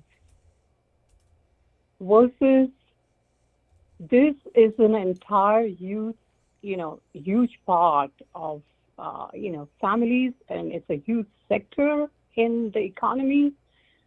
So, there is I would say that Social Security, it's a terrible thing. And even if someone is taking the money that's coming back, it's just like, okay, you're receiving a check, you're putting it in you're depositing the check, and then you're spending it on whatever you want.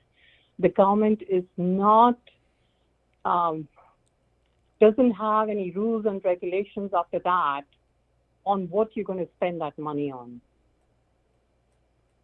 That it's very different when we are talking about school choice vouchers.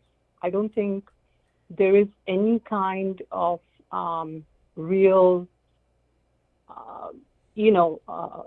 similarity that one can find in both. And as a matter of fact, in Social Security, at least you can say that, okay, someone paid in 35 years into it, and now is, if they had even, invested the money themselves, they would have been at a better point. But okay, whatever the government calculations and is being sent a check back, you can say that they're getting, money that they put in the system. On what? Even right now, whatever the calculations that these people are doing of like $8,000 to a parent, for the most part, that this is all subsidizing. It's not even, and more importantly, it's not changing anything as far as schools are concerned, and it's making everybody a part of this government-controlled entities.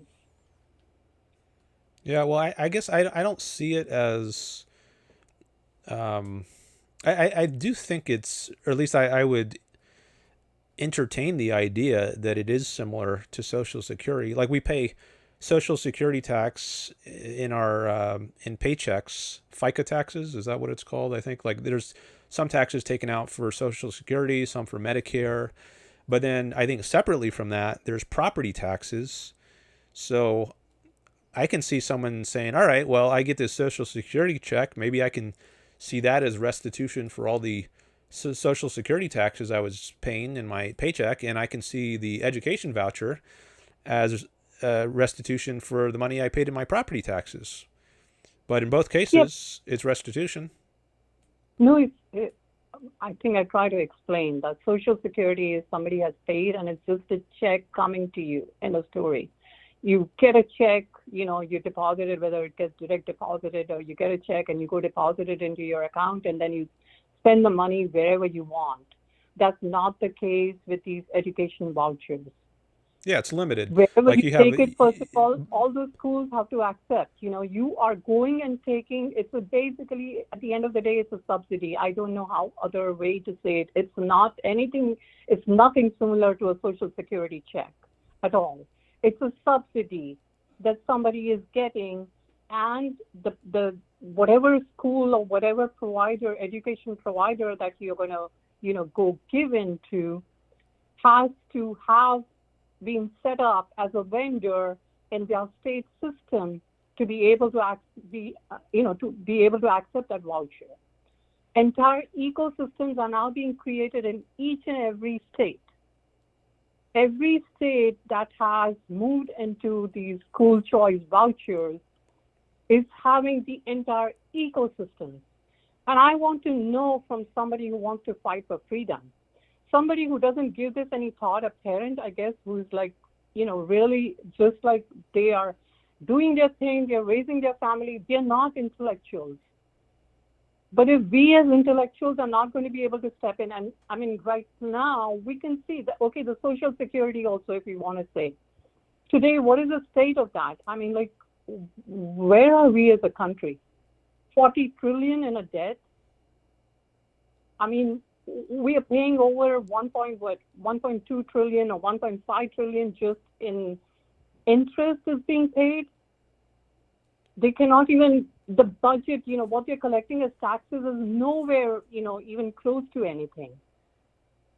So to me, this is literally an entire new program. Now, the government schools was one thing. That mess was already there.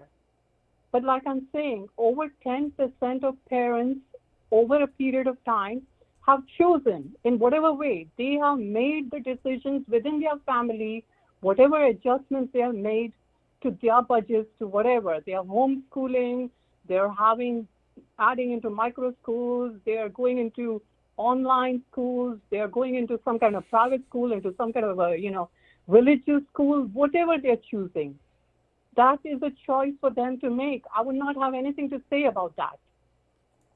So tomorrow now, so you're going to have what? These people are going to take these school vouchers and go into madrasas. So we are going to have Islamists now teaching on our taxpayer dollars. or you could have private homeschoolers by objectivists. Huh? Or they might spend their money on objectivist tutors. Yeah, so but I don't see the school voucher case as different as from Social Security as you do. Like I recognize there are limits on what you could, like Social Security, you just get a check and you could spend it on whatever you want. Whereas the school voucher, you have to spend it on school or some kind of educational product. But I think you at least have more options than you had before. Like if without the school voucher, I could only afford to send my kid to a public school, but now I could afford to hire some objectivist tutor, let's say. Well, that's at least more choice than I had before, even if it's not unlimited choice. So it still seems like it might be a step in a better direction if I view it as restitution for the property taxes that I paid. It is not a restitution. It's nowhere a restitution. Well, can you say the same thing about Social Security? I don't see the difference. Why you could say that about Social Security, but not say that about the school voucher? No, because in Social Security, literally the money has been taken out of people's paychecks throughout their working years when they have been employed. And that's just money that they have literally paid in is going back to them. Now we are going to, government schools was one thing. We could have fought against government schools. We could have fought against regulations. We could have fought against compulsory attendance. Well, you can do both of those things at the same time. I mean, I want to know who is doing it. There's nobody doing it. Well, I think that's a separate issue. I think that's a separate issue. Like, I don't know, like all the things that people are fighting for, but it seems like one could, in principle, at least, you could say, I want there to be vouchers. So right now I have more options on schooling for my kids, but simultaneously, I'm also going to advocate for entirely free market system And like, I don't know if ARI says this, but certainly I think you could How? do both. No, how? How? When there's already, this is a totally separate, this is literally a new entitlement in people's minds that is being built, a completely new subsidy. And it is, I mean, I don't know how you're making the comparison to social security checks. There's nothing. Social security checks were, at least they were literally, and even if that, if tomorrow, if they choose to say, okay, you're not going to get social security checks, from 1 year from hence or something, I don't think anybody can do anything about that. But there is no comparison between what a social security check is, and this is literally a subsidy to parents. And like, I think I've made the point earlier, and maybe because I think you were already, you are already, I don't know, I don't want to, but I think it seems to me now that what you're saying, you are more of the transition person and you think it's a good thing to get a voucher and there are more choices. 11 or 12% of the families were already doing that without this carrot being dangled of vouchers. So what changes? If more and more people were to leave the government schools, automatically those budgets have to be reduced. One can go fight for freezing the budgets at every county level, at every local level. One can fight for, deregulating.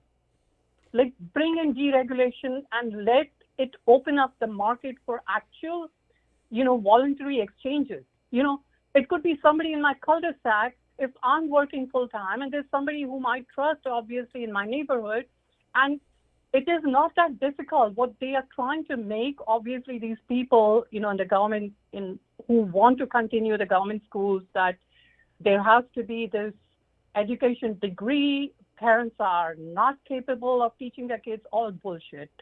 I mean, I raised my 2 girls, and I taught them to read even way before they started, even kindergarten. They were reading fluently. I was engaged as a parent, and if there's no compulsory attendance laws, then parents can choose, I have the choice when my kids are very little, okay, I'll have somebody babysit or whatever other options, I mean, people are not even able to perceive of what is possible once you start getting the government out of that entire area that is frozen. All of this area of the lower end has been literally frozen by the government regulations on education offerings. And now what we have with the school choice is people who can have they will start, all of these institutions, they will start everywhere. They will know exactly how to manipulate all these ecosystems that are being built state by state by state to take in all of this money. And do I trust any of these people? No. And why would I?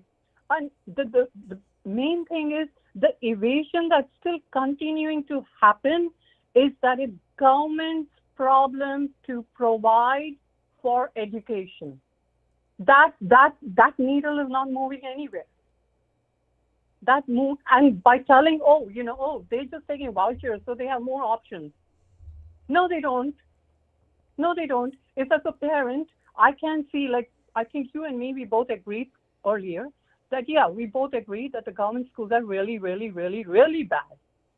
Then as a parent, wouldn't I be responsible enough to think, wait a minute, it doesn't matter. Whatever changes I have to make, I will make. And before I have a child, before we get pregnant, we are going to make this decision. How we are going to, figure out how we are going to, what we are going to do. Okay, we're both going to have careers. One is going to stay back. One is not going to stay back. But no, we are not going to choose. We are not going to send our kids to those horrible government schools. If a lot more parents walked away from there, but is the walking away going to be the carrot that's being dangled, the school choice? Is this what I, as somebody wanting to see a future that is way better, this is what I'm going to talk about? It's just, no. If as a parent, I'm not prepared to take my child away right now without having a voucher, a government subsidy, others subsidizing my children, Shame on me. And this is exactly what, everybody, there are a lot of very much entrenched interests who are interested in getting the school subsidies going, so that will, bring in the whole funding for the schools that they're going to set up. They know exactly how to work that entire system. The entire ecosystems are getting built everywhere now. And I want an explanation from somebody to tell me how then the transition is going to happen from that one fine day or one fine year. People are suddenly going to say, no government subsidies anymore. We can figure this out. When the entire part where actual entrepreneurs who would have been passionate about teaching would not be looking at the money aspect of it, like, okay, I can survive on this much amount, I'm fine, I'll do it. But right now, those are all frozen out of the market. There is literally no market at the lower end. It's wiped out. It's frozen out by governments.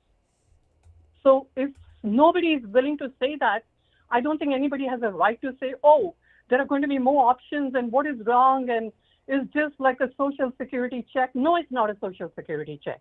And it's nothing similar. It's a subsidy. Okay. And education cannot even cost so much. If as a family, if I cannot afford paying $10,000 or $15, whatever, $12,000 or $15,000 for a child, then I should have other options. But all those options are frozen out by the government. And probably, I'm thinking, that it made sense. They put in these schools and they kept raising the budgets of these schools every year. They had these huge campuses with all kinds of stuff and adding all kinds of, things into that. And it isn't like whatever they talk about, that the things that they try to scare people with, that if there's just a totally private market that we open up and we deregulate, then all these things are going to happen. It's not like it's not happening in government schools. It is happening in government schools. Okay, I'm not sure I got more to say here, so I think maybe we should just bring it to a close. And Okay. I do appreciate your call. Thanks for calling in. And I guess if you got any last words you want to say, you can say some more, just briefly at least. I don't know. I guess I'm pretty, I think I've said enough. And like I said, if there were any questions, but I think you're pretty much convinced that, vouchers are, in a way, transition to a freedom, and it's not like, it's okay. I just thought, I would call in, and I thought, it would give you a chance not to talk as much, maybe. I appreciate it. For you, and I don't know how many, your audience, if anybody listens to it, because I know that there are very, very limited number of us who's even talking against any of this. So, yeah. But thank you for taking my call. You're welcome. All right. Take care. Bye. Bye. Okay. So, let's see. Do I have anything I want to say additional about that? Yeah, I guess it's not clear to me that there's a essential difference between Social Security checks and vouchers.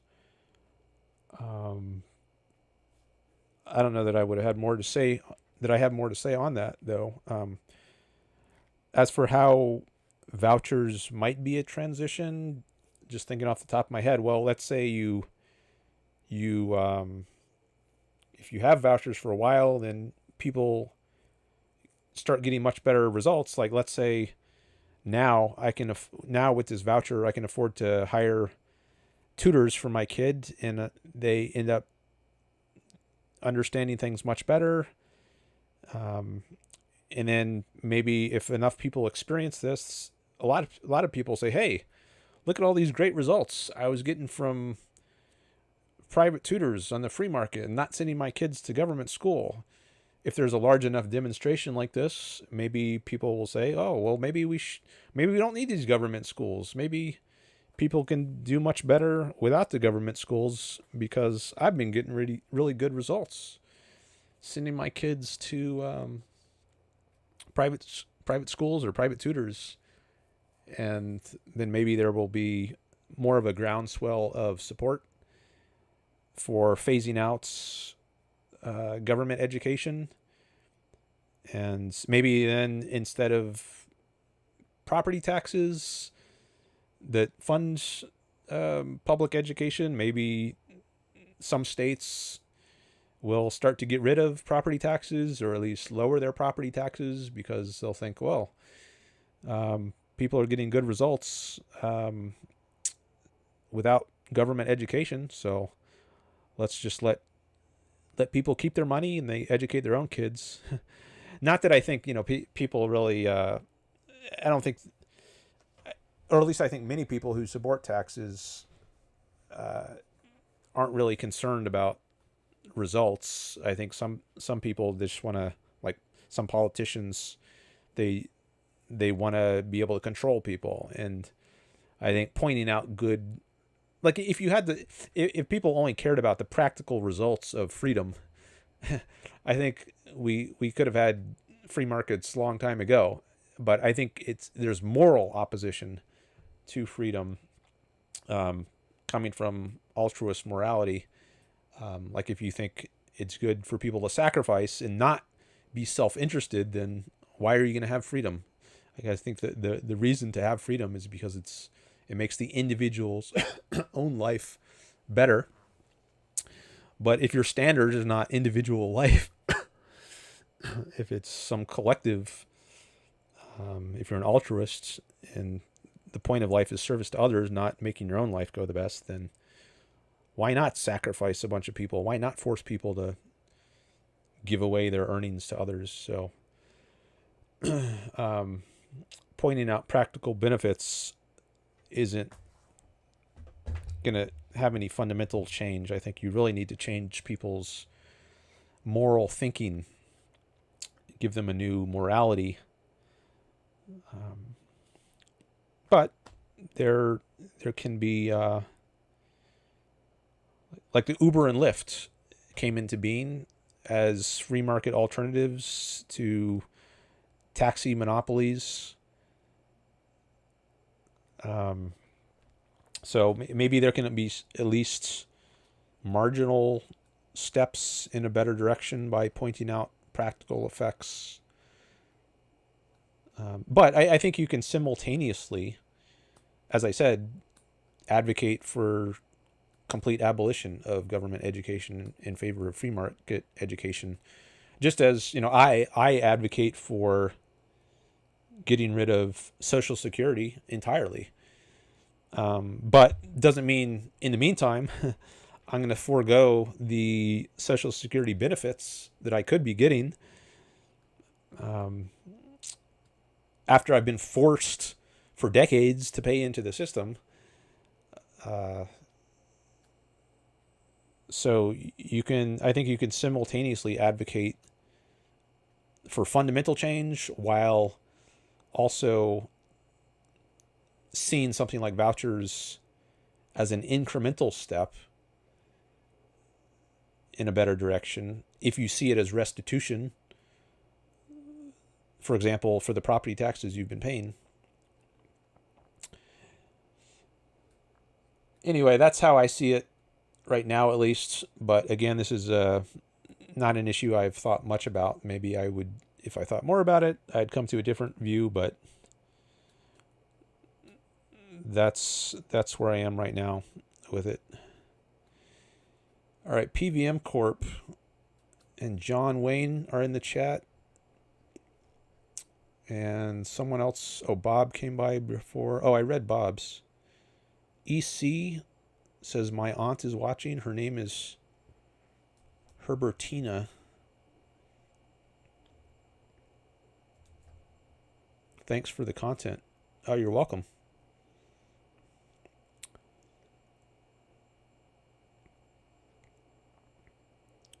I don't think it was an altruistic move to intervene, says PVM Corp. It costs nothing to prevent damages. Parking lot scenario. By the way, this was real life and not fictitious.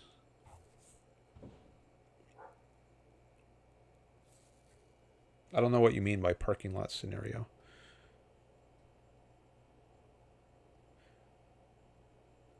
Oh, scenario above that? Oh, I see. You say you have a question. Scenario: two fully loaded grocery carts are blown away in the wind away from the person's car unknowingly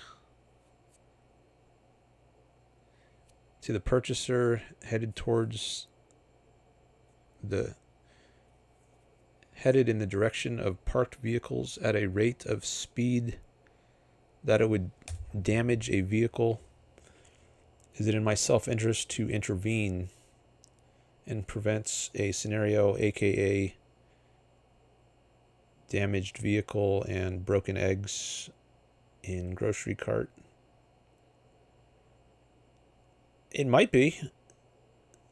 I just, out of benevolence to strangers, if you see some cart going in the direction of someone's car and you could stop it from hitting the car and damaging the car,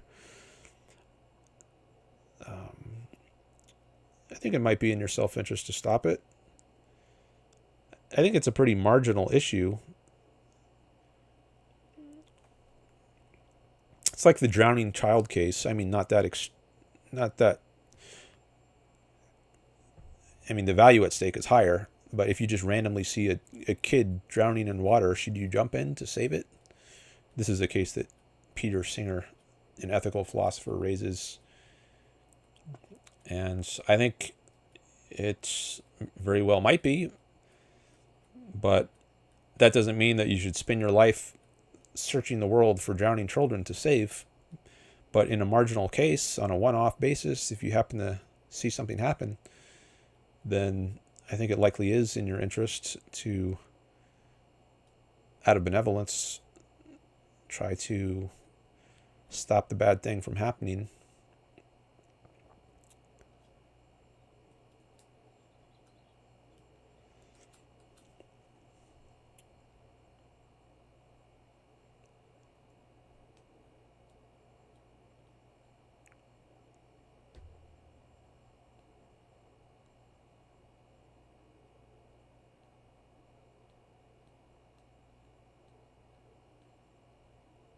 What value does one obtain? Or is it a good feeling reward?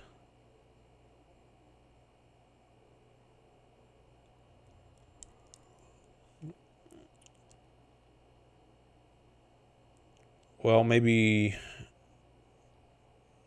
that is the value, the good feeling. And maybe part of that is you're reinforcing a benevolent universe premise. You are helping contribute to a world where people are benevolent towards each other. If they can take some small step to help others out, wouldn't you prefer to live in that sort of world rather than in a world where people don't give a damn about others and they're not willing to lift a finger to help others, not even do some very small thing in order to spare a very large, potentially large negative consequence to someone else? So I think you reinforce a positive view towards your fellow human beings. Maybe that's some kind of value you would get. You're helping contribute to a benevolence society. Do you know that term? Are you familiar with that term from objectivism? The benevolent universe premise? By the way, I saw your comment on my other live stream. You addressed me as Pastor Dan. I don't know why you do that.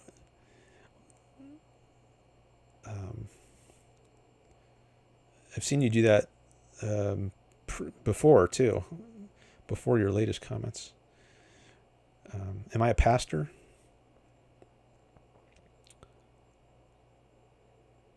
All right, so that's what the...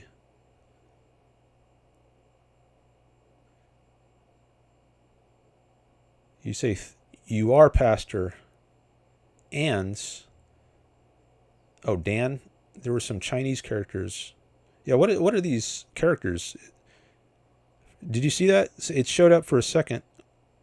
That's weird. When I put my mouse over it, it changes to Dan. Oh, now it went back to the whatever those characters are. What is that? I've never seen it do that before. Where when I mouse over a message, it changes how it appears. Did you do that deliberately? Is there a way to...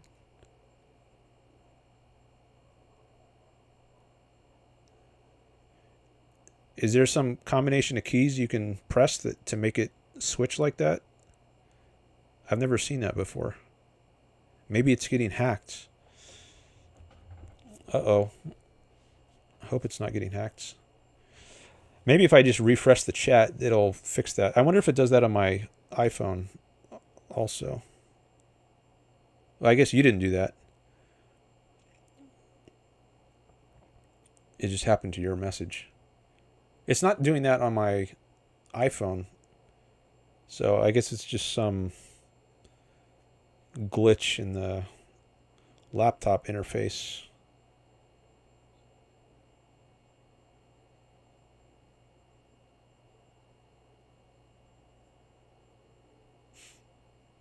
All right, got 2 more subscribers.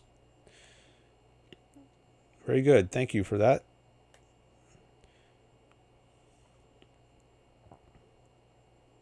And thanks for the likes on the stream.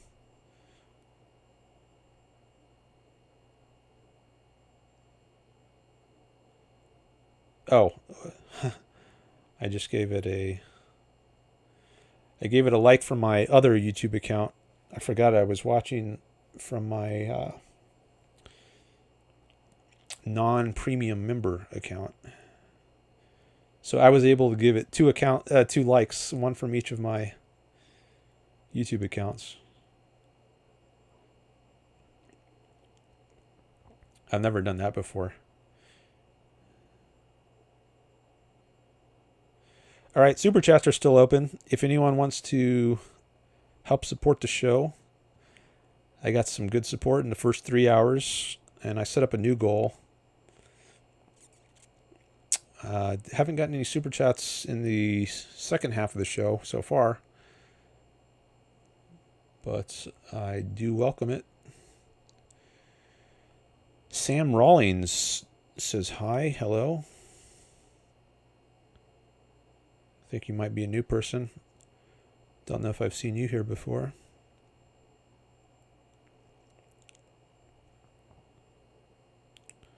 Let's see if I can...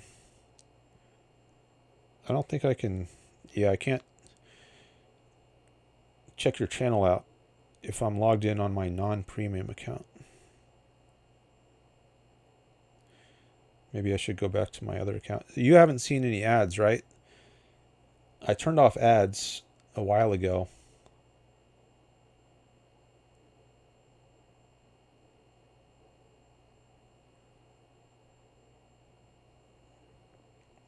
Okay, now I'm logged back in on the account I normally am logged in on.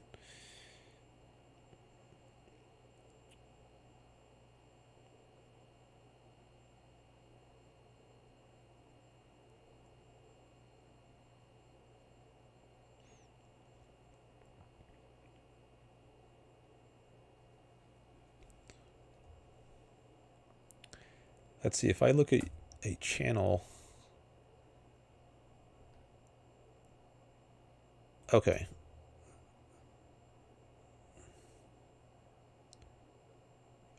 I just wasn't sure what window it was going to open in.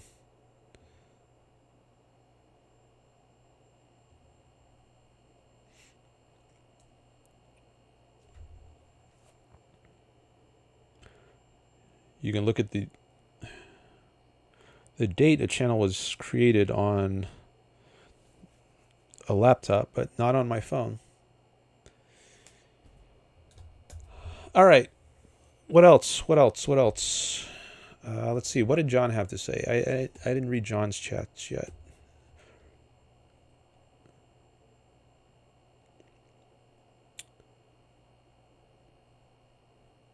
Oh, his is also doing that weird character switch thing. See that?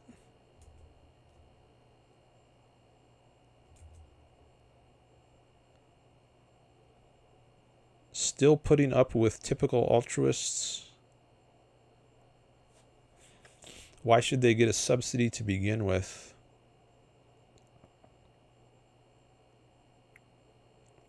Well, if you see it as a subsidy, then I have more of a problem with it. But if you see it as restitution, just like I was saying with Social Security, that's how Ayn Rand said one should view it.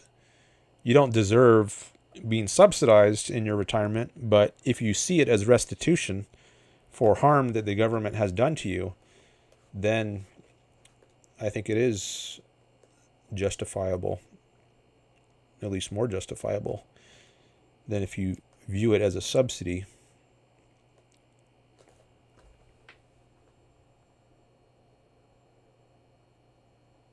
Like if you see it as restitution for the property taxes you had to pay.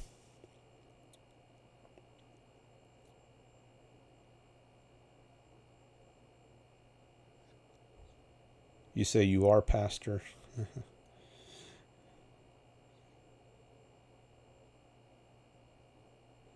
Maybe it's the Chinese character appears only when Dan. Yeah, it seems like the messages where people say Dan, those are the ones where the Chinese characters, or whatever that is, the foreign language characters appear. Because John's also had Dan in it. Hi, Dan.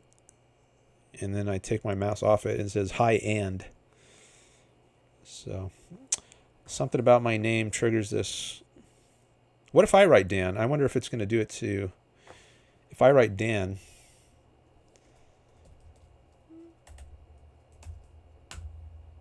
and then, oh yeah, see, it said something about, maybe it's, I wonder if it's certain characters. Like what if I write DA? There's a chat from Nick. All right, I'm going to read that in a second. What if I just write DA? Oh yeah, I did it there too. What if I write just D?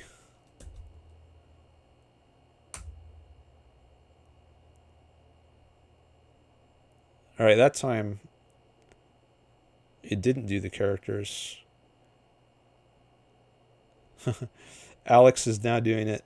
DA. What if I just write A? So D didn't trigger it. If I write A,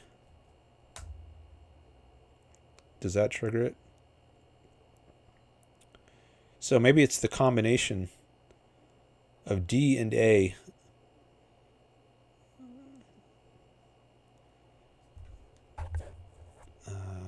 Okay, but if I, let's see, if I refresh this, then maybe those foreign characters will go away. Let's try that. Oh, they're still there.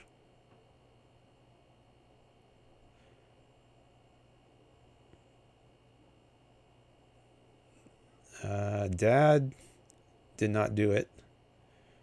Maybe it's just my laptop. I don't know. Does it show up like that for anybody else's laptop? All right, let me see what Nick says. Any thoughts on the morality of having an abortion because your child will have Down syndrome?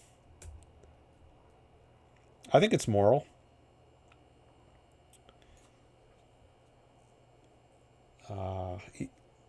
Probably even a good idea.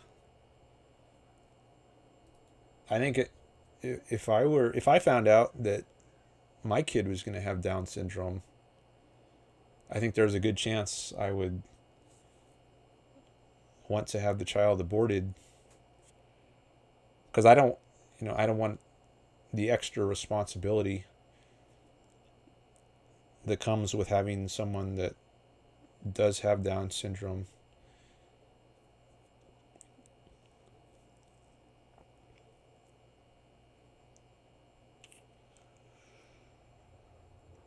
And I don't think fetuses have rights, or embryos, anything before it's been born. I don't think it has rights until it is born, as you probably know.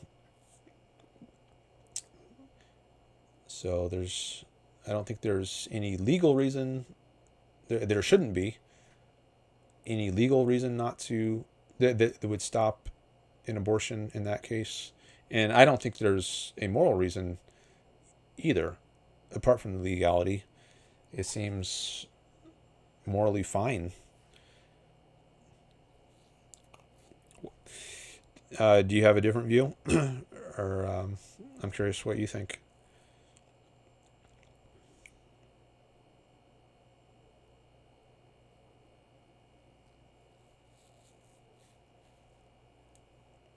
Or if your child is going to have no limbs, that's another example where I would likely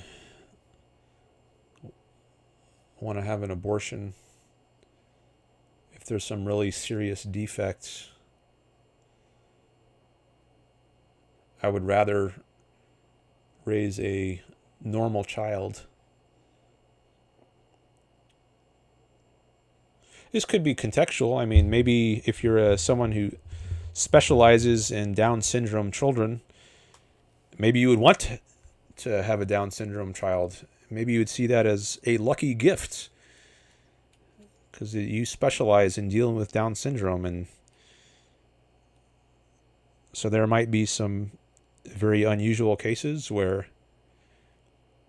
it would be immoral not to have your child if you know that the child has Down syndrome, because you might be in a very rare case where it actually does integrate well with your values. But at least in the typical case, I think it would be moral to have an abortion. I am interested in your view on Longtermism. Should we discount the well-being of future people?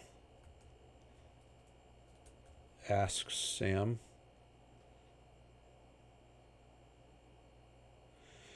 I've heard of Longtermism. Let me give that a quick Google because I don't hear about it much, so I want to make sure I'm working with the right definition. So here's the Google AI overview. I'll share it. Longtermism is an ethical and philosophical framework positing that positively influencing the distant future is a key moral priority, grounded in the idea that future generations matter equally to those living today. It prioritizes mitigating existential risks like pandemics, nuclear war, and unaligned AI to ensure humanity survives and reaches its full potential. That doesn't sound good to me. It sounds somewhat anti-egoistic. I think the priority should not be the distant future. It says the distant future is a key moral priority. I reject that. I think it is not a key moral priority. At best, I think it's a minor priority. It's not very high on the priority lists. What should be high is your own life, and maybe a little bit into the near future, like your kids' lives. I can see wanting to do things for your kids or friends or loved ones who might live longer than you, and maybe your grandkids. But the further out you go, the less of a priority I think it should be, because the less connected to you it is, and you are the top priority.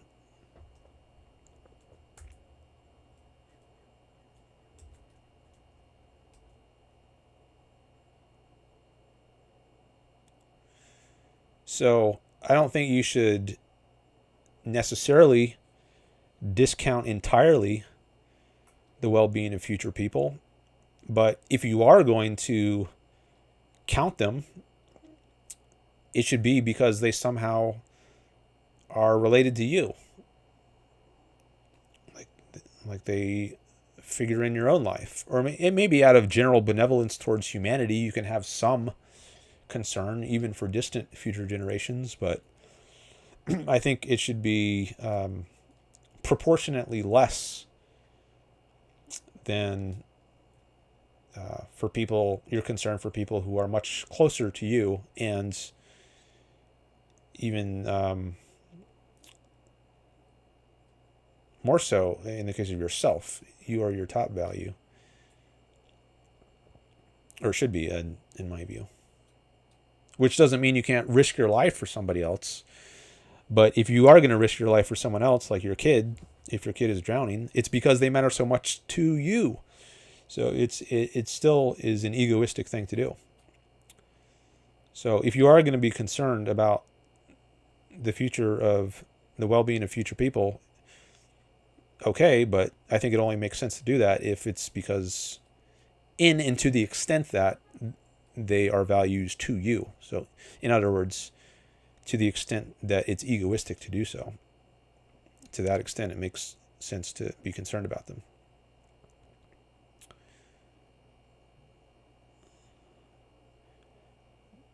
Nick says, I think it's a good idea to abort for severe defects. I ask because apparently a famous YouTuber did this, and it's divided Twitter. Surprisingly, I think there's a typo there. You should make sacrifices. Do you mean they? Surprisingly. Oh, Sam says, thank you from Australia. Oh, you're welcome. Thanks for the question. Surprisingly, you should make sacrifices, people thought it was wrong.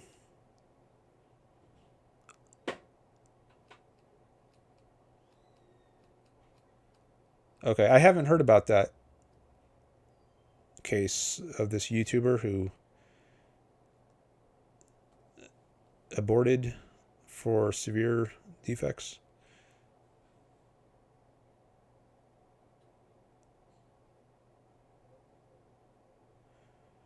But some people, well, I think many people would say it's got rights. It's God's child, and you're interfering with God's plan. You know, from the moment of conception, it's a new human being with rights, and you have no right to kill it. That's murder. That's what many religious people would say. And just as you don't have to have the right to kill a person with Down syndrome outside the womb, you don't have a right to kill a person with Down syndrome inside the womb. It's still murder. I think that's what many religious people will say, which I very much disagree with. But I wouldn't be surprised if there are many people who would take that line.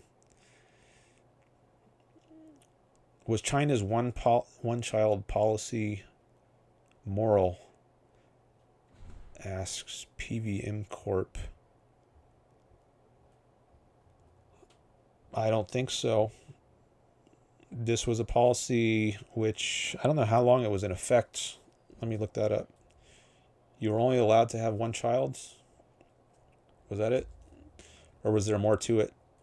Like, if you can't have more child, but you have to pay an extra tax or something? I don't know. Let me look that up. One child policy in China.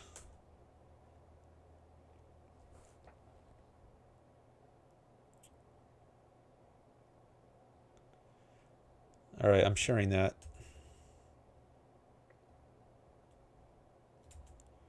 China's one-child policy was a sweeping population control measure implemented nationwide in 1980 and officially phased out in 2016. Enacted to curb rapid population growth,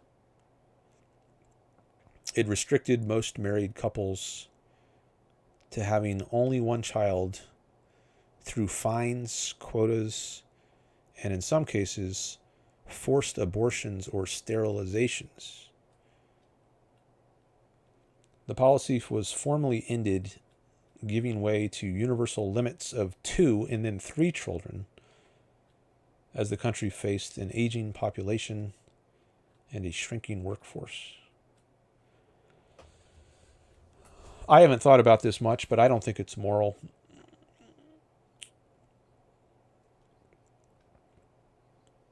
It's a violate. I think it's, well, at least it seems on first thought that it's a violation of people's freedoms, their ability to live as they choose.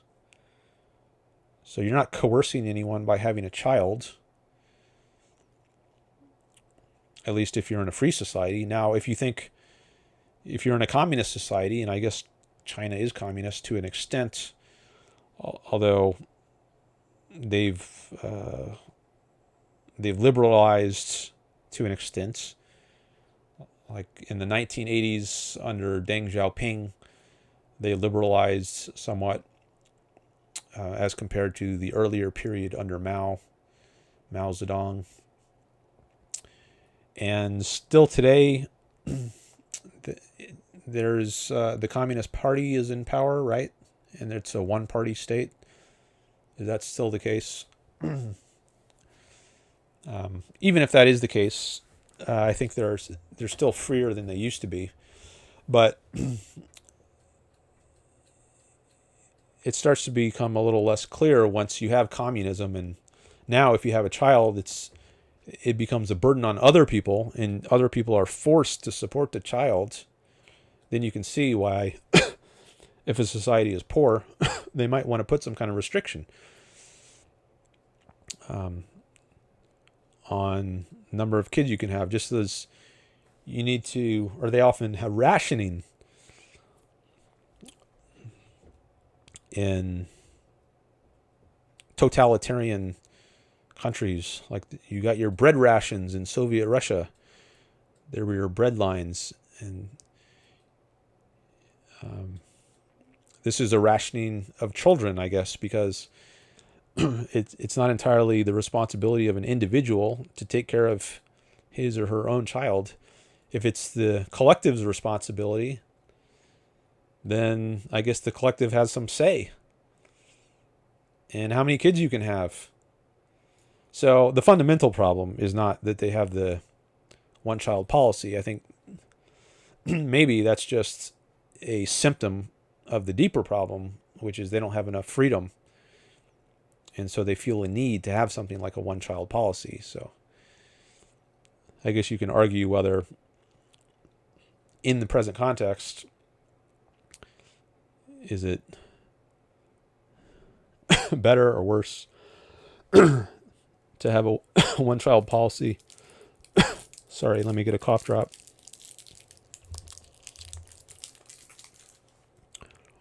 So maybe it's a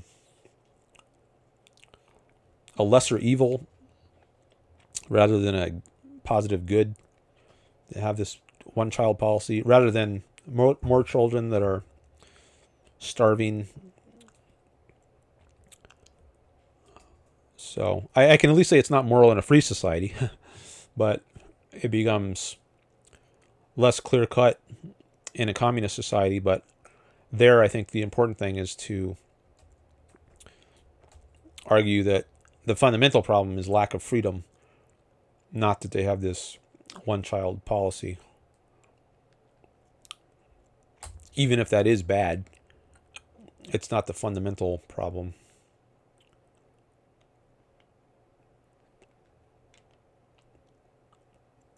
All right.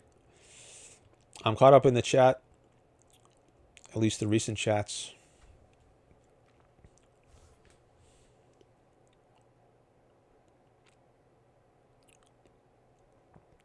I could go back to read some earlier chats if there aren't any new ones. Or somebody could call in.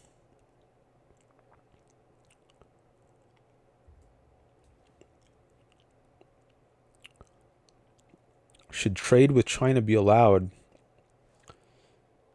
Asks Hondonatos.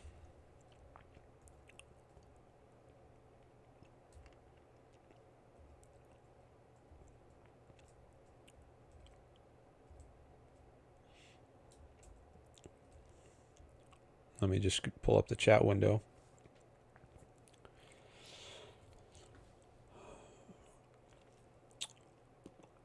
Well, for one thing, if we take an individualist perspective, you might think there really isn't trade with China. There's just trade with individual Chinese people. So I think you shouldn't trade with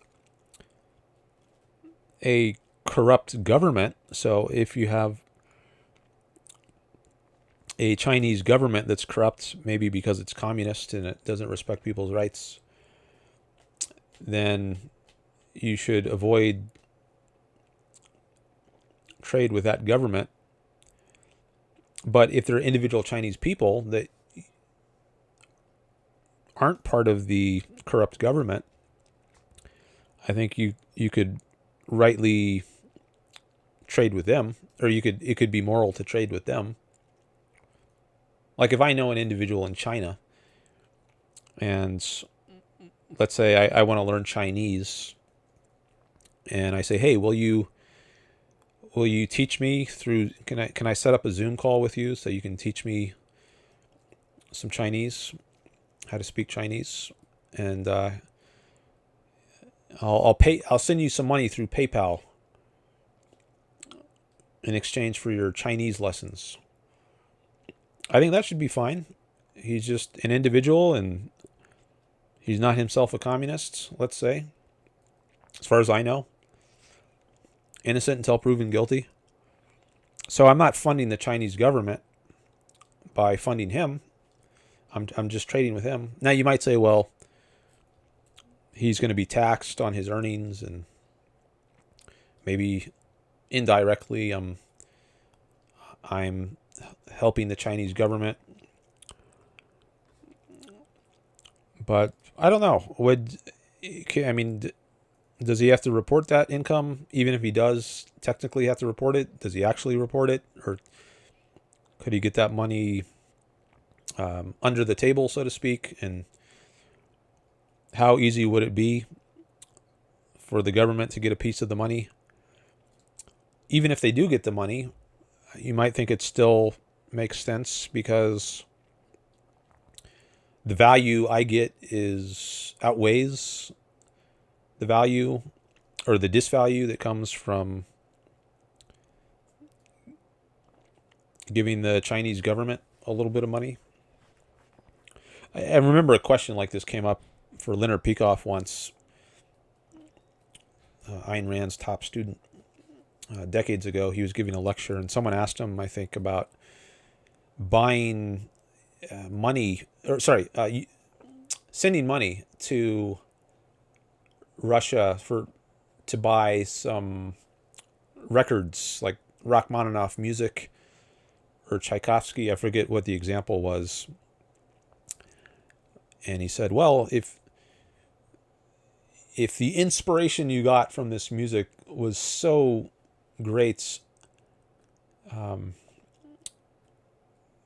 it fueled you in life, and you got this tremendous value from this music, and you couldn't get the music anywhere else. I guess this was before the days where you could just download some pirated music.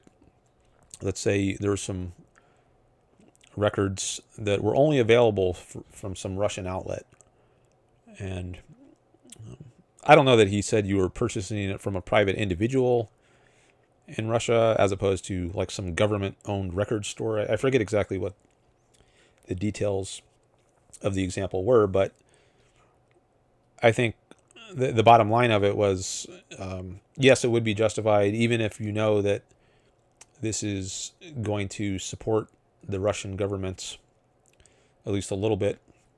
Maybe they get a few dollars from you, but if in exchange you get some huge value, it could be rational to make the trade. Maybe it spares you, maybe it saves you from suicide. I don't know. But if it does give you some huge uplifting boost, and we are egoists as objectivists, so the issue of rights is downstream from the issue of egoism. So if you judge in the full context that something is in your interest, then it's good to do it. Okay, let's see. There's another chat here.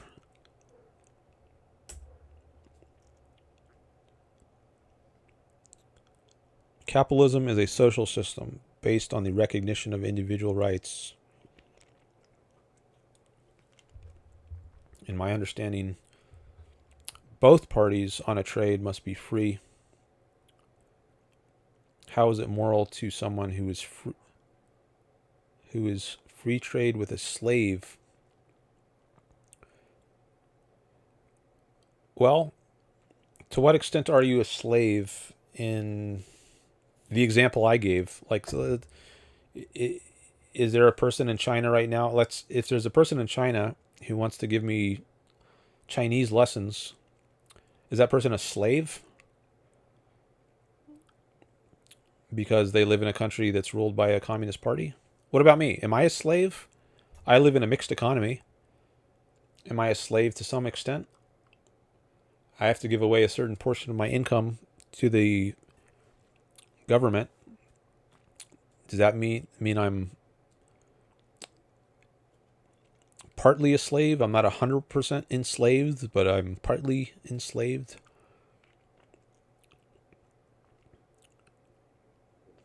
I'm not enslaved in the sense of I have chains around my ankles, but I don't have freedom, at least not full freedom, to decide what I do with my money. So if you take slavery to be lack of freedom, then I'm at least partly a slave. My life is partly dictated by force.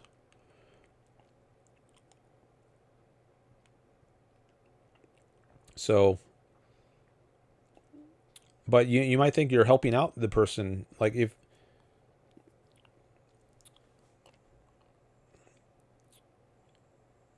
how is it moral to someone who is free trade? There's a typo in there somewhere. I'm not exactly sure what you mean to be asking.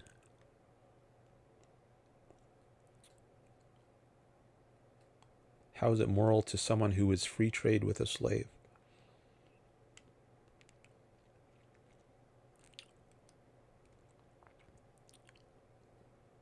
I mean, it's not moral to enslave someone, but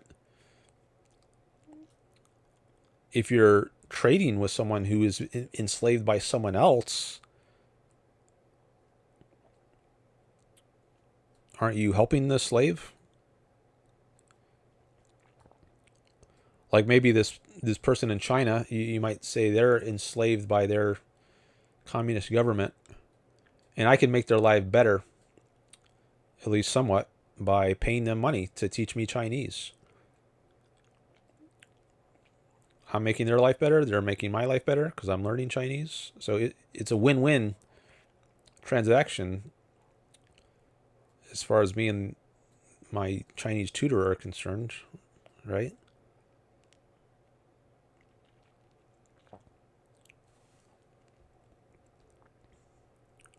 How could Ayn Rand be friendly towards the party? I'm giving Nick a little priority here since he's a channel member. He's got a badge by his name. That's why I jumped over these other chats. But maybe you're reacting to what PVM says. So let me actually read that. If Ayn Rand were living in Soviet Russia, would she have been able to profit from any of her writings?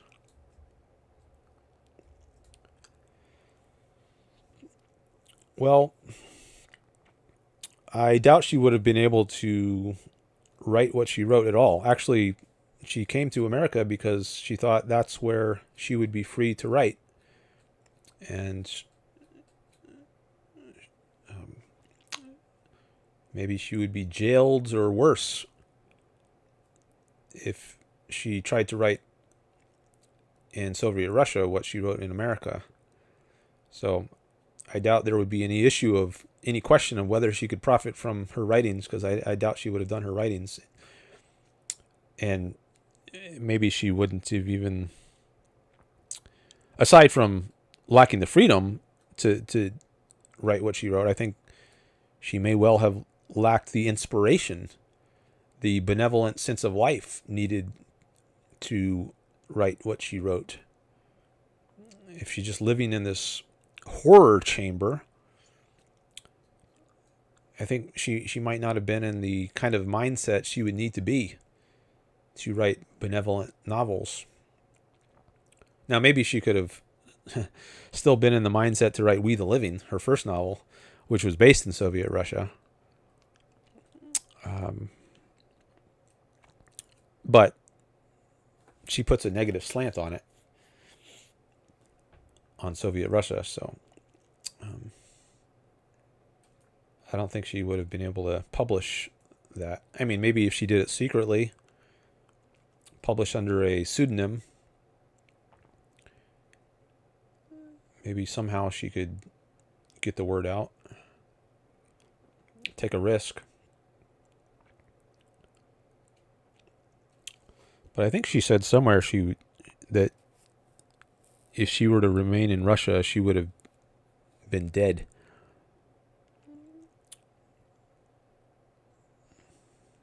Maybe someone can confirm that or disconfirm it.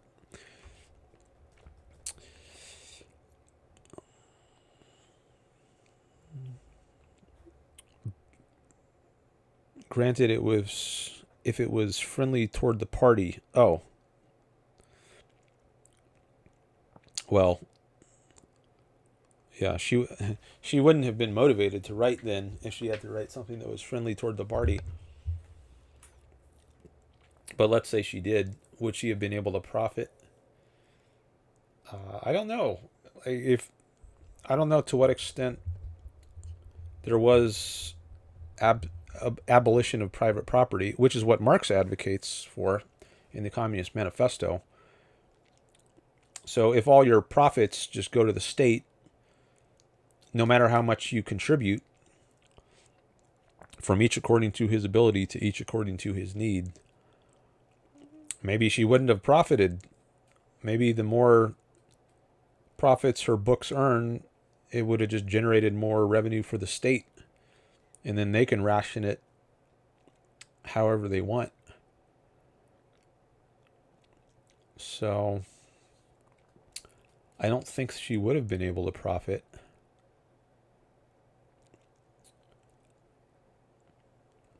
At least not materially. Maybe spiritually, she could get some satisfaction. Just like Rourke, plot spoiler alert. In The Fountainhead, he wants, at least in some cases, he just wants the satisfaction, the pride of knowing, I built that. Even if Peter Keating gets the credit. So even if he's not getting the material rewards, the money or other people's approval, that's not the most important thing. For him, the most important thing is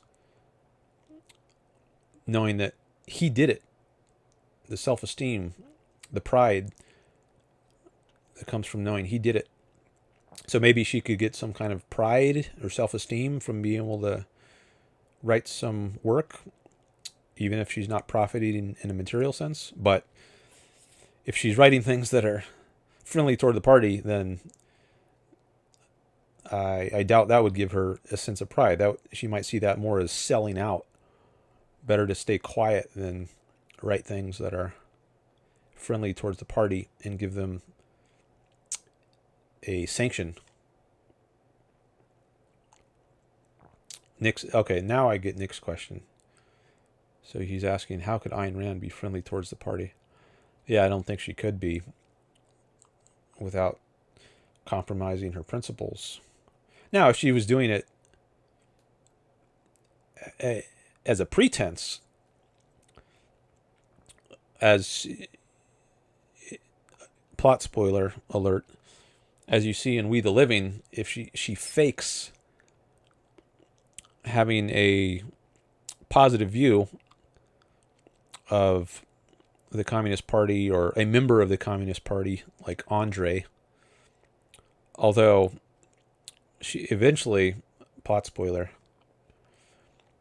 it becomes sincere, which is one of the interesting things about the novel.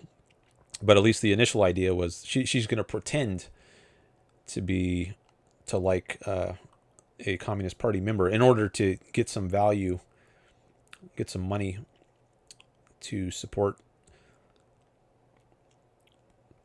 the man she really loves. You could be friendly, in quotes, in that pretend sense, but you couldn't actually be friendly.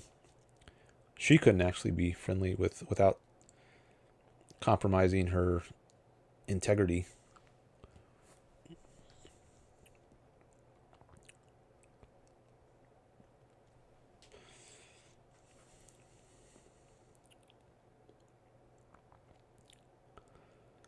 All right. I'm caught up on the chat again. Thanks for your questions.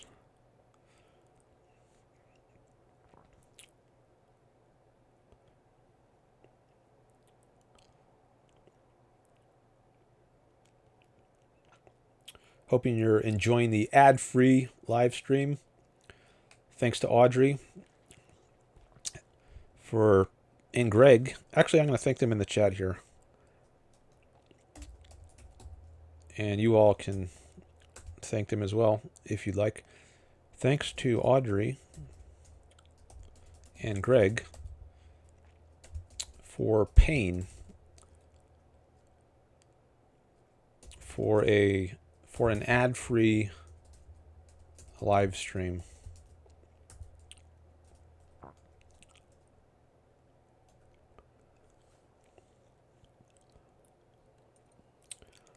And I like that. I think I'll do that in future live streams. I will give people an incentive to pay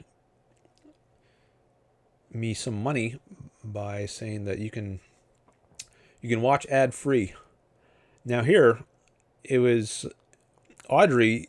She already had an ad-free live stream experience because she's a YouTube Premium member. Greg says, I missed part of it. Can I apply for a rebate?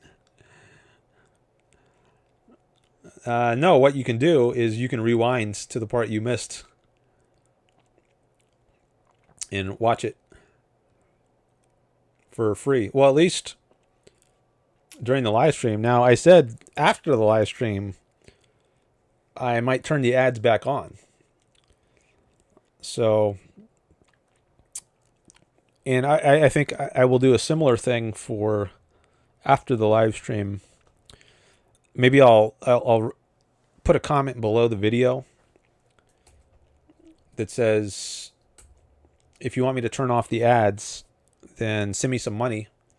And you can do a super thanks. That's what it's called. So during the live stream, it's called the super chat. But after the live stream, if you want to attach money to a comment below a video, it's called super thanks. Let me see if I can actually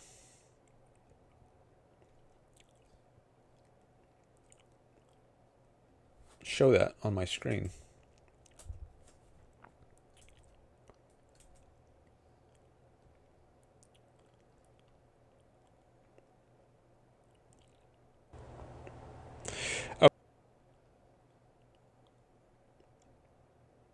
Okay, here we go.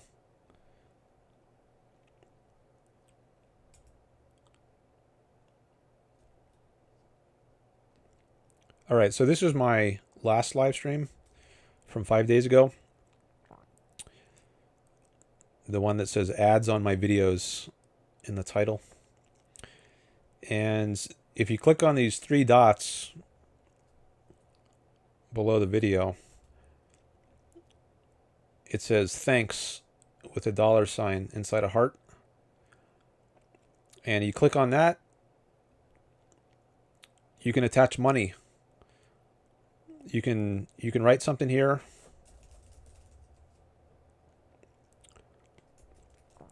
Please turn off the ads. And you can attach $2, $5, all the way up to $500. And I guess the higher amount you attach, the longer I'll turn off the ads for. But let's say you say, please, if you give me $2, then maybe I'll turn it off for a week or a day. I don't know. You can make me an offer, and I'll consider it. You can ask me before you actually do the super comment or the super thanks. You can say, will you turn off the ads for a week if I give you $2? And I'll reply, and you can decide. Or you can go in the description of my video. I always have at the bottom of my description, I have links to my PayPal here and Patreon. So these are other ways you can contribute. So I think maybe what I'll do is after the live stream, I'll turn back on the ads and then give people an option to pay me some more money to turn off the ads. I'm trying to make money at this. I want this to be a self-sustaining venture. So ads is one way I can do that.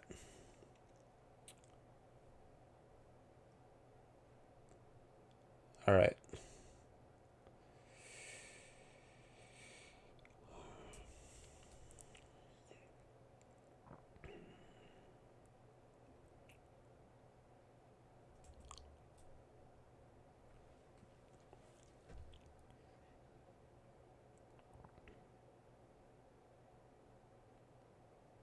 Are you trying to drum up business for the YouTube Premium subscription, says Greg. No, I wasn't trying to do that, but I guess I am doing that in effect. Because that's another way you can get ad-free viewing experience. You can sign up to be a YouTube Premium member, and then you don't have to watch ads on my video or anybody's YouTube video. And I get a cut of the revenue. So it's win-win for me and YouTube and you. Because you get ad-free viewing, I get some money, YouTube gets some money.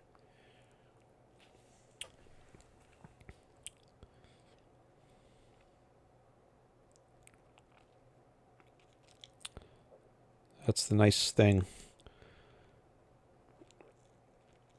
about self-interest. It's win-win, mutually beneficial. I wasn't even trying to benefit YouTube, but I am. Just by pursuing my own interest, I end up also earning YouTube money. Audrey became a YouTube Premium member in the last show because she was getting some ads during my live stream, and then at a certain point she decided to sign up so she didn't have to see any more ads.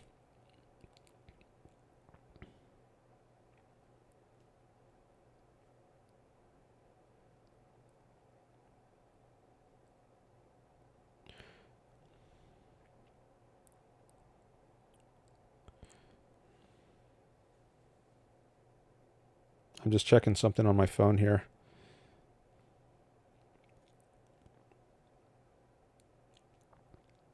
Eight people are watching.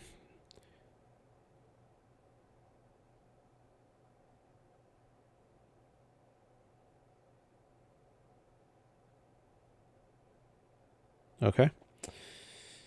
All right. Anyone else want to raise a topic, ask a question? It's getting close to 9. Often I will end the stream a little bit after 9 p.m. Pacific. But sometimes I end it before that.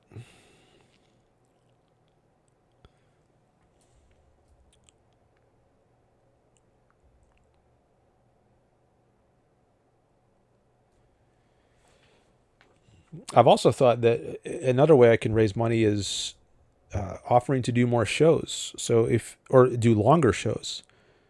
So I could say, for instance, do you want me to do an extra hour? Do you want me to go to 10 p.m. Pacific? Well, you can give me some more money and I will more likely do that. Or let's say instead of doing a show once every 5 days, you say, I want you to do a show every 3 days. Well, you can pay for that. Incentivize me. The more money I make at this, the more I'm willing to do it.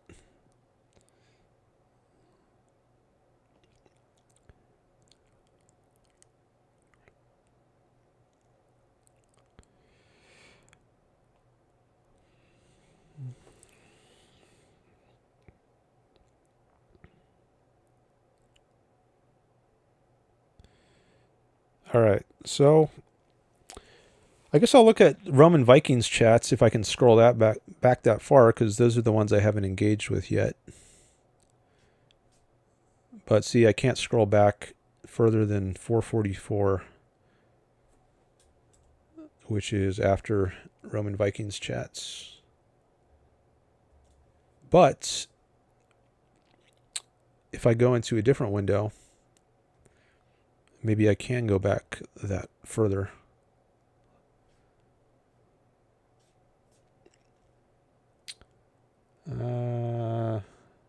No, it doesn't look like it. All right, well, I guess I've lost Roman Vikings chats. See, once I refreshed the live chat window, I lost my ability to go back further. I don't know why I can't go back further in this other window, though. Because I don't think I ever refreshed in this other window.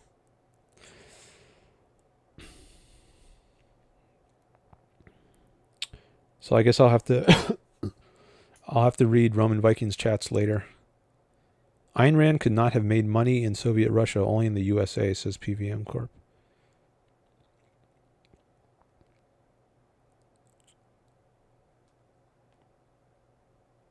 I think she made some money as a tour guide when she was attending university. I seem to recall reading that she gave tours of some building.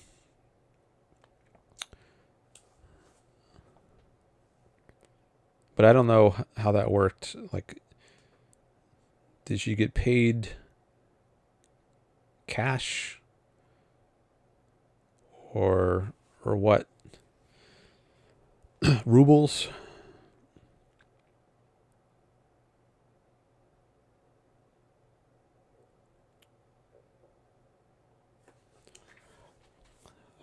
I'm actually curious to look that up.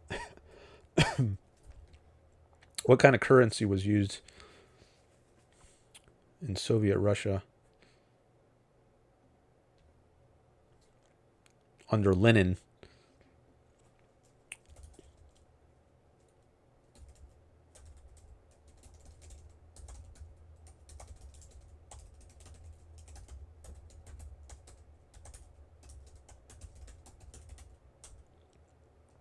because she was there in the 1920s until 1926.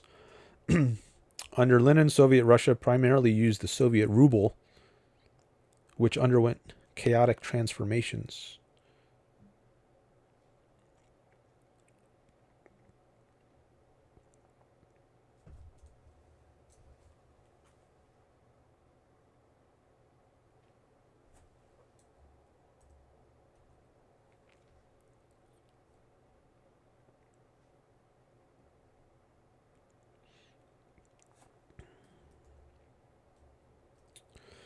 I just shared that on the screen. During war communism, 1918 to 21, the Bolsheviks deliberately issued vast amounts of paper money called sovnaks to cause hyperinflation and abolish the need for money.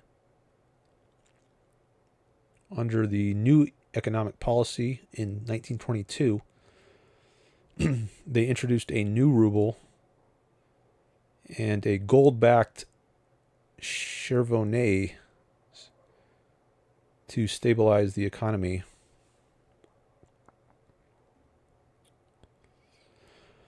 Now, I don't... Sorry. Need another cough drop. I've been trying various things to get rid of this cough, but nothing has worked yet. So, cough drops is my temporary fix. Sorry for the noise.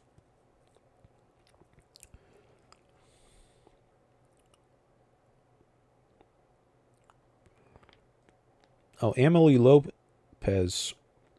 Can you talk about your dissertation? What was it on? I talked about that a little earlier in the stream, but I can talk about it a little more. Let me just say something else about this Soviet currency. I was just wondering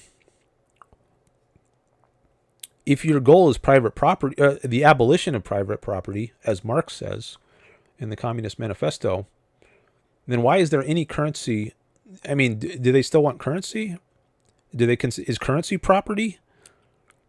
Do they also want the abolition of currency? I don't know.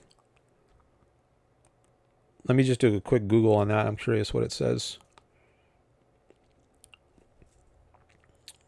Does socialism advocate for the abolition of currency?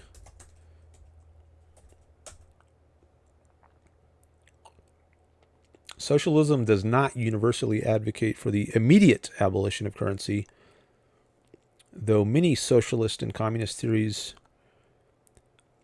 envision a future society where money becomes obsolete.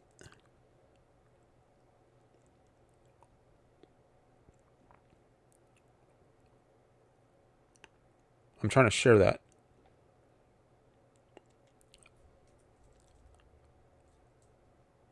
There we go. The approach to currency varies significantly depending on this specific branch of socialist thought.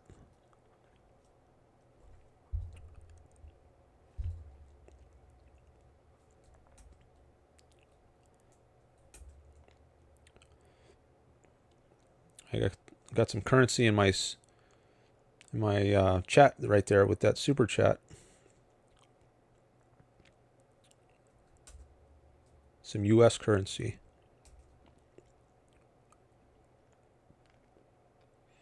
My dissertation was about physicalism, or materialism, as it's sometimes called. The idea that everything that exists is material or physical. Like the world is a collection of atoms, just a bunch of physical or material stuff. Human beings are just collections of atoms. Now, is that also true of consciousness? Is the mind made up of atoms?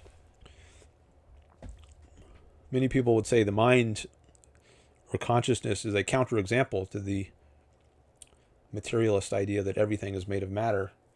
Human beings are a combination of mind and matter. That's what many people would say. But materialists would say, no, the mind is material. It's not non-material. Or a physicalist will say the mind is physical. And there's a video on my channel, I'll show it again, where I discuss some of the key ideas in my dissertation. I'll show it on the screen. So just do a search on the word physicalism on my channel and you'll see this video pop up. This was a panel discussion, a presentation and a panel discussion. So I think the dominant view among academic philosophers today is that the mind is physical. And allegedly, the findings of science support that conclusion. But I dispute that. I don't think science actually does support a physicalist view of the mind. So the title of my dissertation is A Critique of the Scientific Case for Physicalism.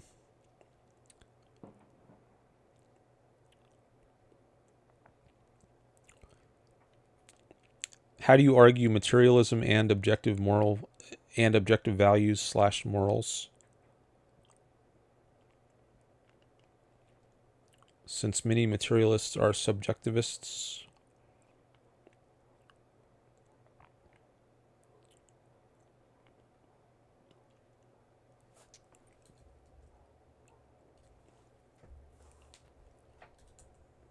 That's a question from Emily.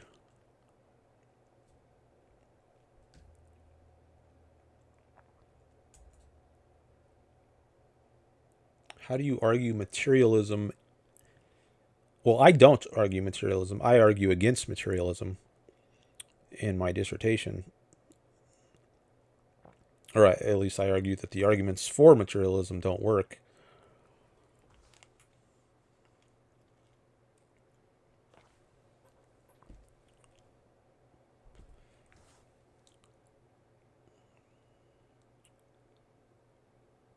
And I don't know what percentage of them are subjectivists. You say many materialists are subjectivists. I think that's probably true. I don't know how popular subjectivism is now among academic philosophers. I know it used to be a very popular view, probably even a dominant view, but I think many ethicists have become opposed to subjectivism. But I didn't focus on ethics much when I was in grad school, so I don't have a very good sense of how many of them are no longer subjectivists. Are you an idealist then? No. So idealism is often understood as an alternative. Well, it is an alternative to materialism. So if materialism is the view that everything is matter, and idealism is the opposite view, or what you might think of as the opposite view, everything is mind. Even what you call matter, like atoms or molecules, they are mental stuff. Berkeley had this view. He's an idealist from the 18th century, I think. Bishop Berkeley. Hegel was also a kind of idealist. But no, I don't accept either of those, materialism or idealism. Now, you might call the view I hold dualism. There's both material and mental stuff, and neither is reducible to the other. There are different kinds of dualism, though. But if you hold that there's fundamentally two things, there's mind and there's matter, then that's called dualism. But there's one version of dualism is called substance dualism, where each can exist on its own, apart from the other. Like if Descartes, for example, was a substance dualist, he thought that in many religious people think that the soul survives the death of the body, and maybe it goes off to purgatory or somewhere. And at a certain point, maybe it gets reunited with the body and it can be reincarnated or something. But I think at least temporarily, it's a very common view among religious people that the soul can exist apart from the body on its own. So you can have a disembodied soul. That would be at least one type of substance dualist view. The soul is the type of substance, whereas substance is something that could exist on its own. Now, I don't support that view. I think there's another kind of view, property dualism, as opposed to substance dualism, where the mind or consciousness is conceived as a property of material things. Like, my mind is a mental property of me, which is not reducible. It's not a property that's reducible to physical properties, like the experience of whiteness. I see a laptop screen in front of me, which is white, or at least white-ish, and you can see my background is white-ish. There's a qualitative experience you're having, and I don't think that qualitative experience, or maybe I should just say experience, is identical to or reducible to physical goings on, like neuron firings. Now, I think things have to be going on in your brain in order for you to have conscious experience, but I don't think that means that the things going on in your brain are identical with the conscious experience. So I think what you might call an emergent property dualist view might be a good name for my view of the mind. And I think plausibly Ayn Rand would hold that kind of view. She doesn't talk about this issue much in her works. The issue of the metaphysical status of consciousness. And she doesn't use this kind of academic terminology I'm using, like property dualism, for instance. But if you had to put her view into academic terminology, I think it's plausible that she would be construed as a property dualist. Oh, Roman Viking is back. Hello.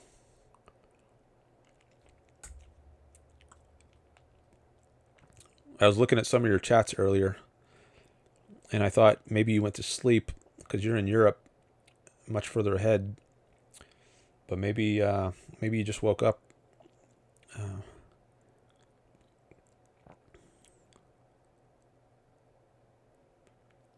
So that addresses this one and this one from Emily and Alex.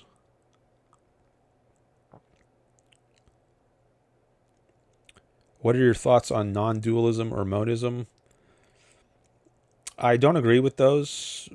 To me, it seems like dualism, property dualism, is a good position.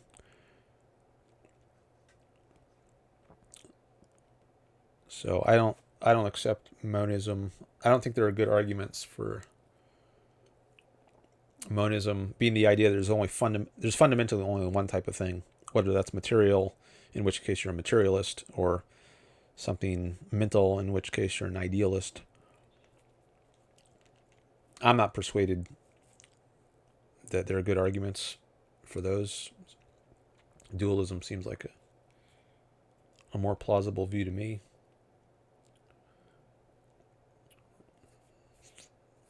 Right now, at least. But I'm open to debating it.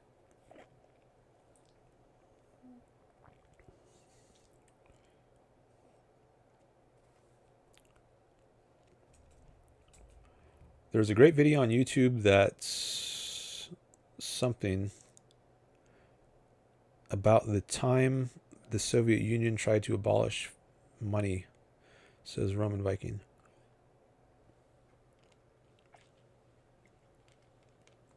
They thought that by hyperinflating they could get rid of money. In the end, they created black markets and went back on a community standard.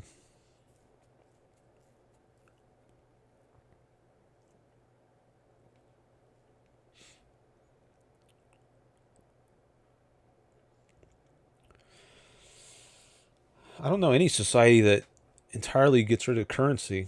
Like, even if you're not using paper currency, there's other things you could use, like seashells.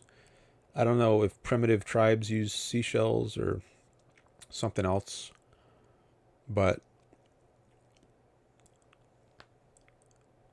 I'm not sure how would a society work if there was nothing at all that's used as currency. I mean, you could be at the barter stage where you don't have some medium of exchange.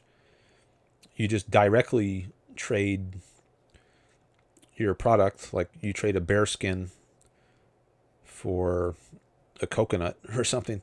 I guess you wouldn't have coconuts in the same place as bears, but you get the idea. You directly trade products, and then you don't have money. So if you take money to be some medium of exchange, which is not the end product you're using, then yeah, I guess barter would be an example of a society without money. But the more complex and advanced a society gets, the more of a pressure there's going to be for having some kind of medium of exchange. It's much more convenient.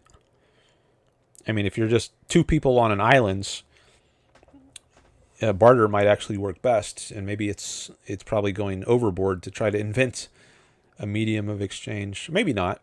I guess it depends on how long you're there and how complicated your trading with your one fellow islander becomes. But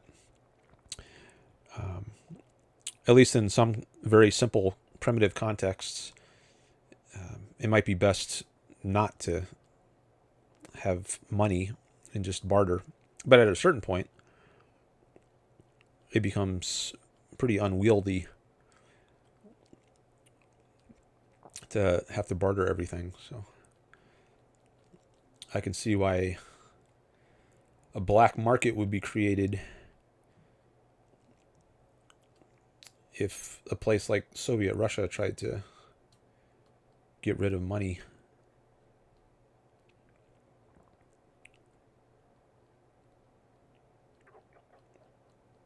I've heard they use cigarettes in concentration camps as a currency. That's an interesting one.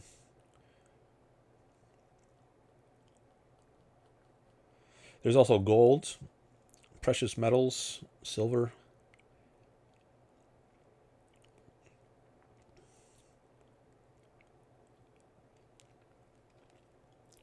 There are pros and cons to that.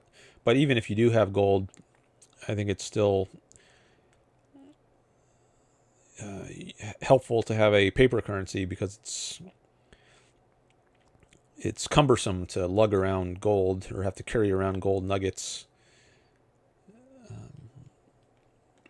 So it's still useful to have some kind of paper currency. Or once you reach the electronic age, you could have electronic representations of your gold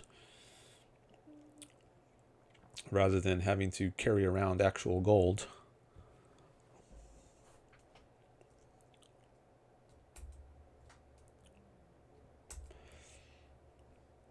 Well, I was going to go back to your earlier chats, Roman Viking, but I can't scroll back far enough because at a certain point I refreshed my chat, and when I do that,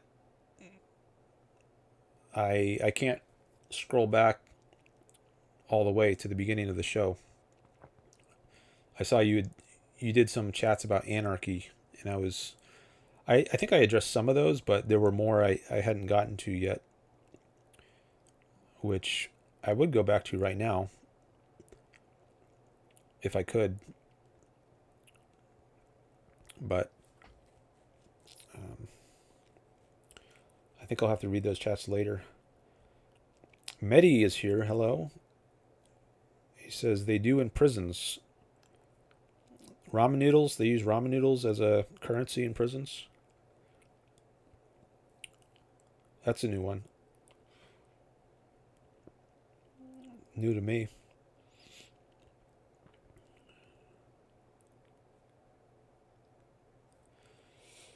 I think you can get those for like 20 cents or 25 cents.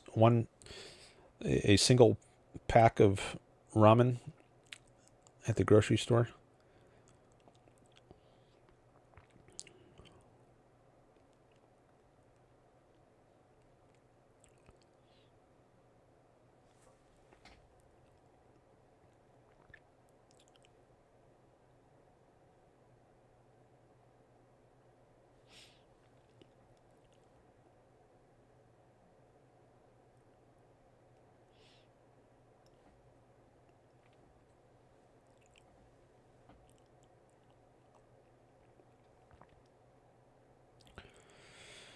Okay, what else?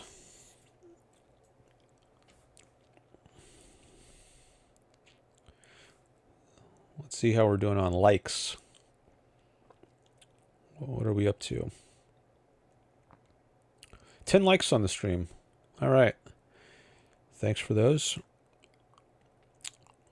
Got a few subscribers today. That was good to see.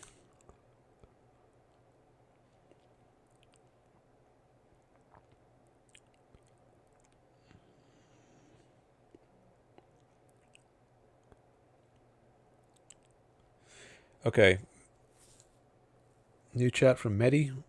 Would you rather have gold in a collapse system or a skill that has value to the community?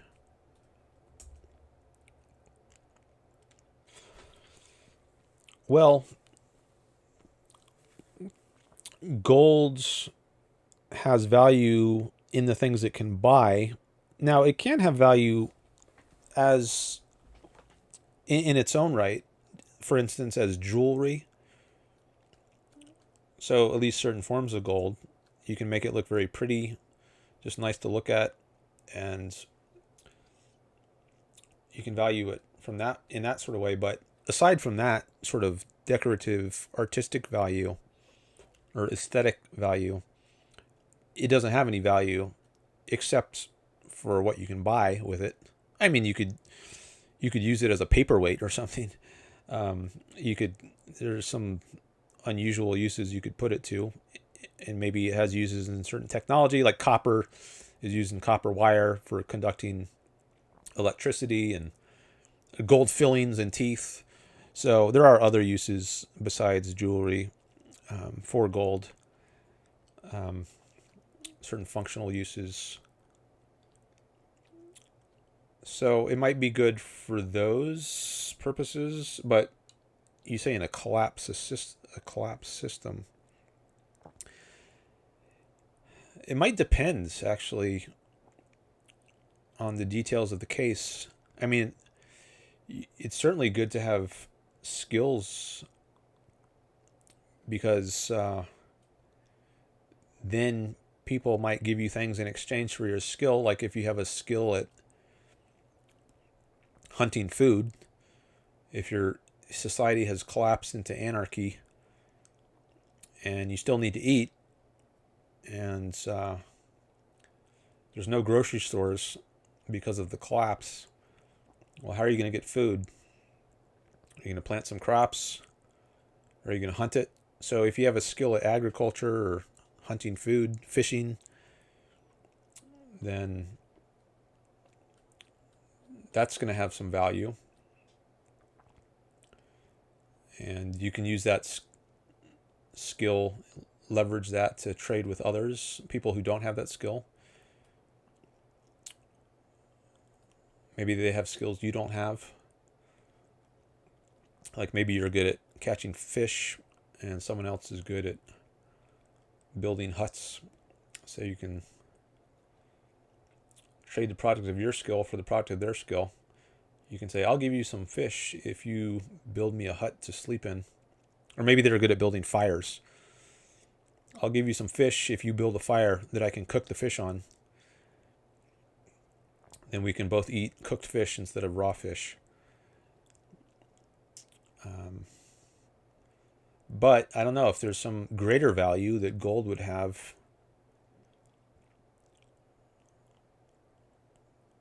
Yeah, it might depend on how much. Greg says how much gold versus how much would the value skill bring you.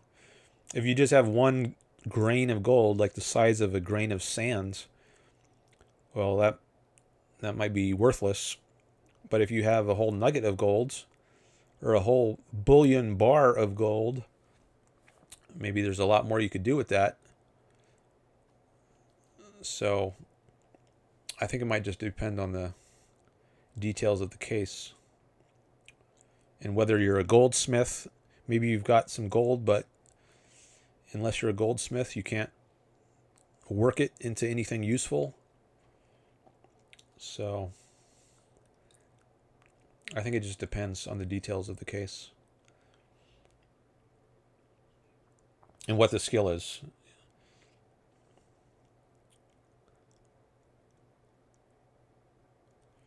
Depends on the skill and the need, like everything else, says Mehdi. Skill can earn gold.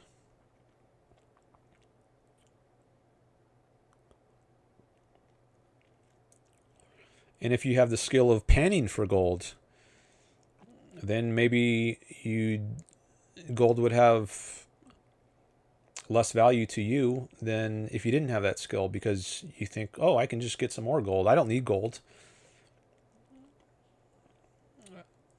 Because I can find more if I need it, because I know how to pan for gold.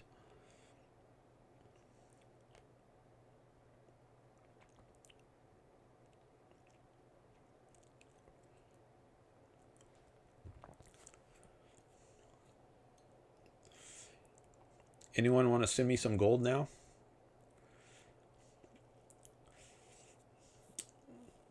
I don't know. YouTube doesn't have a way to send me gold nuggets through the internet. You have to do it through the super chat. But hey, that's just as good as far as I'm concerned.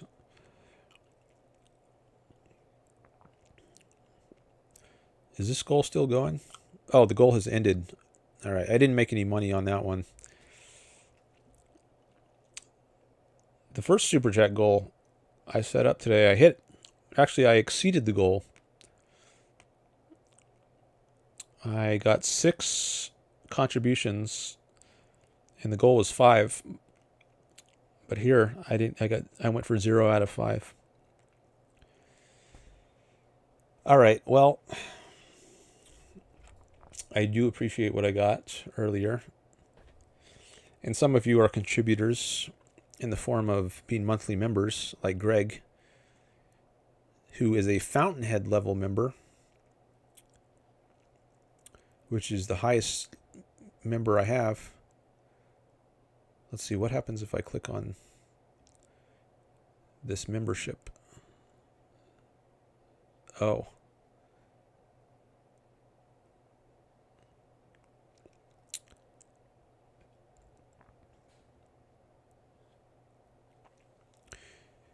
But you too can become a member by hitting the join button,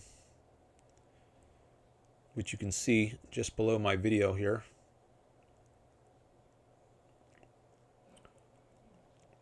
And then I will give your chat some priority.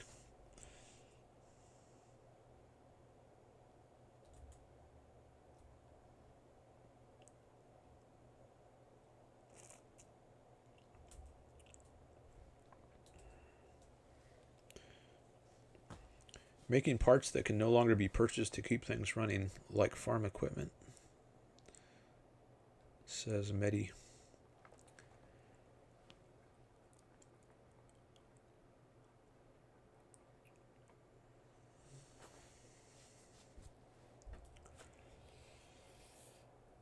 Okay, well, I will mention that I plan to do a show 5 days from now. As usual, I stream once every 5 days unless something comes up to interfere with that. So that means my next stream would be Thursday, June 11th.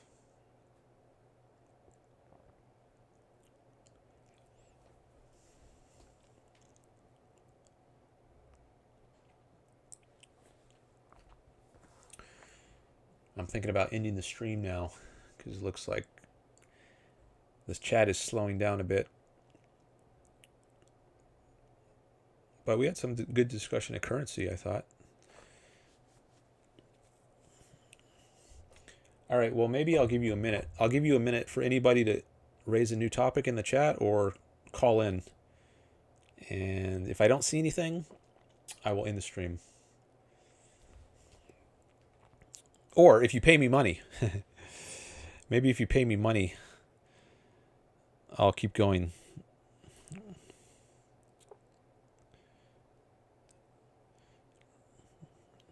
I'll at least consider it. All right, I started my stopwatch, so if I don't see anything within a minute that makes me want to keep going, I'm just going to end the stream. Would gold retain its value? Says Mehdi.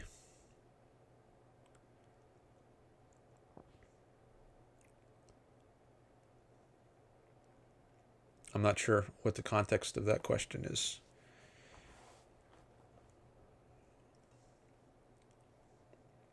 Might just depend on the context.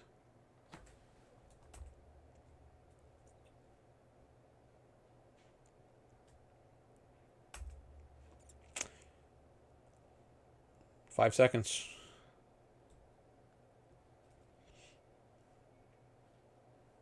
Okay. I'm going to end the stream after I say my thank yous. Thank you to everyone for being here or for watching this later. Thanks to my chat participants, my callers, my super chatters. Thanks for the likes, subscribes, shares, comments. All right. I'm going to end the stream. I will see you in 5 days. Oh, actually, let me just get out of this chat window first. Put it on the full screen view. Here we go. I got to end it in full view. All right. Thank you again for being here, and I will see you 5 days from now. Bye, everyone.